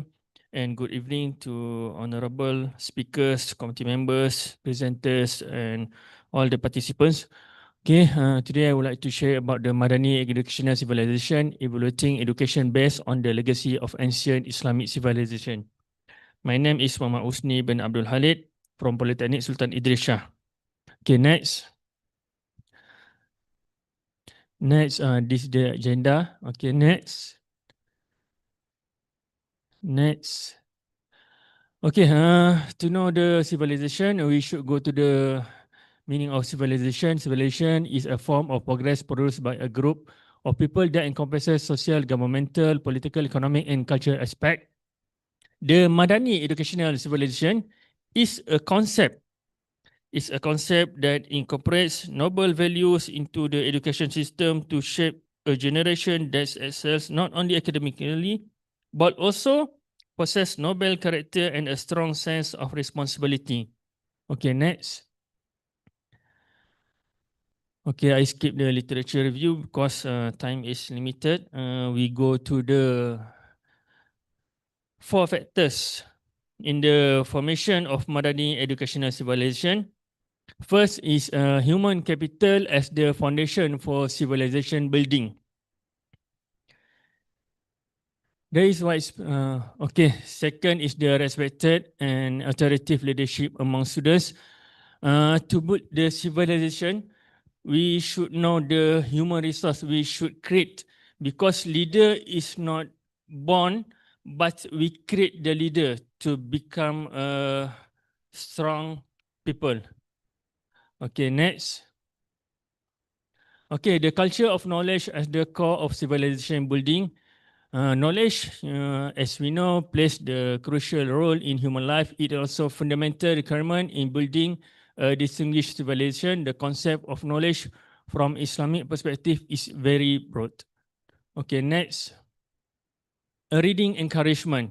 And like Allah says in the Quran, Iqra, and the first verse to Nabi Muhammad sallallahu alaihi wasallam. And so, an integrated reading culture is an essential and fundamental prerequisite for the strength and excellence of a nation. Therefore, knowledge conservation is crucial in shaping a Madani educational civilization. Okay, that's the 4 factors. Now we move to the values in the Madani educational civilization. Also, first of all is the sustainability in sustainable education. The development of Madani educational civilization must be founded on noble values such as sustainability in sustainable education. Okay, next.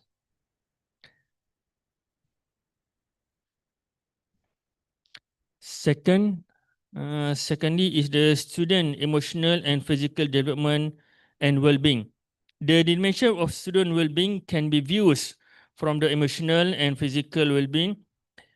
Expressive well-being refers to the stable and healthy mental and emotional states. Students with a strong emotional well-being can handle stress, manage their emotion effectively, and approve life challenge with a positive mindset.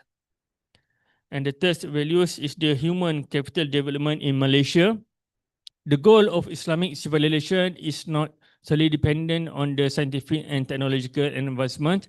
Rather, the developments and perfection of the human essence or nafs self forms the central pillar in building an excellent civilization. And the last values in the Madani educational civilization is the leadership in Islam. And the Quran and the Sunnah have established several important characteristics as the foundation for selecting a good and exemplary leader. Among the best example of leadership in Islam are the qualities exhibited by the prophets, messengers, and the Khulafa ar-Rashidin, Abu Bakar, Umar, Uthman, and Ali.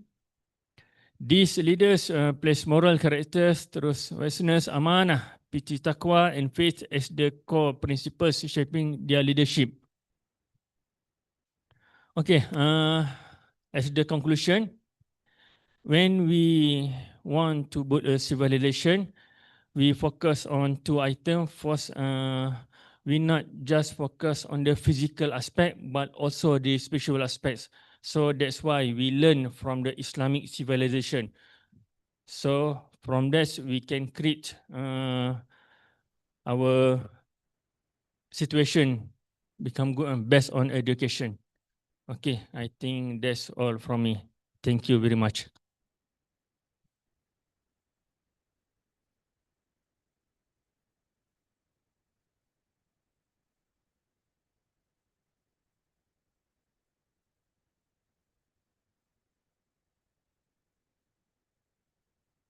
Thank you for Muhammad Husni. The fifth, the next participant is Nahrawi. Nahrawi.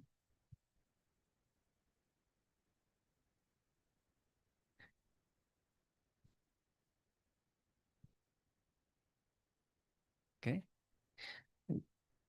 For Nahrawi, time is yours. After Nahrawi, the next should be Nahrawi binti Kasim. Yeah. Yeah, this I don't is Nahrawi and then next one is Nahrawi binti Kasim.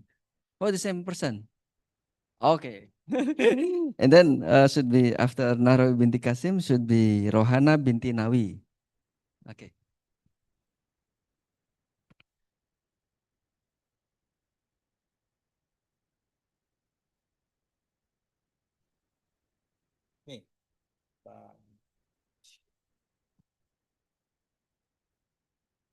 Assalamualaikum warahmatullahi wabarakatuh. Hi everyone.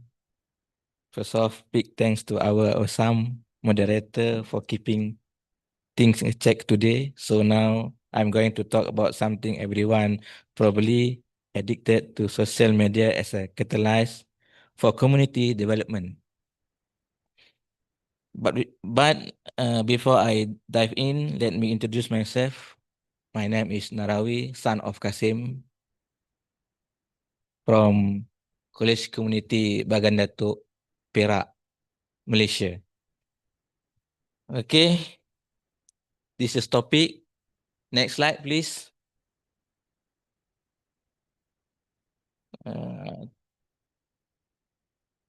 Next. Today we live a digital world where a 15-second video can change someone's life. The study explore how that power, especially through TikTok, can be used not just for fun, but to develop communities. What the influence of TikTok in the community? TikTok is a well-known social media platform that allow users to make, watch, and share short video. It was first introduced in 2016 and is now that 6-month popular platform in the world with high engagement and diverse content from education to entertainment. TikTok has become a dynamic tool for society. Next. Important of study. The importance of study social and economic and education aspect is a matter of transaction carry out. The study help us understand how TikTok influence our daily life, how we interact, learn, and connect. It's also a guide for policymakers and users to see how technology affect social behavior. Important, it raises awareness to responsibly use, especially among youths. Next. Objectives of study to conduct a thorough investigation to how TikTok use effect. We aim to examine how TikTok change social network, communication style, and lifestyle. We look at its impact on the economy, identity, and mental health. And finally, we offer guides on how to use TikTok in a positive and responsible way. Next.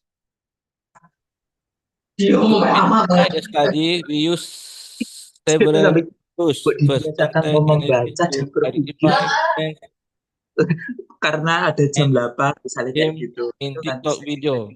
Second, qualitative methods like interview and focus group. Third, case study on specific communities. And finally, we analysis social media data, like, share, comment to understand engagement. Next. Next.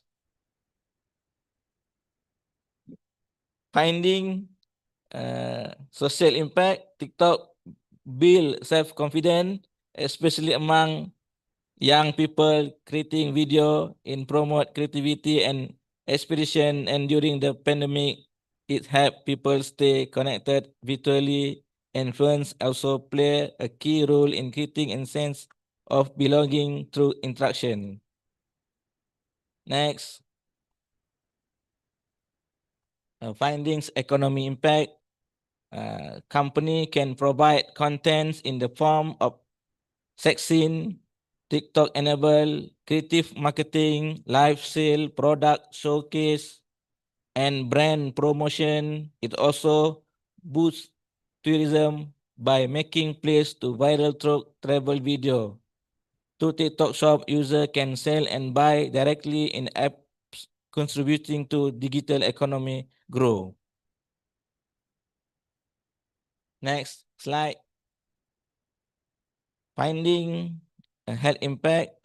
Firstly, social media like TikTok share health content such as recipe, wellness tip, and fitness routines, and fun and engaging way, dance challenge, and whatever lah. Next. Then the last impact, education impact.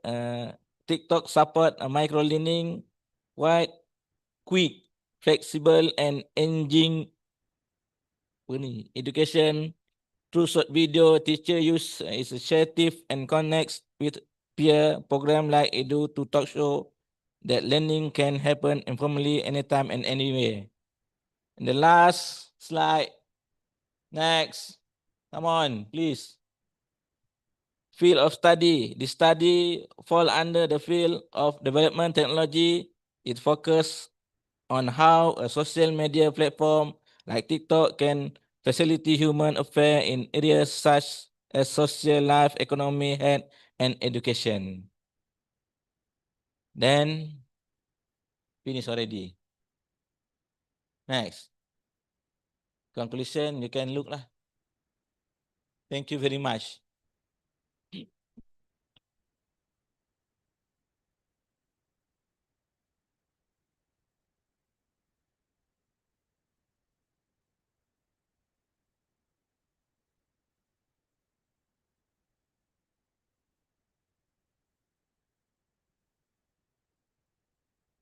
Thank you for Nahrawi binti Kasim. Next one should be Rohana binti Awi. Nawi. Is it ready? Are you ready? Okay. Time is yours. After Rohana binti Nawi, the last one is the Sarah Nadia binti Ghazali.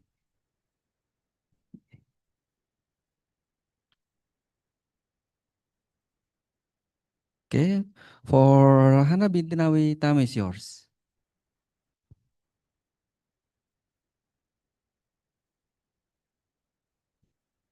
This is another slide. Operator.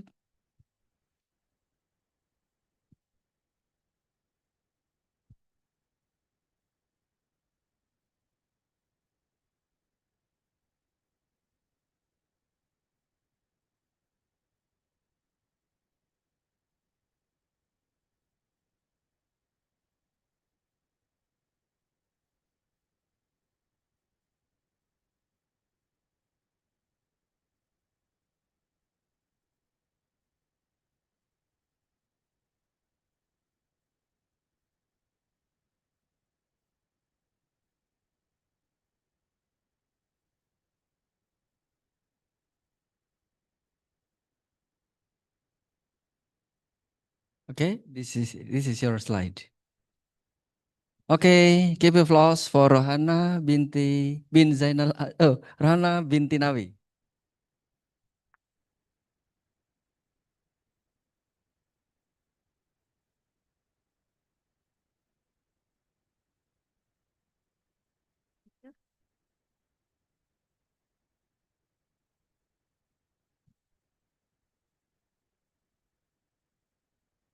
Okay, Assalamualaikum warahmatullahi ta'ala wabarakatuh, and good evening for all everyone, professor and all lecturer.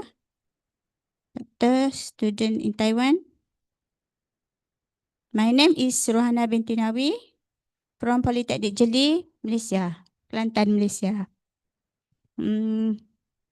I would like to present the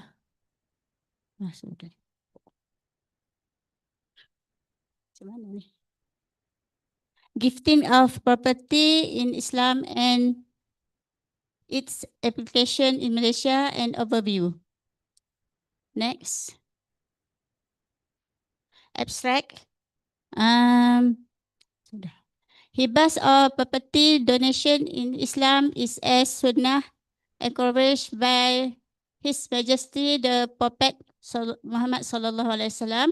Hibah is a contract of giving one property to another individual without expecting anything in return while still alive. However, there are still many people who do not know the gift of property in Islam because the law of gift is only subject to the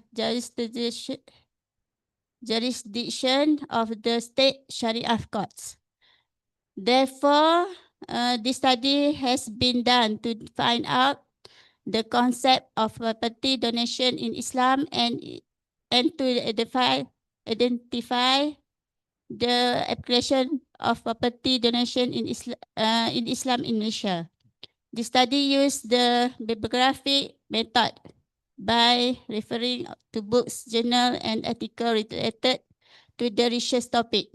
The result of the study found that grant the divided into two, namely absolute grant and conditional grants. In addition, the application of property donation in Islam in Malaysia is as in Islamic law.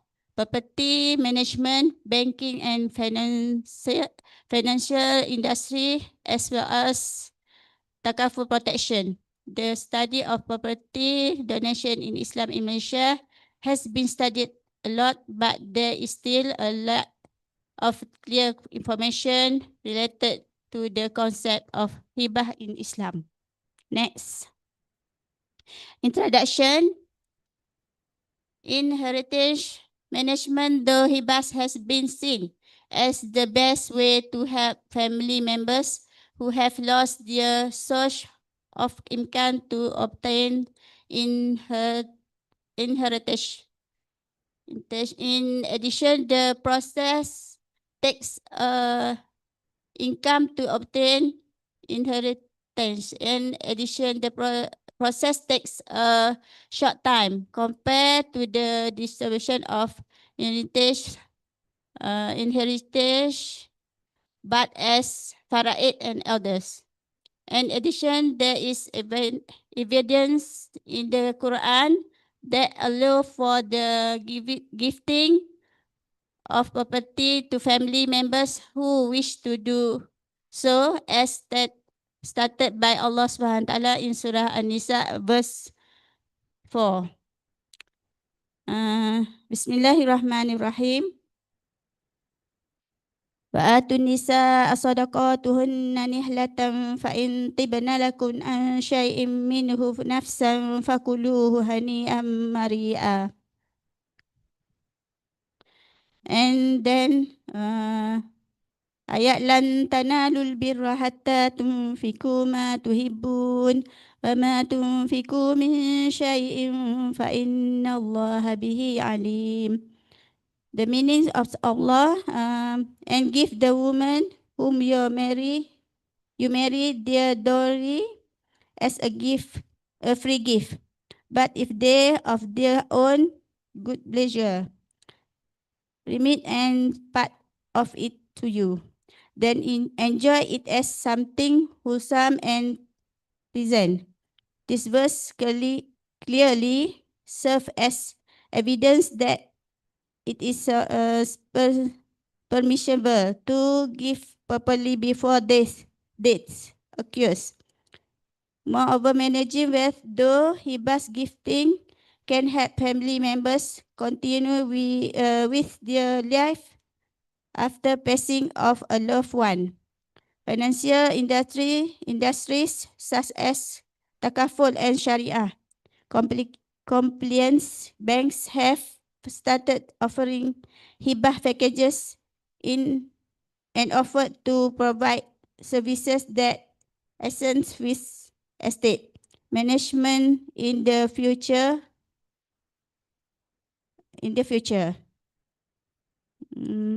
Next.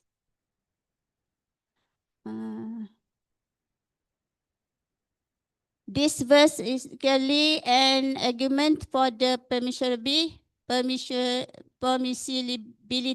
of donating properly before the occurrence of death. Property management after death is a necessity for the family members of the deceased to continue their life. Utusan Malaysia 2023 estimates that 19 billion faraid asset with remain unclaimed until 2022. This is likely due to the difficulty for making faraid asset claims because the period is too long. Objective to know the concept of property hibah in Islam and to identify the application of property hibah in Malaysia. Next. Type of hibah. There is two types of hibah. One absolute hibah, granting hibah during life and no specific conditions are imposed on it. The property donor becomes his property immediately. And two types, conditional hibah. Hibah based on certain Sorry, conditions. Mr. Rohana Bintanawi, make it the time is up. Maybe you can try to control it. I think it's okay. One more. Conclusion. In conclusion, hibah has many unique advantages to properly management in Malaysia. The application of hibah provides much benefit to both the giver and the recipients. Hibahs can be seen as one of the best alternatives in managing property. Giving property those hibah can foster love and then lies between families and fellow Muslim. Hibah can also be given according to the ability to the giver and is not restricted to a certain rate, causing hibah to be one of the most flexible ways for the giver to distribute give his property to the recipients.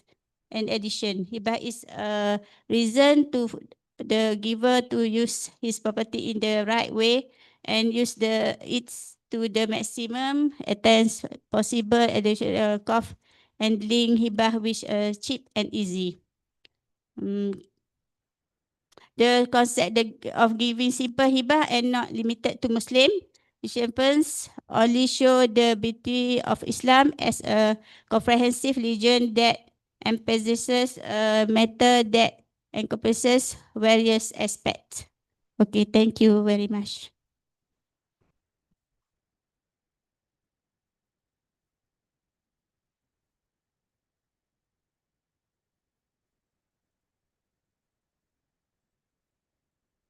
Thank you for Rohana binti Nawi. The next is Norari Zawati binti Aris. Time is yours. After Norari Zawati, Sarah Nadia binti Ghazali. Okay, for you. Assalamualaikum. Good afternoon, everyone. Thank you very much for still being here. All right, I am Nur Arizawati and I am excited to share something. Let us just detour a bit from halal ecosystem. So I'm going to share something. I'm going to share a bit the findings on holistic TVET graduates development. So let's see if the slides are ready. Okay, while waiting for the slides, so the title of my study is Enhancing Holistic TVET Graduate Development Through Mobility and Cultural Immersion. A case study of intercultural competence and soft skills formation in the international highest early strength eco-green concrete cube. So from this very long title, it is very clear, yeah. So this is a case study and it was conducted during this competition.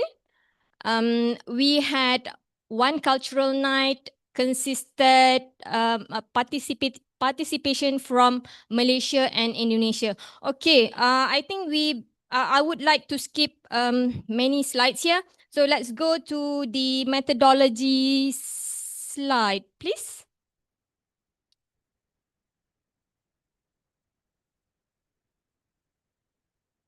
Okay, there we go. Thank you so much. So this study utilized a mixed method approach to explore the impact of mobility program, as I mentioned earlier, cultural night, and on the development of intercultural competencies, self-confidence, cultural appreciation, and adaptability among TVET students. So we conducted quantitative and qualitative with the use of survey instrument adopted from DOF 2006. And because the sample was very small, so we incorporated 4 reflective questions. Okay. The reliability test was high with a score of 0.970. The purpose, so the sampling was is purposive sampling, focusing on those participating in the concrete competition, plus they are also performing during that cultural night. Okay, next. Next, please. So this is the quantitative, and this one is the qualitative method details. So from the reflective responses, we look at the themes. Yeah, there are 4 themes based on participants' responses. Basically on cultural appreciation and intercultural understanding, self-confidence and communication skills, global mindedness and future readiness, as well as they also provided some recommendation based on their participation and experience. So this is more like experiential learning as well. Responses were coded manually as the sample was very small. Okay, next. Okay, the study adopted these 2 framework, looking at the intercultural competencies as well as on the experiential learning. Next. Okay, let's look at the findings. For these the research objective was to evaluate the effectiveness of mobility programs in developing intercultural communication, creativity, collaboration, as well as adaptability among participants. So from the data, you can see that this correlation indicate that cultural appreciation, intercultural competency, and self-confidence are strongly interconnected, highlighting the core element of successful cultural immersion and intercultural experience.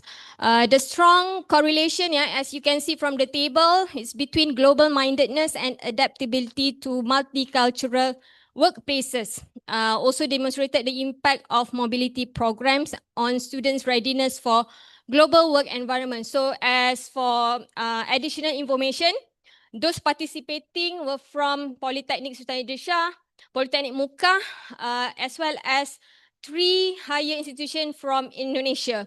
Okay, let's go next.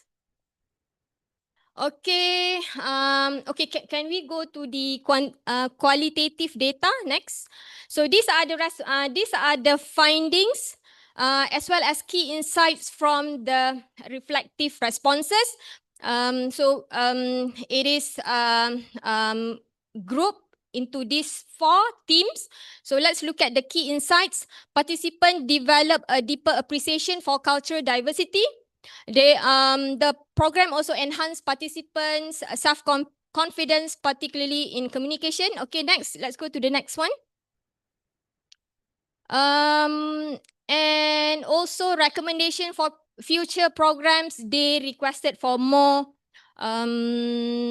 discussion as well as more time for Q&A and discussion to share each cultural perspective. Okay, last one, I think. Okay, now, because this sample is very small, so I would say we only limit to the result within the context as I have mentioned earlier. Okay, next one. So these are some takeaways, significant takeaways from the findings. Okay, I think those two are clearly stated just now. However, the last point is really interesting for me. The rediscovery of participant cultural heritage. While at first I assumed that the participant would be interested with other with their counterparts cultural insights, but this one also shows that some respondents reflected on valuing their own culture more deeply after the exchange. So for me, that is quite interesting, and for further work, I would love to explore more on this. All right, with that, I thank you. Thank you so much. That's all.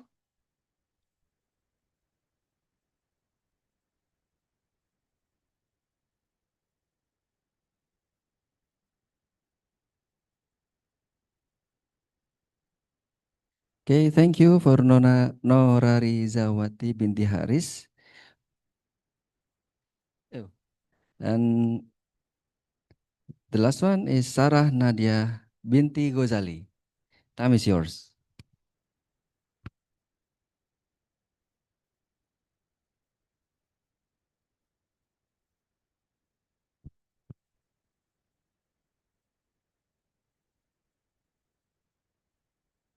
Assalamualaikum warahmatullahi wabarakatuh and a very good evening. So I'll be the last person. They say to make it 5 minutes, I try to do in 2 minutes. Okay, so let's start with the slide if there is.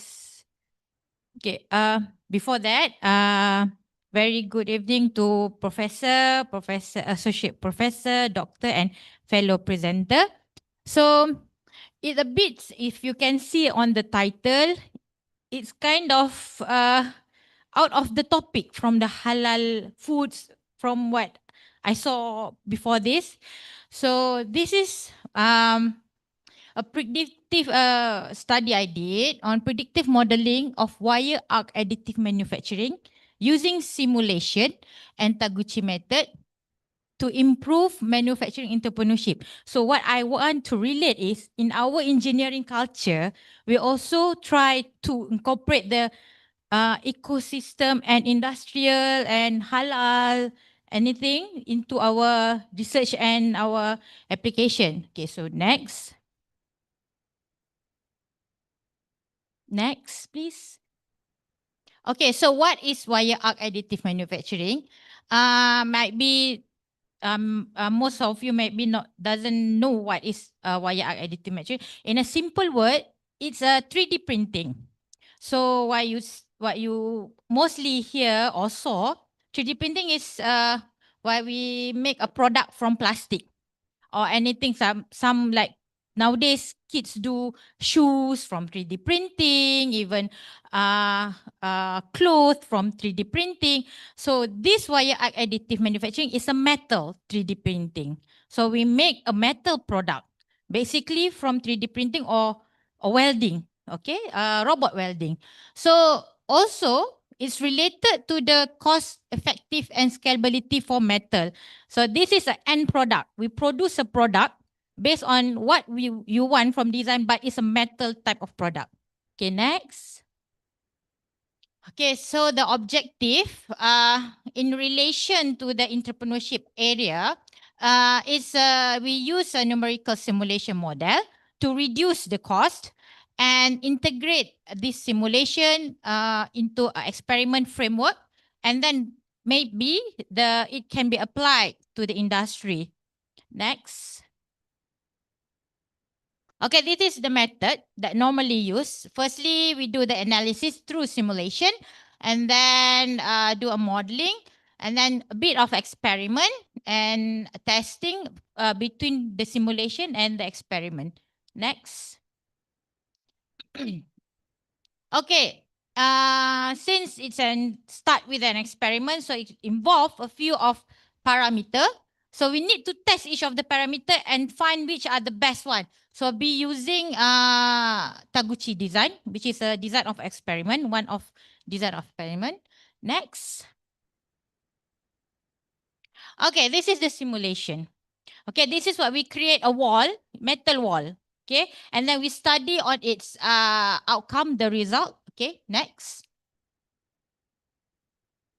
Okay, and then we find out the difference between the simulation and the actual experiment. Okay, when we determine the best parameter, that is what we apply to the industry. And that's is what we do in the business. Nowadays, they want to cut costs rather than try and error in the industry. So we do in an experimental way. Okay, next.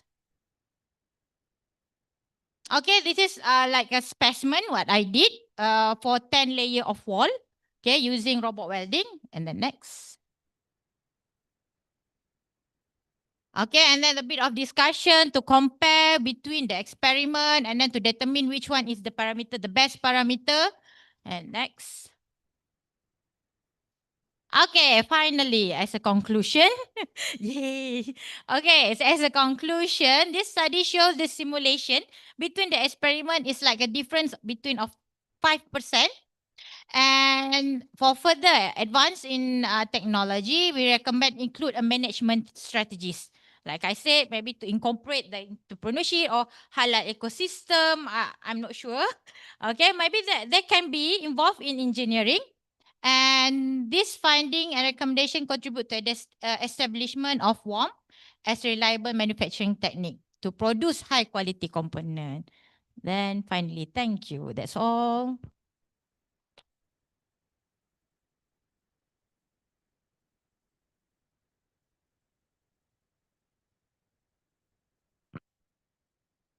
Thank you for Sarah Nadia binti Ghazali. The next presenter, we have 10 more, I think 10 more, which is their participant in online.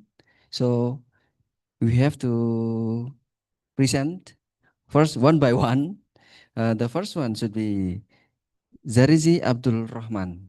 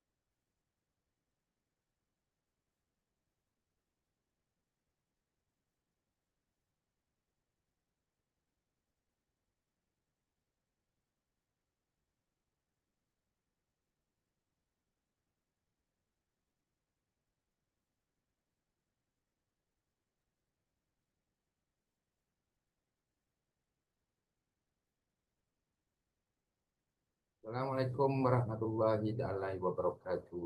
To all esteemed guests, distinguished speakers, and respected participants. It is an honor to be part of this global gathering of scholars, industry experts, and policymakers, all committed to advancing discussion on the halal ecosystem. My name is Arizi Abdurrahman from Faculty of Education, University of Guatemala. Today, I will be presenting on the relationship of health-related physical fitness on motor competence among 14 to 16 years old adolescents in Selangor. This topic holds significant relevance in understanding the interplay between physical fitness and movement behavior, particularly in shaping adolescent health within the broader scope of public well-being. In today's digital world, technology has transformed how we live, work, and interact. However, this increased reliance on technology has led to more sedentary behavior, significantly impacting physical fitness, health, and overall social well-being. As physical activity declines, so does motor competence, contributing to the growing obesity epidemic. This issue extends beyond individual health. Non-communicable disease now impose a heavy economic burden on Malaysia, exceeding 9.65 billion annually, according to WHO 2000. Competence plays a crucial role in shaping an individual physical fitness and overall activity levels. Student et al. 2008 proposed the interconnection model, demonstrating how motor competence, physical fitness, perceived ability, and physical activity influence long-term fitness trajectory. This model highlights that higher motor competence encourage greater physical activity and physical fitness, while lower motor competence may lead to inactivity and reduced fitness level. Empirical findings further support the concept. For example, research by Button et al. 2023 indicates that motor competence is positively correlated with physical activity, muscular strength, and muscular endurance, meaning adolescents with better motor skill tend to be more active and physically stronger. However, motor competence show an inverse relationship with BMI, speed, agility, suggesting that higher BMI may hinder movement efficiency and overall athletic performance. Interestingly, findings from Chen et al. 2023 show that BMI is not significantly related to fundamental. Inclusion criteria were carefully defined to ensure participant safety. Students with chronic medical conditions, recent injury, or acute illness were excluded to prevent any health risk during physical testing. Since the participants were underage, a rigorous consent process was followed. We obtained written approval from parents or guardians, ensuring ethical compliance and voluntary participation. Additionally, the study was reviewed and count toward final score. And these are two tests for also for health-related physical fitness. The first one, YMCA bench step test to measure cardiovascular endurance, push-up and modified push-up test to measure upper body strength. Push-up is for boys, while modified push-up test is for female, for girls. The last one for health-related physical fitness is sit and reach test. The purpose is kicking velocity. This is our findings and result for descriptive statistics for physical fitness, also for motor competence. Our data from 115 adolescents reveal diverse physical fitness level. BMI range from 18.6 to 39.7, indicating variation in body composition, while cardiovascular endurance values span from 70 to 148 beats per minute, reflecting significant differences in fitness. Muscle strength and endurance also vary, highlighting individual differences in physical capability. The health-related physical fitness component, BMI, cardiovascular endurance, muscle strength, muscle endurance, and flexibility. And their effect on three aspects of motor competence. The first one, stability, locomotor, and manipulative skill.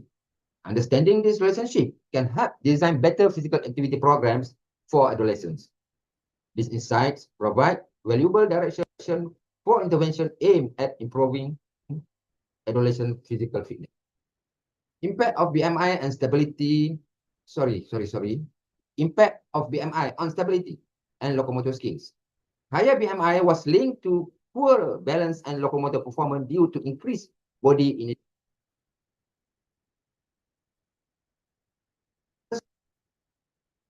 posture and force transfer, improving locomotor abilities. Upper body endurance supports manipulative skill like ball throwing and kicking, while flexibility aids joint mobility, contributing to better stability and locomotor function. For the flexibility roles in motor competence, the findings show positive correlation.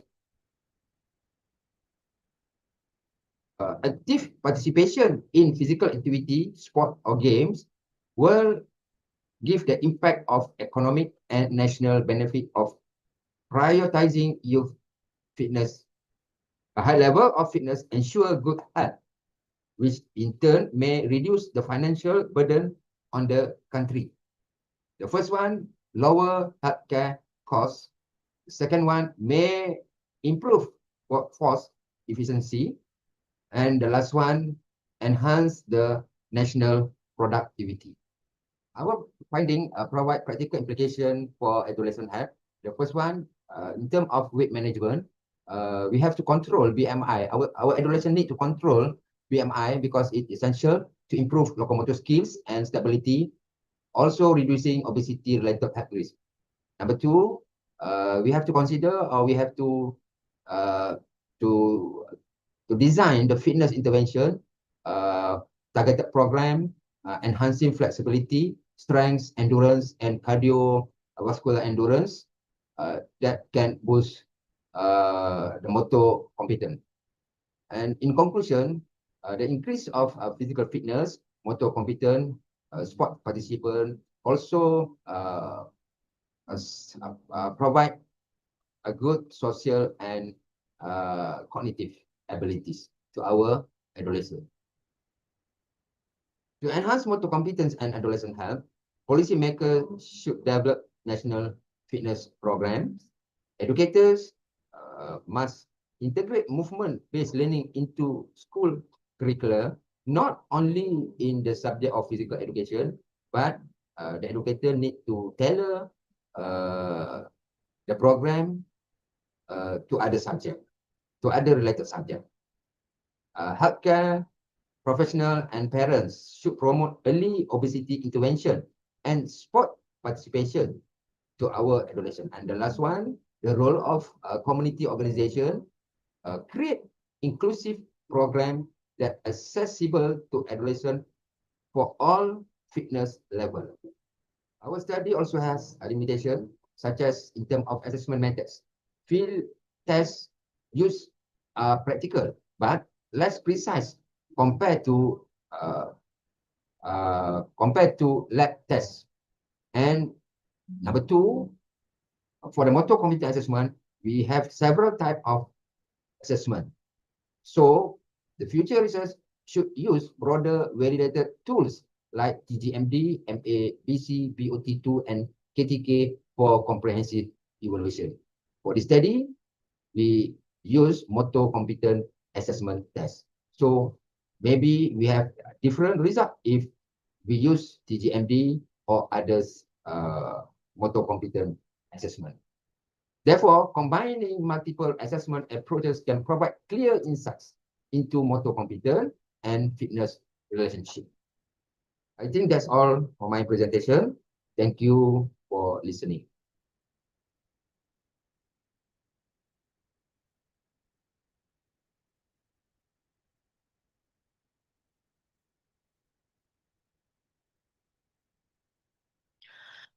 Good morning, everyone. I'm Wang Yingli.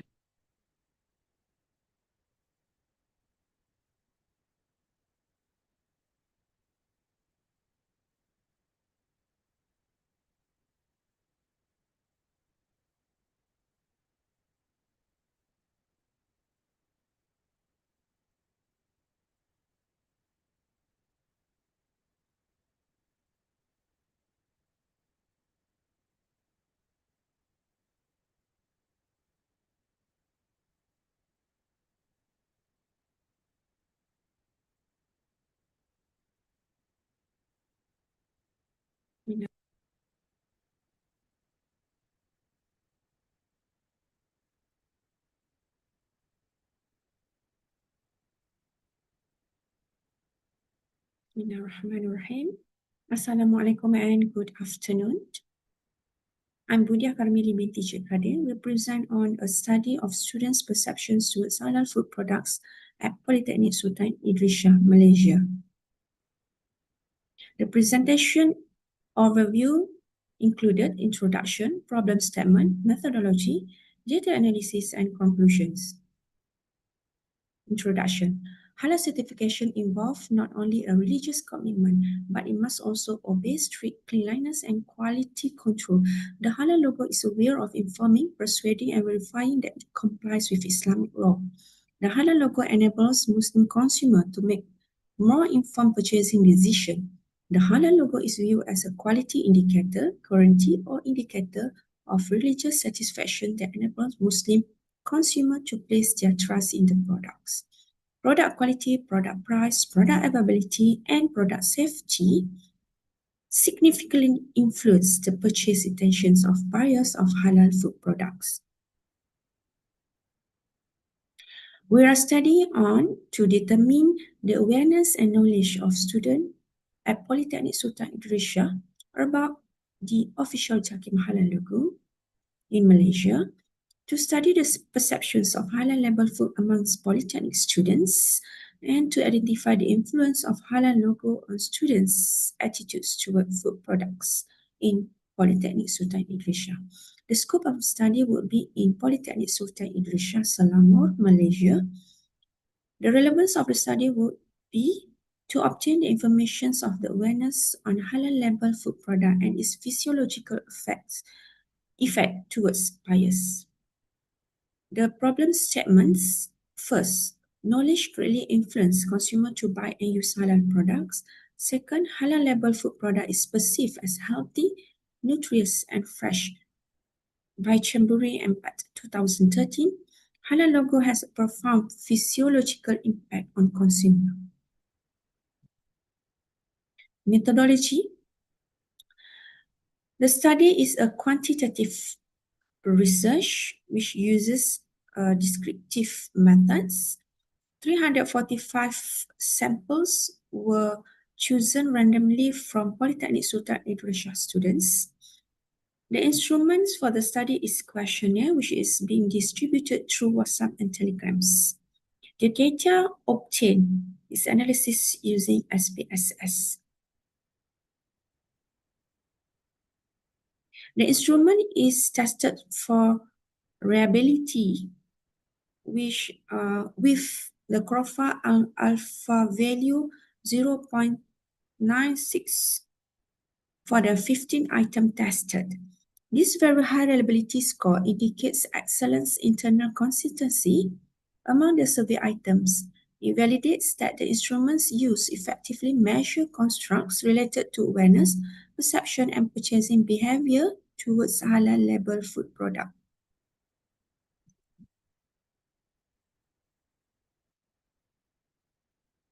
For the demographic overview of the sample, a total number of respondents are 345 respondents from 5 different departments, which are from JKE, Electrical Engineering Department, JKA, Civil Engineering Department, JPH, Hospitality Department, JTMK, IT Department, JP, Commerce Department. The gender ratio is 59% females and 40.3% males. And the largest group of departments, the largest group of respondents come from Hospitality Department with the figure 37%. This distribution demonstrates balanced representations across academic areas as well as a slight overall female sample. Awareness of the Jakim Halal logo.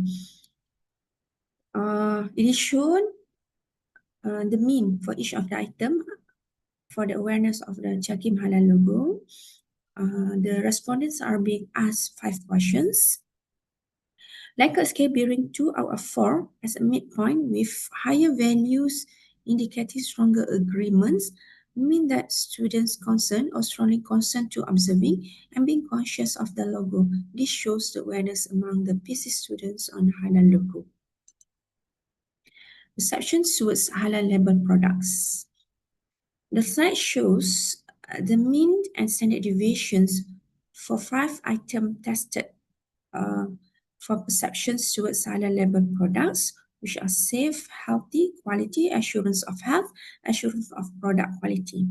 The endorsements of halal from a qualitative viewpoint seems to be universally acceptable among students who regard the product as safer, healthier, and of higher quality in comparison to their non-halal counterparts.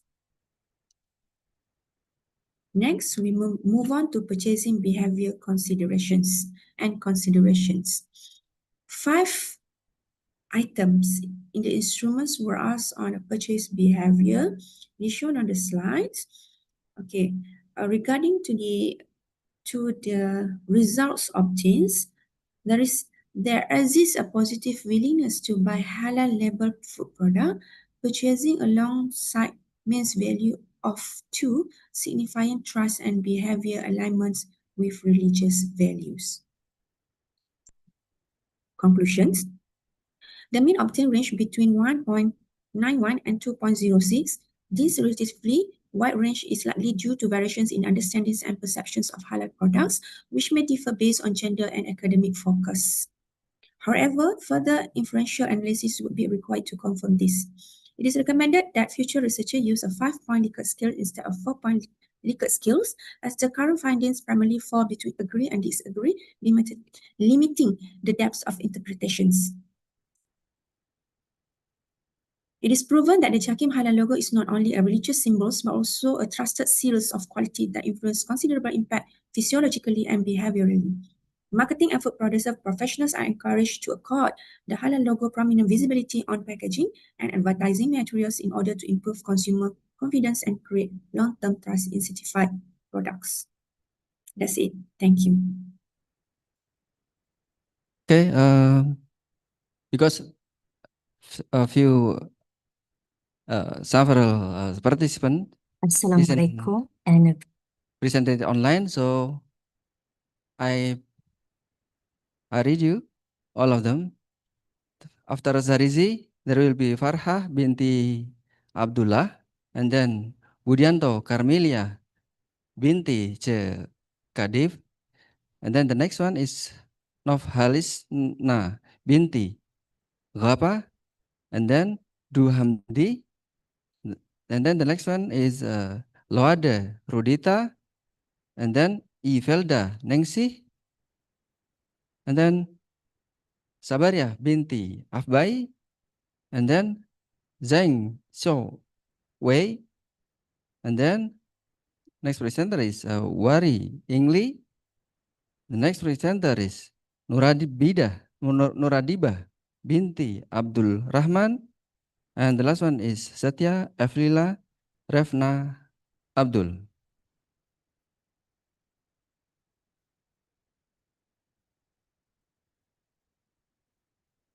very good morning to dear all. I'm Dr. Farha Abdullah, a senior lecturer from Law Department, University Technology Mara, Center of Foundation Studies, Dinkil campus. First of all, I would like to extend my appreciation and thank you so much to the organizer of the International Conference on Halal Ecosystem and Industrialization, ICoHEI 2025 at National Chang Sing University, Taichung, Taiwan. Today, I would like to present my papers entitled Exclusion Clauses and Consumer Contracts, Appraising Section 24C and 24D of Malaysia's Consumer Protection Act 1999. This is actually under regulations, right? Okay, so this is based on my abstracts. Okay, so here, the facts that I would like to share with every one of you. This is actually the content, starting from the introduction. literature review, methodology and problem statement, and then the discussion and finding, recommendation and conclusions, right? So,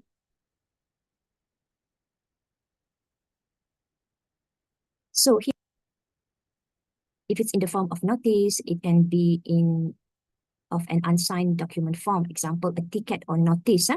So the exclusion clause will be considered as valid if the other party knew or should reasonably have known of the existence of the exclusion clause.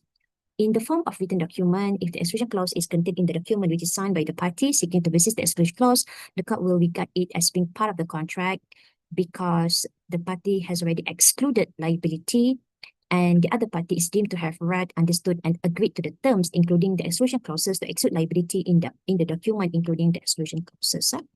Now we are talking about the existence of exclusion clauses in consumer contracts, or we call it B2C, business to consumer contracts in Malaysia. So definition, exclusion refers to any clause in the contract or term in a notice that meant to restrict, exclude, or modify a liability, a duty, or remedy that would otherwise arise from a legally recognized relationship between the parties.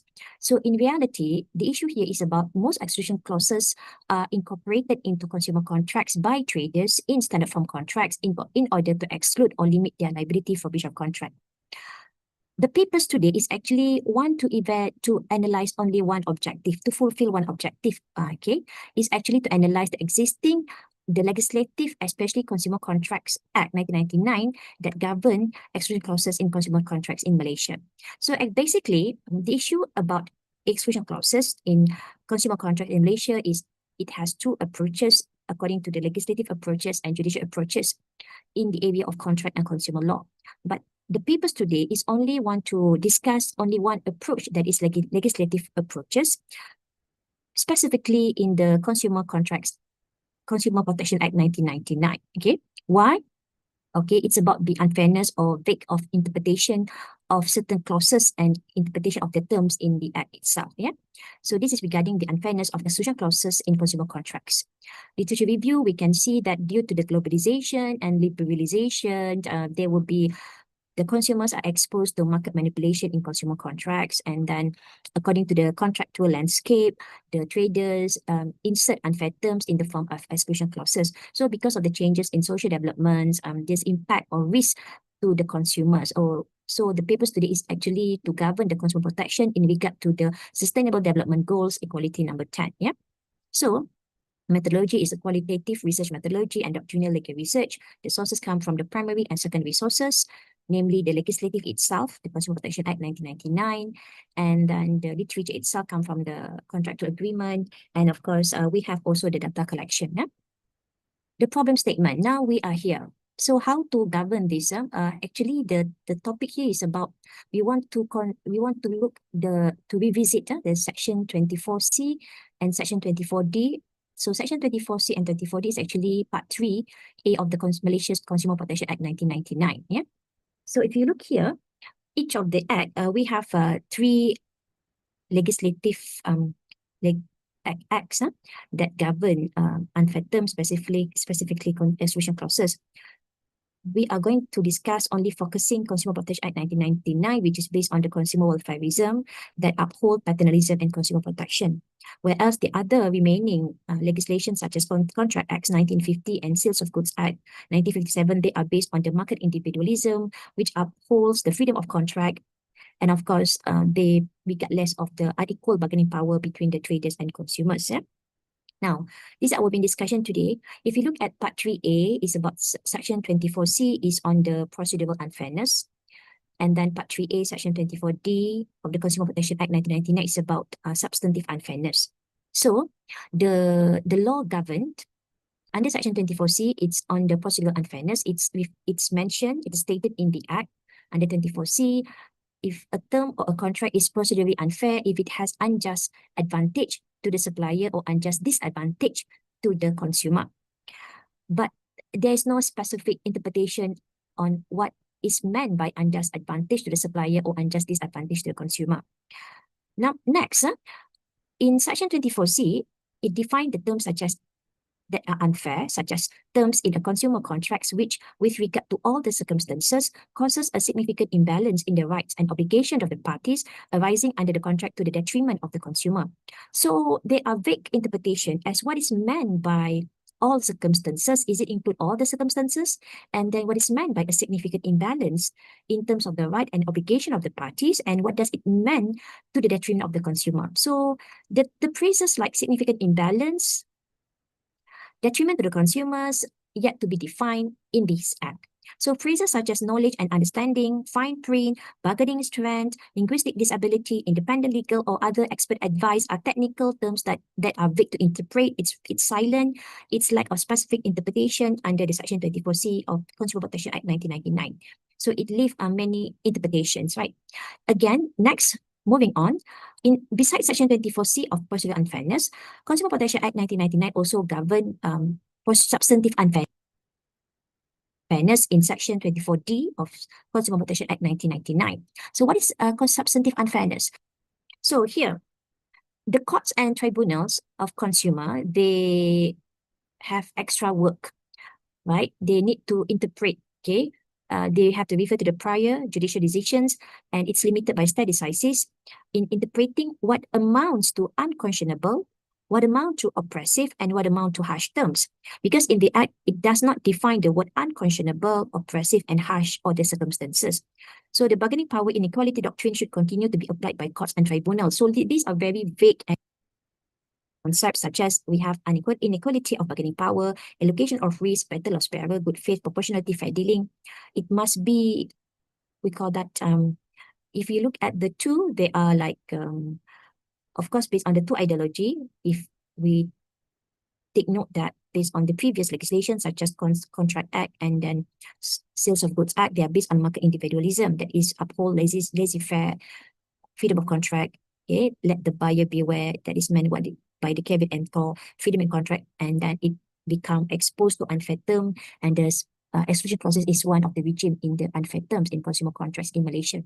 And then the law that uphold the consumer protection in the form of consumer welfareism, it uphold the paternalism, the government intervention, let the seller beware, that what is meant by caveat emptor, and the government introduced through Section 24C of Procedural Unfairness and 24D of Substantive Unfairness in Consumer Protection Act 1999.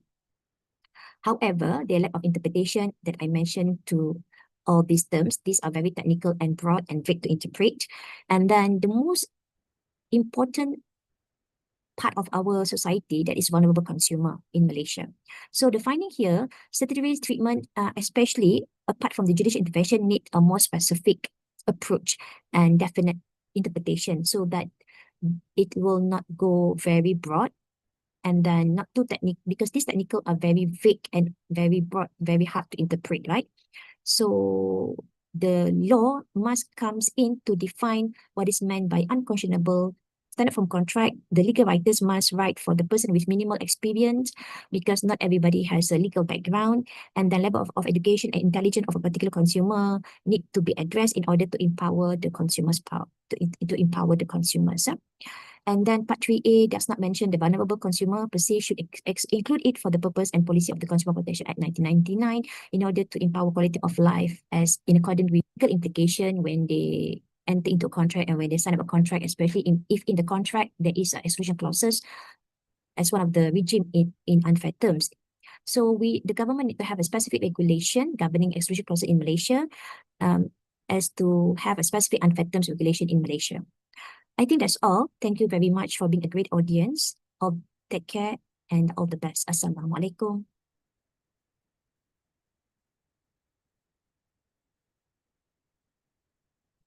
Bismillahirrahmanirrahim. Assalamualaikum warahmatullahi wabarakatuh. And good day to the chairperson, the participants of the International Conference on Halal Ecosystem and Industrializations 2025. I'm Dr. Nurhasliza binti Ghaffar. We'll be going to present my paper on strengthening the Malaysian regulatory framework to protect consumers against halal certification misuse and integrity breaches in food industry. As for the introduction, Malaysia has long been identified as a world leader in the halal industry, in part due to the country's mature halal certification, infrastructure, and strong institutional structure. The country's position in this industry is not only a reflection of faith and belief, but also an economic strategy that generates substantial contributions to the gross domestic products or GDP of the country from exports of halal products and services. The halal market is growing domestically and globally. And based on the report issued by the Kementerian Hal Ehwal Economy, the Malaysian halal market has grown to USD 68.4 billion in 2018 and is targeted to achieve around USD 113.2 billion in 2030. And according to a study did by Ahmed in 2020, the halal market has been increasing because of true meaning of halal acting as though they are only doing it to win over the Muslim customers. These align with the research conducted by Salam in 2014, which found that producers was exploiting the halal logo. When Muslim consumers plan to buy food products, this problem had caused them to be doubtful and uncertain. The rising supply for halal certifications was affected by the involving improper use of halal logos, certification scam, contamination scandals, and also integrity issues. It raised doubts about the validity and effectiveness of current standards. The halal ecosystem in Malaysia is coming under greater strict certifications. The concept of halal is deeply rooted in Islamic jurisprudence and extends beyond a mere religious injunctions to a comprehensive framework that encompasses legal, regulatory, and ethical dimensions.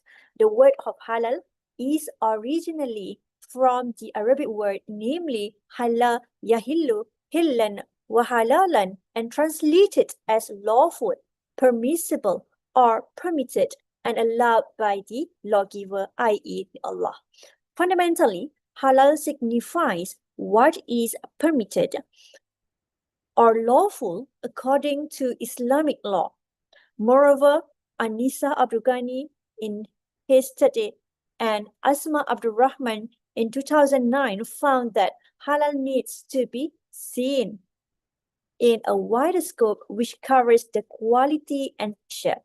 Therefore, the process of certifying goods or services in accordance with the Sharia law is known as halal certifications.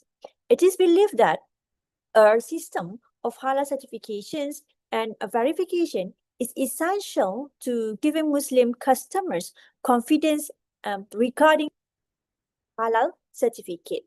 And in my paper, I just focusing to 5 main acts, i.e. the trade descriptions, Act 2011, the Penal Code, Consumer Protection Act 1999, and then Food Act 1983, and the last one, Sharia Criminal Offences, Federal Territories Act 1997. Now we move to the first law that govern on the halal certifications, i.e. the Trade Descriptions Act TDA 2011. In Malaysia, JAKIM and the State's Islamic Religious Council are the agencies specifically designated as the competent authorities mandated on this matter. So it means that JAKIM and also MAIS are two competent authorities that's responsible in controlling on the halal certifications. And order for Section 1 of the Trade Description Certifications and Marking of Halal, Order 2011, highlight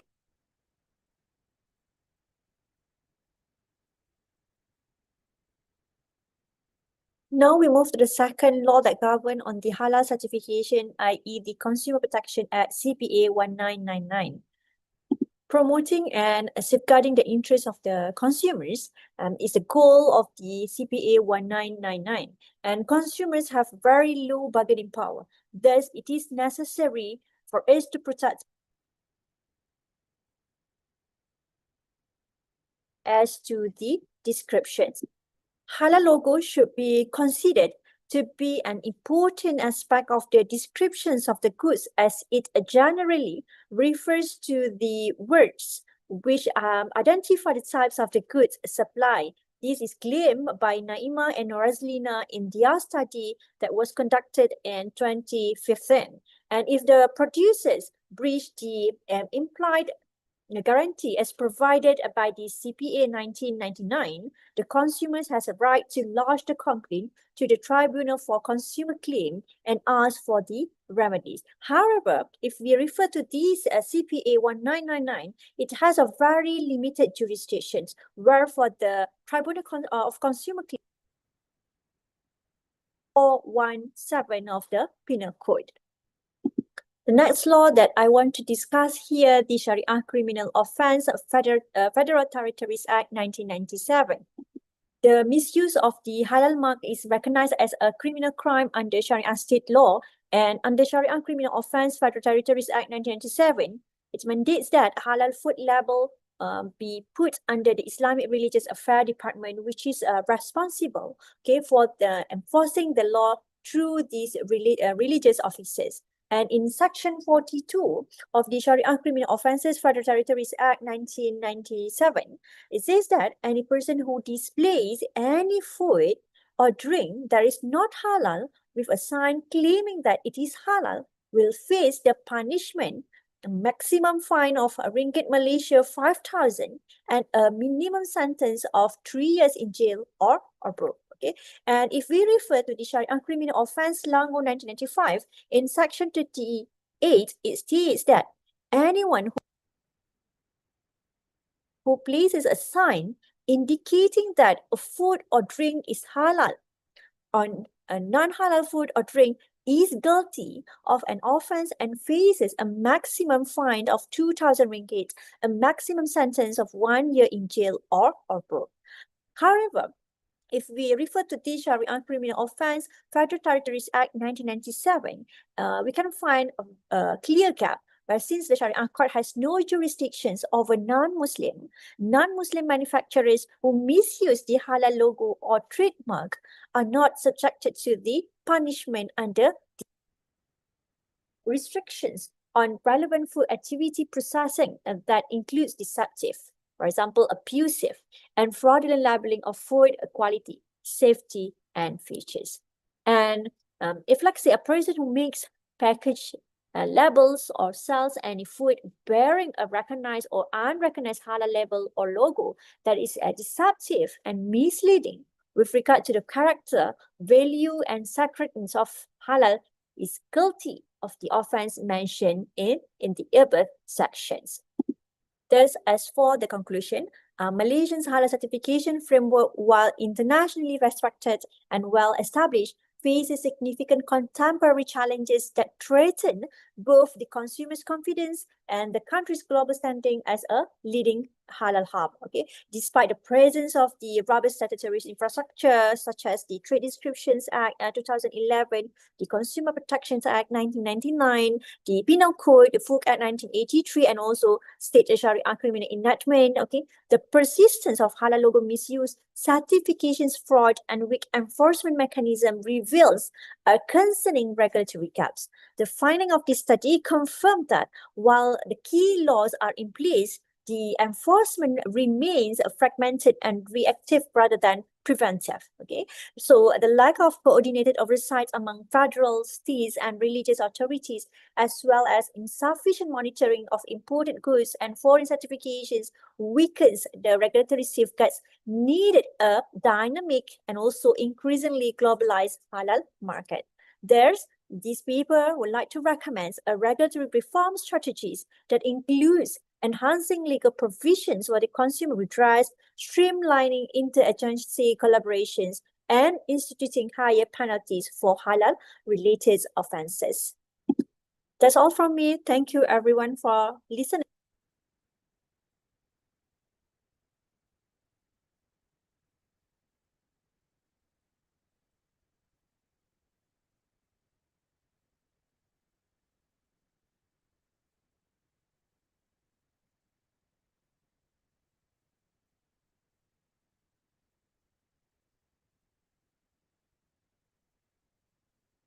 Assalamualaikum warahmatullahi wabarakatuh.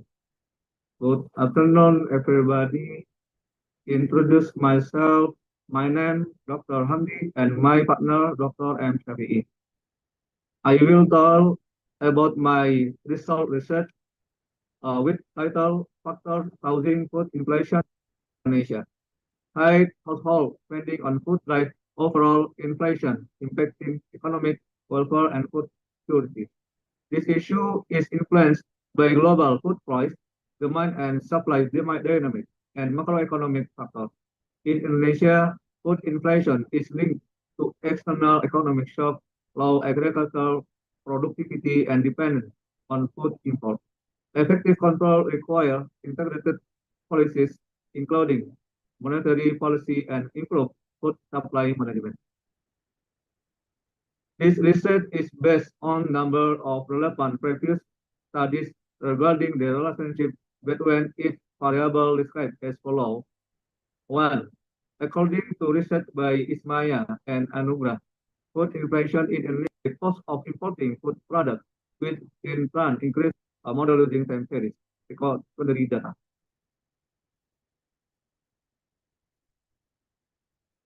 If after the integration test there is a long-term relationship of there is integration, researchers can use estimation with the restricted for model or known as the PCA model. The model equation will be as follows.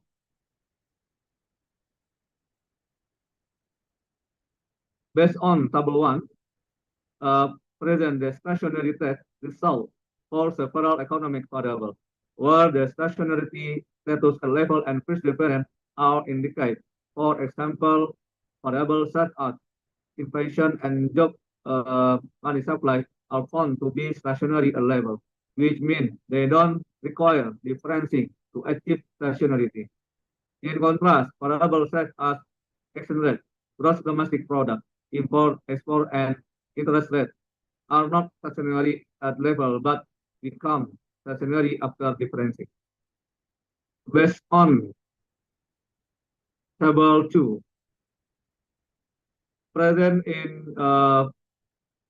figure 1, the tip leg is identified as the optimal leg, supported by the ICoHEI information criterion, final prediction error, and Hanan Quinn information criterion. These criteria indicate that the tip leg provides a feature integration has two significant probabilities at most 1 to at most 3, and also at most 6, indicating the existing of integration or long-run relationship among the variables. The findings from this short-run analysis using PCM are in line with research suggesting that certain economic variables might not have a direct influence or be significant in the short-run period. It is as explained by Indeng White, PCM is effective in describing about short-run and long-run relationship where not all variables immediately affect economic outcomes. Similarly, Vectors 2021 found that while there is a strong relationship in the long run, the short-run relationship often does not show a significant, particularly in the context of socio-economic indicators of food safety.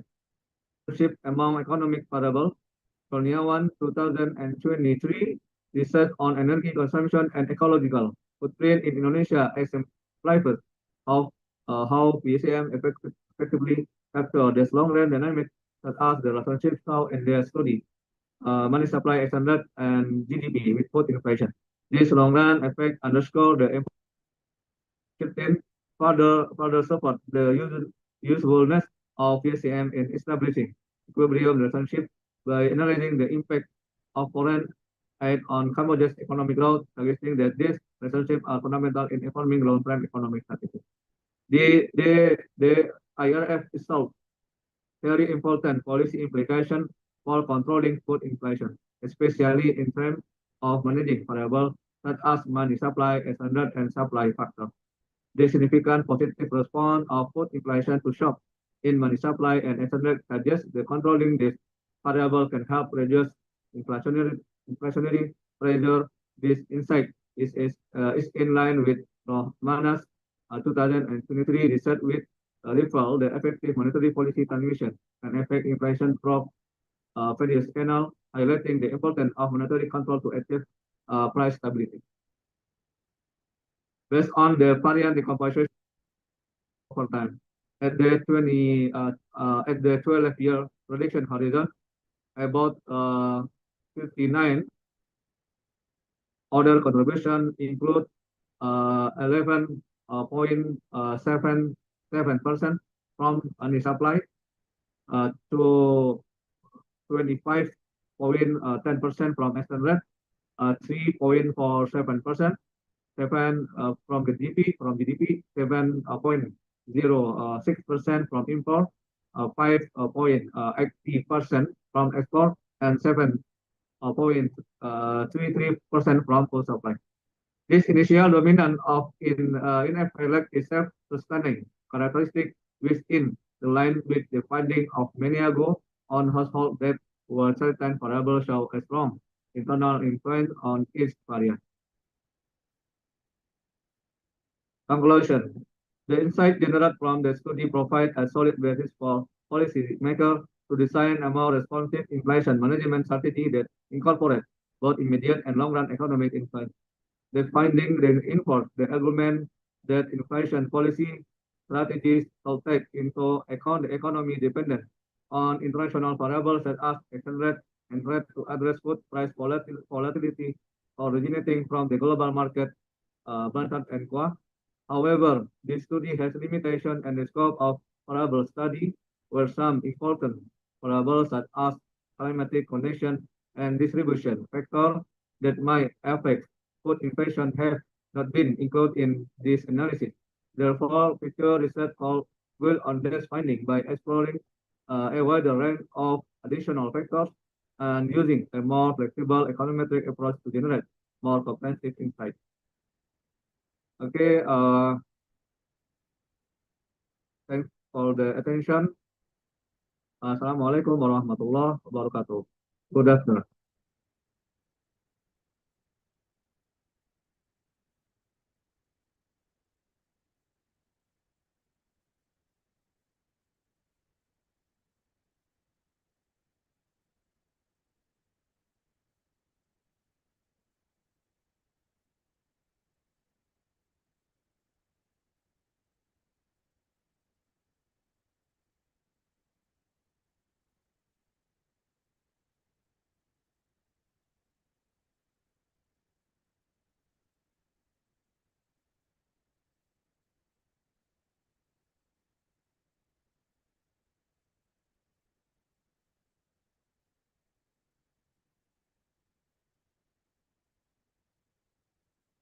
Bismillahirrahmanirrahim. Assalamualaikum warahmatullahi wabarakatuh. Alhamdulillahirabbil alamin. Shalatu wassalamu ala asyrafil anbiya'i wal mursalin wa ala alihi wa ashabihi rasulillahi ajma'in. First, let us express our praise and gratitude to Allah for His abundance of grace and favor. And then we say salawat and salam to the Prophet Muhammad sallallahu alaihi wasallam. Allahumma salli ala Muhammad wa ala ali Muhammad. And I want to take this opportunity to thank the conference organizer and moderator for allowing me to present the result of our study. And the title of this research is Risk Management Analysis on Cash flow of Lingsoko using a combination of WAF core principles and enterprise risk management, ISO 31000 and 2018. And we present in International Conference on Halal Ecosystem and Industrialization 2025 under part of Economic and Sustainability. And then first, let me also introduce our research team. The first, the Professor Dr. Rosalinda as the project leader from UIN Imam Bonjol Padang, Indonesia. And then me, Imelda Ningsi. I have 2 affiliations in UIN Mahmud Yunus Batu Sangkar, Indonesia, and also in University Kebangsaan Malaysia, because I'm a PhD student from University Kebangsaan Malaysia. And then the third author is Dr. Izam Hakimi Rezan from University Kebangsaan Malaysia also. And the last, Nadia Devita from UIN Imam Bonjol Padang, Indonesia. And we are the researchers member. Okay. And our offering sukuk, there are Islamic social finance, commercial finance, and government financing sector. And then this scheme aims to optimize the potential of cash flow to fund social programs, such as the development of health and education facilities and the economic empowerment of the Ummah. And then, despite its great potential, cash flow sukuk is not free from the challenges of various risks. Yield risks, Sharia compliance, operations, and even reputation risks are out how the implementation of cash flow sukuk and to analyze cash flow sukuk risk using a WAFCOR principle approach and enterprise risk management ISO 31000 and 2018. And then our research methods we use in this research start from formulating of research focus, defining the focus on cash flow sukuk risk management using the ISO and the WAFCOR challenges, and also we get the data collection from the document study by the analyzing financial report and risk management policies and related documents. And then we get the data triangulation by triangulation method and triangulation source. Triangulation method by combining interview finding and document analysis, and then short triangulation by using the information from various stakeholders to enhance that data validity. And then we do risk evaluation by classifying risk into low, medium, or high categories to set a prioritized risk. And then the next step, integration with WAFCOR principle, aligning result of risk assessment with the governance value of Islamic Waqf institution to ensure Sharia compliance and consistency.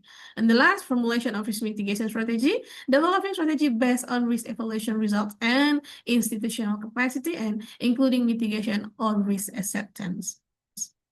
And our risk implementation and our result from our research. To answer the first question, how do cash flow sukuk implementation?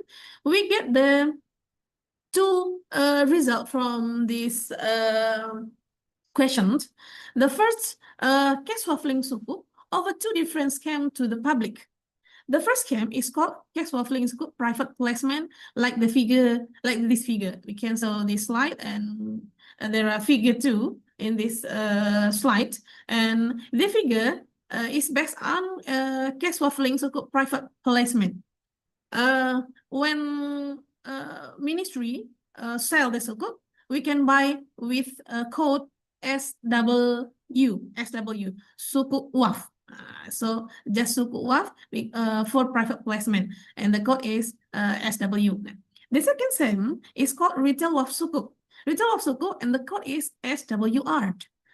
The difference between these two schemes lies in the source of fund used to buy sukuk.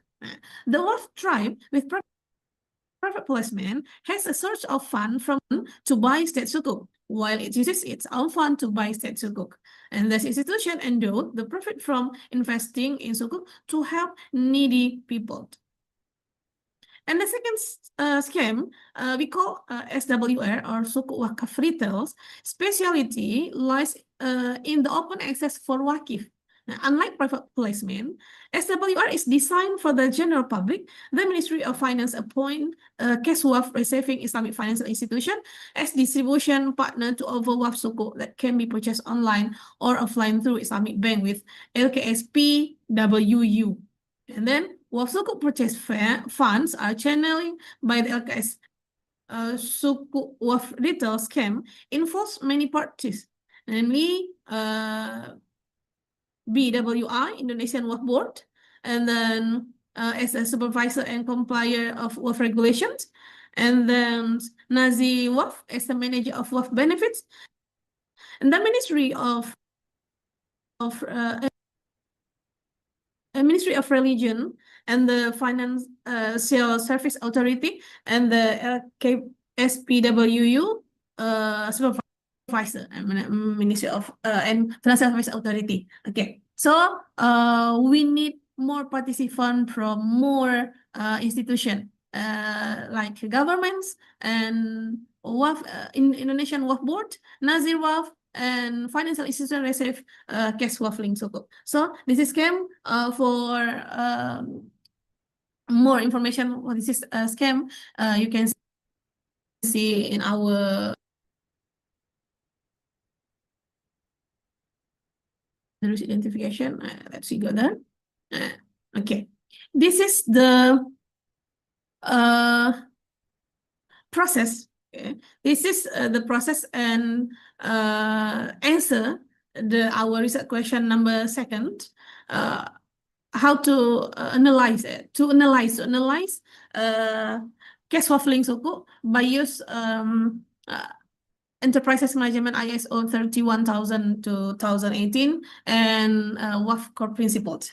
And the first step, we do the identifications, and risk assessment is carried out in 3 stages: identifications, analysis, to finding the WAF, to collect the WAF, and then from the six institution who will be the part of operation of cash waffling,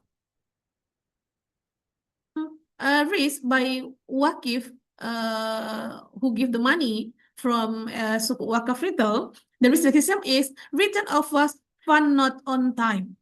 Okay, and Ministry of Finance get the risk what funds received do not bring profit or benefit to the Ministry of Finance or state. And by and risk by BWSS of regulation, the risk description is regulation are not able to cover the entire system that exists in cash waffling suku stakeholder. And the banking as LKSPWU get the risk by the integrated system owned by bank has not been able to cover limited transaction, especially in the distribution of what's benefit or coupons. And then LKSPWU has different marketing system and program which other. So this risk description, we get the root cause. What the root cause of the risk?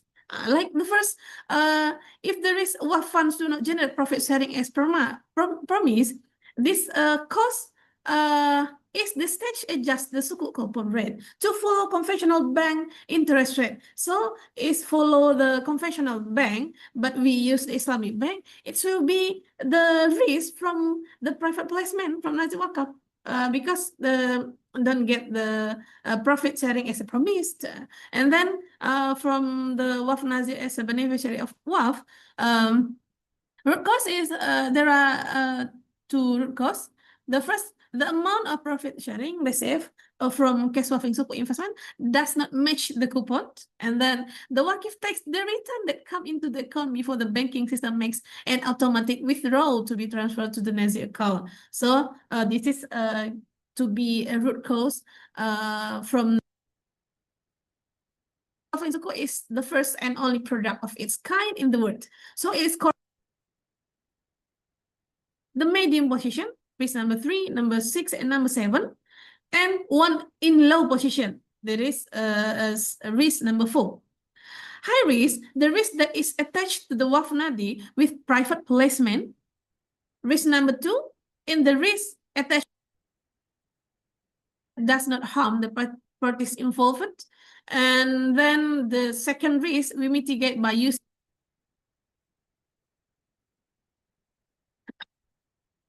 okay. After risk evaluation, we get the discussion. And this discussion, based on the analysis of the result of the study by comparing the literature that supports the finding of the study, it is known that there is consistency between the finding of the study and previous studies, primarily in the identification of operational risk and Sharia compliance in implementing cash waffling suku. When compared to the result of previous studies, they are not in line with the current study. It provides an alternative perspective that highlights other aspects, such as governance and product innovations, without emphasizing specific risks. Thus, a comprehensive approach in cash waffling suku risk management is important to be implemented so that various perspectives can be considered and the success and sustainability of the program can be ensured. And then the conclusion of this result, this research examines risk management in the management of cash flowing sukuk in other wealth sector. And the implication Islamic banking and financial authorities becomes more focused as each part has a risk management standard. Furthermore, this not only benefit the management of cash flowing sukuk, but also has positive impact on the Islamic financial ecosystem. This carry out so far.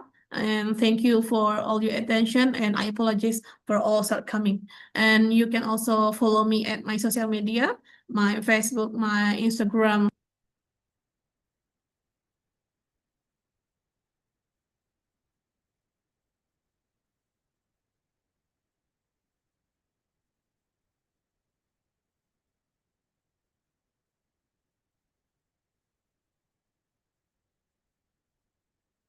Assalamualaikum warahmatullahi wabarakatuh. Hello everyone. For the next 15 minutes, I will present about analyzing the effectiveness of halal certification policy in MMSS supply chains, a comparative study of challenges and solutions in Indonesia, South Korea, Thailand, Taiwan, and Malaysia. Including me, we are 5 researchers. My name is Laudy Rita, and then Asep Cahyana from Gajah Mada University, Mulyana Mursalim from Hasanuddin University, Ho Seng Koh from the University of Texas at Austin, US, and Andi Syahrullah from National Taiwan University. The halal industry has been growing rapidly and globally in line with increasing consumer demand, technological advancement, and supportive policy from several Muslim countries. The halal industry market includes 1.9 billion Muslim as an implementation of Islamic teachings, as well as non-Muslim who are interested in its ethical and quality standards. The value of the global halal economy reached $1 trillion according to the State of the Global Islamic Economic Report in 2023, and it's expected to surpass $5 trillion by 2030. This is an opportunity for economic improvement, including micro, small, and medium enterprise, considering the role of MSMEs that the backbone of the economic in countries, including Indonesia. Why halal certification? The development of the halal industry, the unclear and uncertainty of the certification process time, unclear costs, and the lack of socialization of halal policy. As a result, the number of MSMEs that have been certified halal in 2022 is only around 1 million out of 65 million MSMEs, the majority of which are on the island of Java. The good practice to overcome them. Malaysia is a leader in comprehensive halal certification capable of exporting halal certified products to more than 200 countries. According to Ali 2021, Malaysia adopted technology blockchain to improve the transparency and integrity of halal supply chain, even though MSMEs face challenges such as technology complexity, high cost, and external pressure. Although not a Muslim majority country, Thailand developed Thailand Halal Valley to strengthen the industrial ecosystem by focusing on improving production technology, encouraging innovation, and supporting local businesses in developing halal certified products and services. Likewise, Taiwan has various halal certifications. Halal certification support the development of halal supply chain for micro and medium enterprise in 5 countries. Our finding and result, we have several aspects. First is policy instrument and mandate. In Indonesia, we have law number 33, 2014, and then government regulation number 42 for 2024. Halal certificate is mandatory for all product and passes. In Malaysia, they have Trade Description Act, and then halal certification is compulsory for certain sector. Organization and can be accessed to make a halal certification. Complex procedure for largest producer. But for micro and small and medium enterprise is simple and free. And centralized authorities such as Indonesia and Malaysia tend to achieve better results in integrating of micro, small, and medium enterprise halal supply chain than the country with voluntary schemes. However, Challenges such as bureaucracy, certification costs, and limited access to information still require attention. The effectiveness of halal certification policy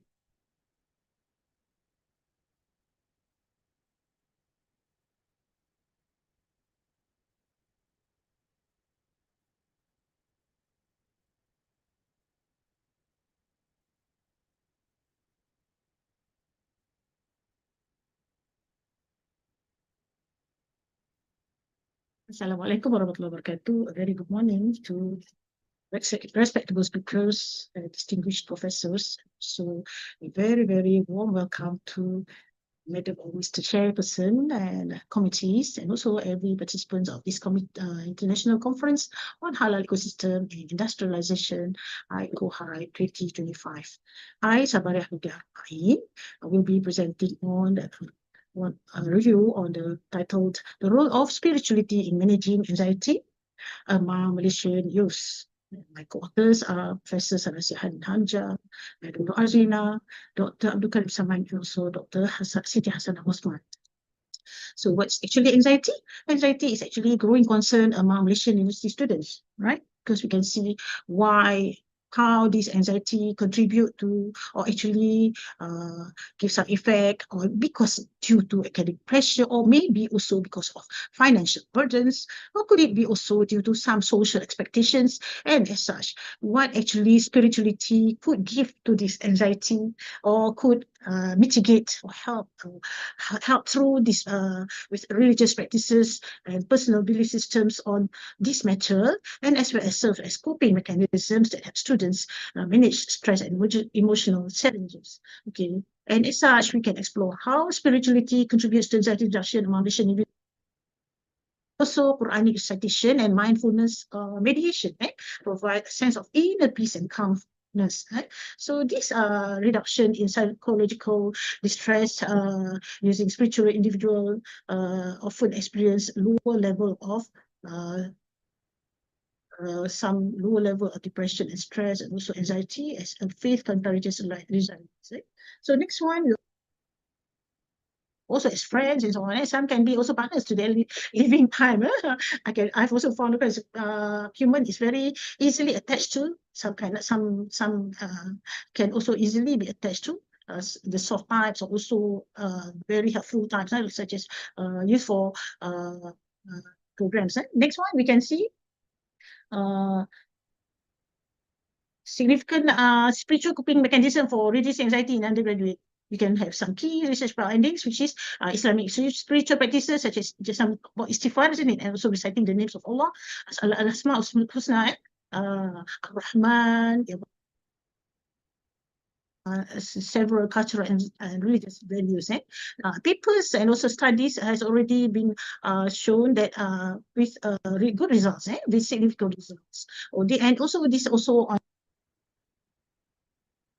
by Yasin and Zulkifli, Wakari and Afzal. For first generation students, support from family and friends strengthens sense of belonging, which leads to reduced academic and so on. So, or non-profit making organization, which actually, even though it gives you a good, you have to spend some time for a little bit time.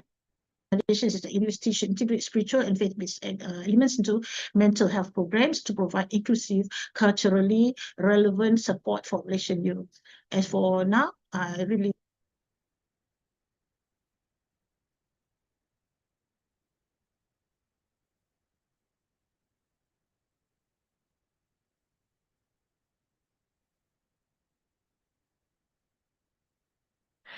So hello everyone, my name is Zhang Xiaowei and my topic is the literature review of high-tech and the high-touch service in hospitality.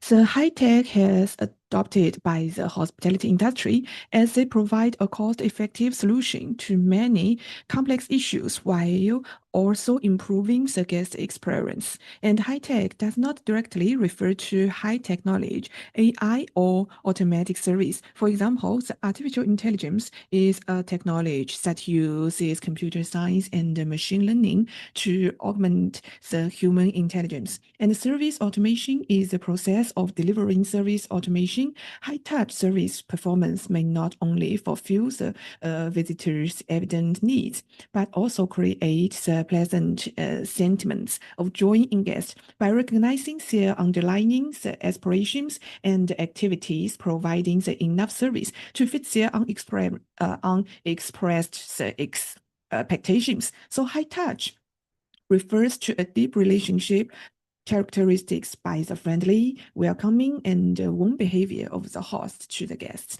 This viewpoint defines the high-touch service in hotels as customer-employee contact. It believes that the service quality is reliant on the process, such as the personal touch, the attention to details, and the host's ability to be encompassed by the artificial intelligence, the automatic service, and the robotic service. So similarly, the high touch can be related to the personalized service or the human interaction service. Another search criterion is related to the guest loyalty, and in addition, upscale hotels refers to the 4-star and the 5-star hotels. So based on the Prisma statement, in the first stage, records are screened by title based on the inclusion as an independent variable. This study will investigate the relationship between the high-tech, high-touch, and guest loyalty, so that the dependent variable is guest loyalty. And mediating the variable, guest satisfaction connects with high-tech, high-touch, and guest loyalty. The customer segment will be adopted as a moderating variable. This study. So thank you so much.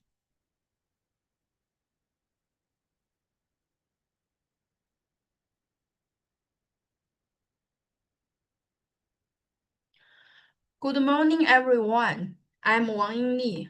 I'm from College of Creative Arts, University Technology, Mara.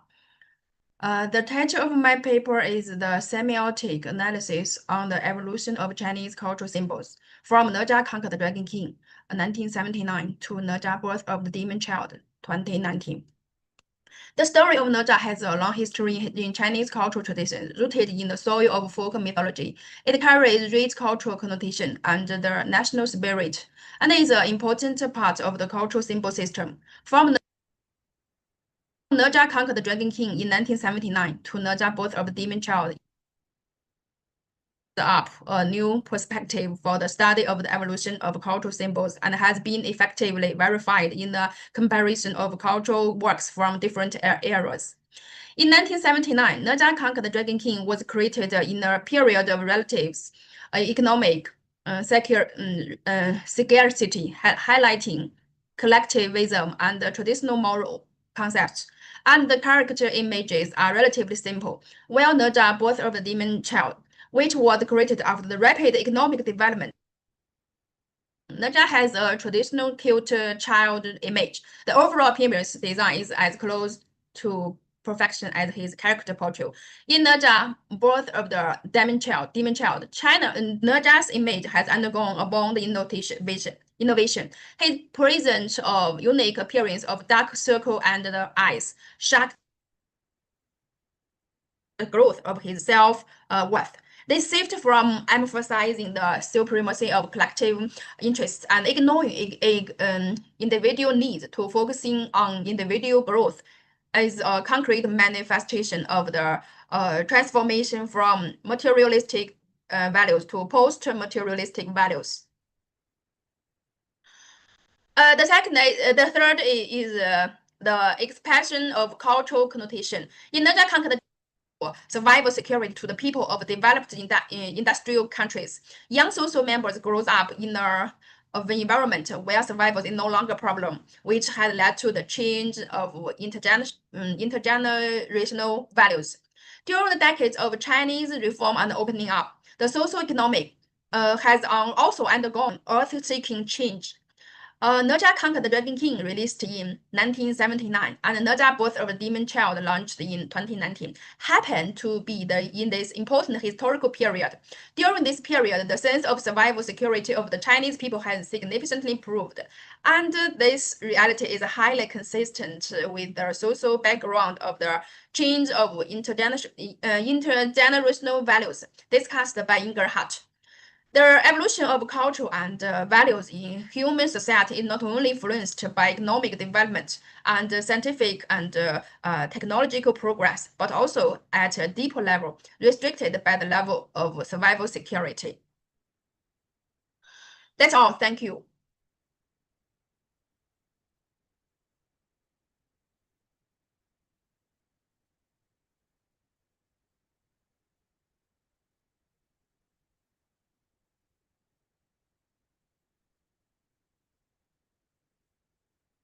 Hello everyone, I'm Nuradi Binti Abdul Rahman from University Technology Mara, Malaysia, and today I will be presenting to you about my research entitled Halal Supply Chain Disruptions in Malaysia, a Gap Analysis Through Systematic Literature Review.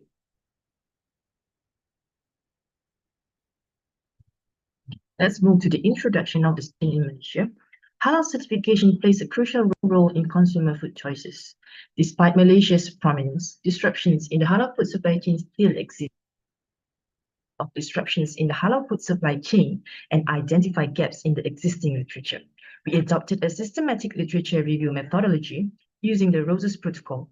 This allowed us to evaluate the maturity of halal food supply chain research in Malaysia.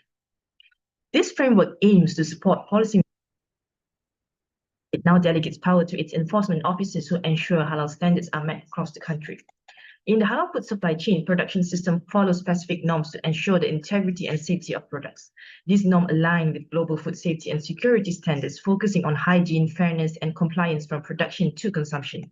The goal is to maintain halal integrity from farm to fork. However, uncertainty about food origins and improper handling can compromise halal status. Halal products must not contain haram ingredients or cause harm to consumers, the environment, or exploit labor. Any disruptions in the halal food supply chain flow can lead to violations of halal. Finally, the content of the selected articles is reviewed. Thematic analysis was used to create themes, and in vivo word frequency analysis was used to organize large data volume systematically and rationally. 30 articles were selected. Articles have been classified into several groups based on the researcher's years and research methods.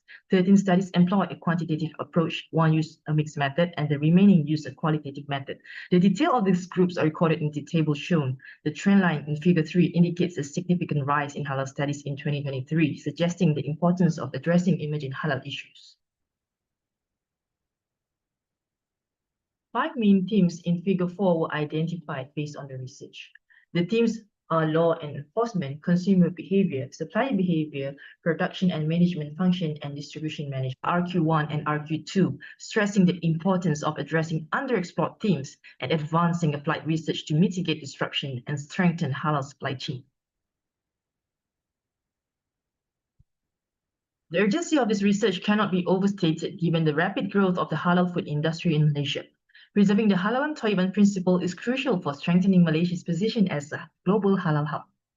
Collaborative efforts among policymakers, industry stakeholders, and researchers are essential to fostering innovation, sustainability, and compliance within the halal supply chain.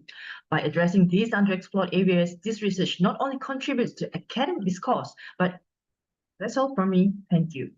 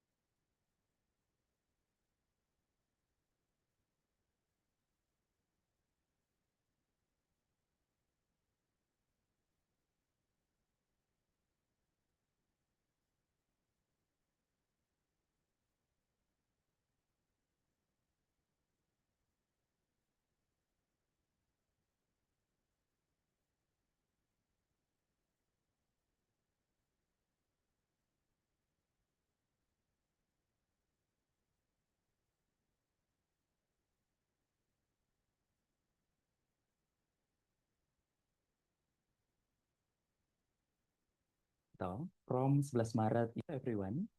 I'm Rudianto from 11 Maret University, Indonesia. Will present the result of our research on halal traditional weaving in Indonesia with the title Enhancing the Sustainability of Halal Textile Product Through Innovative Motif and Fashion Design in Traditional Weaving. My team, I'm Rudianto, Rahmat Aldi Purnomo Sarwono, Sujadi Rahmat Hidayat, Ratna Indah Santoso, Nisaul Hasanah Arosyad, Muhammad Nabil Al-Munawar. My team, kolaborasi dan 3 University, 11 Maret University Indonesia, Universitas Tidar of New Motif. This study applied the also traditional woven fabric is one of Indonesian cultural heritage that is rich in historical, aesthetic, and spiritual value. This condition requires strategy innovation. Next, the halal issue of textile products. Weaving patterns then are arranged based on mathematical formula to maintain the balance of traditional aesthetic and philosophy. The strategy of application innovation and halal traditional weaving-based fashion product includes the selection of Bimberg yarn from natural cotton product by PT Melanchori Persada Yogyakarta in natural loose turns weaving surface. Market acceptance of non-fashion products show positive growth as Muslim consumer awareness of artists, designers, and creative industry players. Collaboration between artists, designer, and creative certificate bodies is an important factor in development of innovation and market-friendly textile products. The certification center of in BPKB Yogyakarta play an important role the process by providing input from early symbolic meaning can attract the interest of the young generation as well as expand national and international market share. This approach of halal textile product based on traditional weaving provide an economic value to local communities and strategy Indonesian cultural identity in the era of globalization. This is the result of our research. Thank you.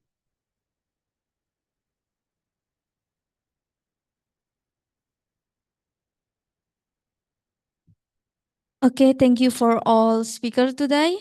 So for everyone, we have now reached the conclusion of ICoHEI 2025, a remarkable gathering of mind and ideas. It has been a day filled with inspiring insight, rigorous discourse, and meaningful connection. So for closing statement, we will invite to Dr. Aida Maria Ismail to bring her closing statement. Okay, thank you, Ms. Hani. Assalamualaikum. We actually reached to the end of our one-day conference, International Conference on Halal Ecosystem and Industrialization, ICoHEI 2025. And this has been a great experience for UITM and as well as TIDA as our co-organizer for the conference. And we hope that everyone would actually enjoy the one-day conference, even though it's actually a bit rushing because it's only one day. Because we don't expect quite a number of presenters would like to present for our conference. But we hope to see you guys again next year because ICoHEI will actually be conducted on yearly basis, meaning to say next year we haven't actually decided which location will be our next ICoHEI. Hopefully you guys can actually join us in ICoHEI 2026. With that, thank you very much. Have a safe journey back to your home country or to your whatever destinations you will actually be going after this. Thank you. Assalamualaikum.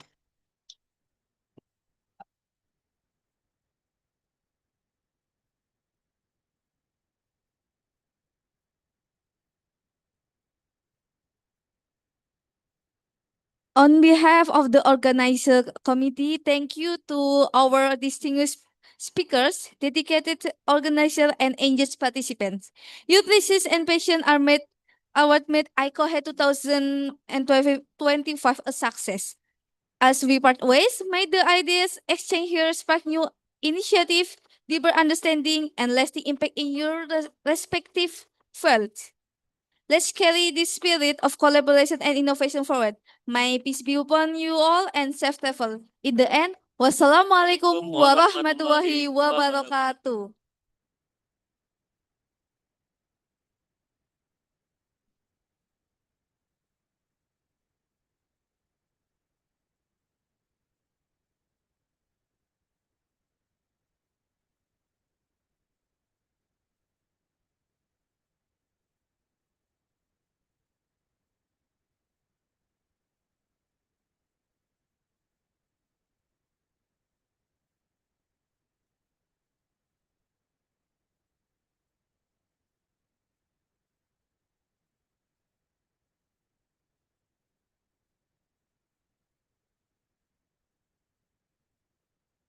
Okay, we'll leave photo together before we For all really end up attendants, please this session.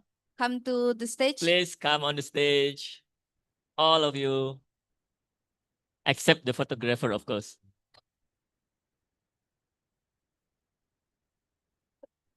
All, come on. Let be quickly, little bit quick, because we will end at 6. Okay, for all people, can you move closer? Maybe we can have 2 lines in the front and behind. Okay, serong. How about give 2 lines? Is it okay? Okay.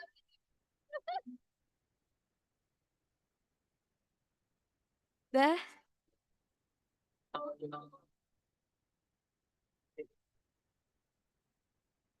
Okay.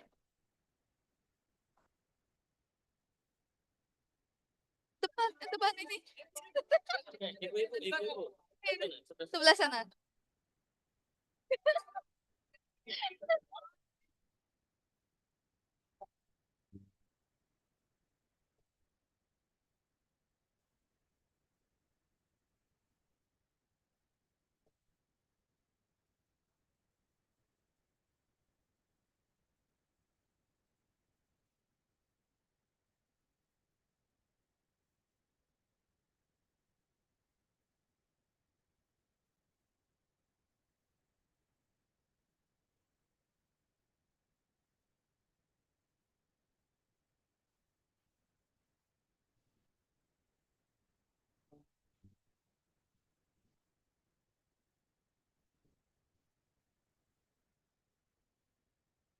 For all attendants, please save tables.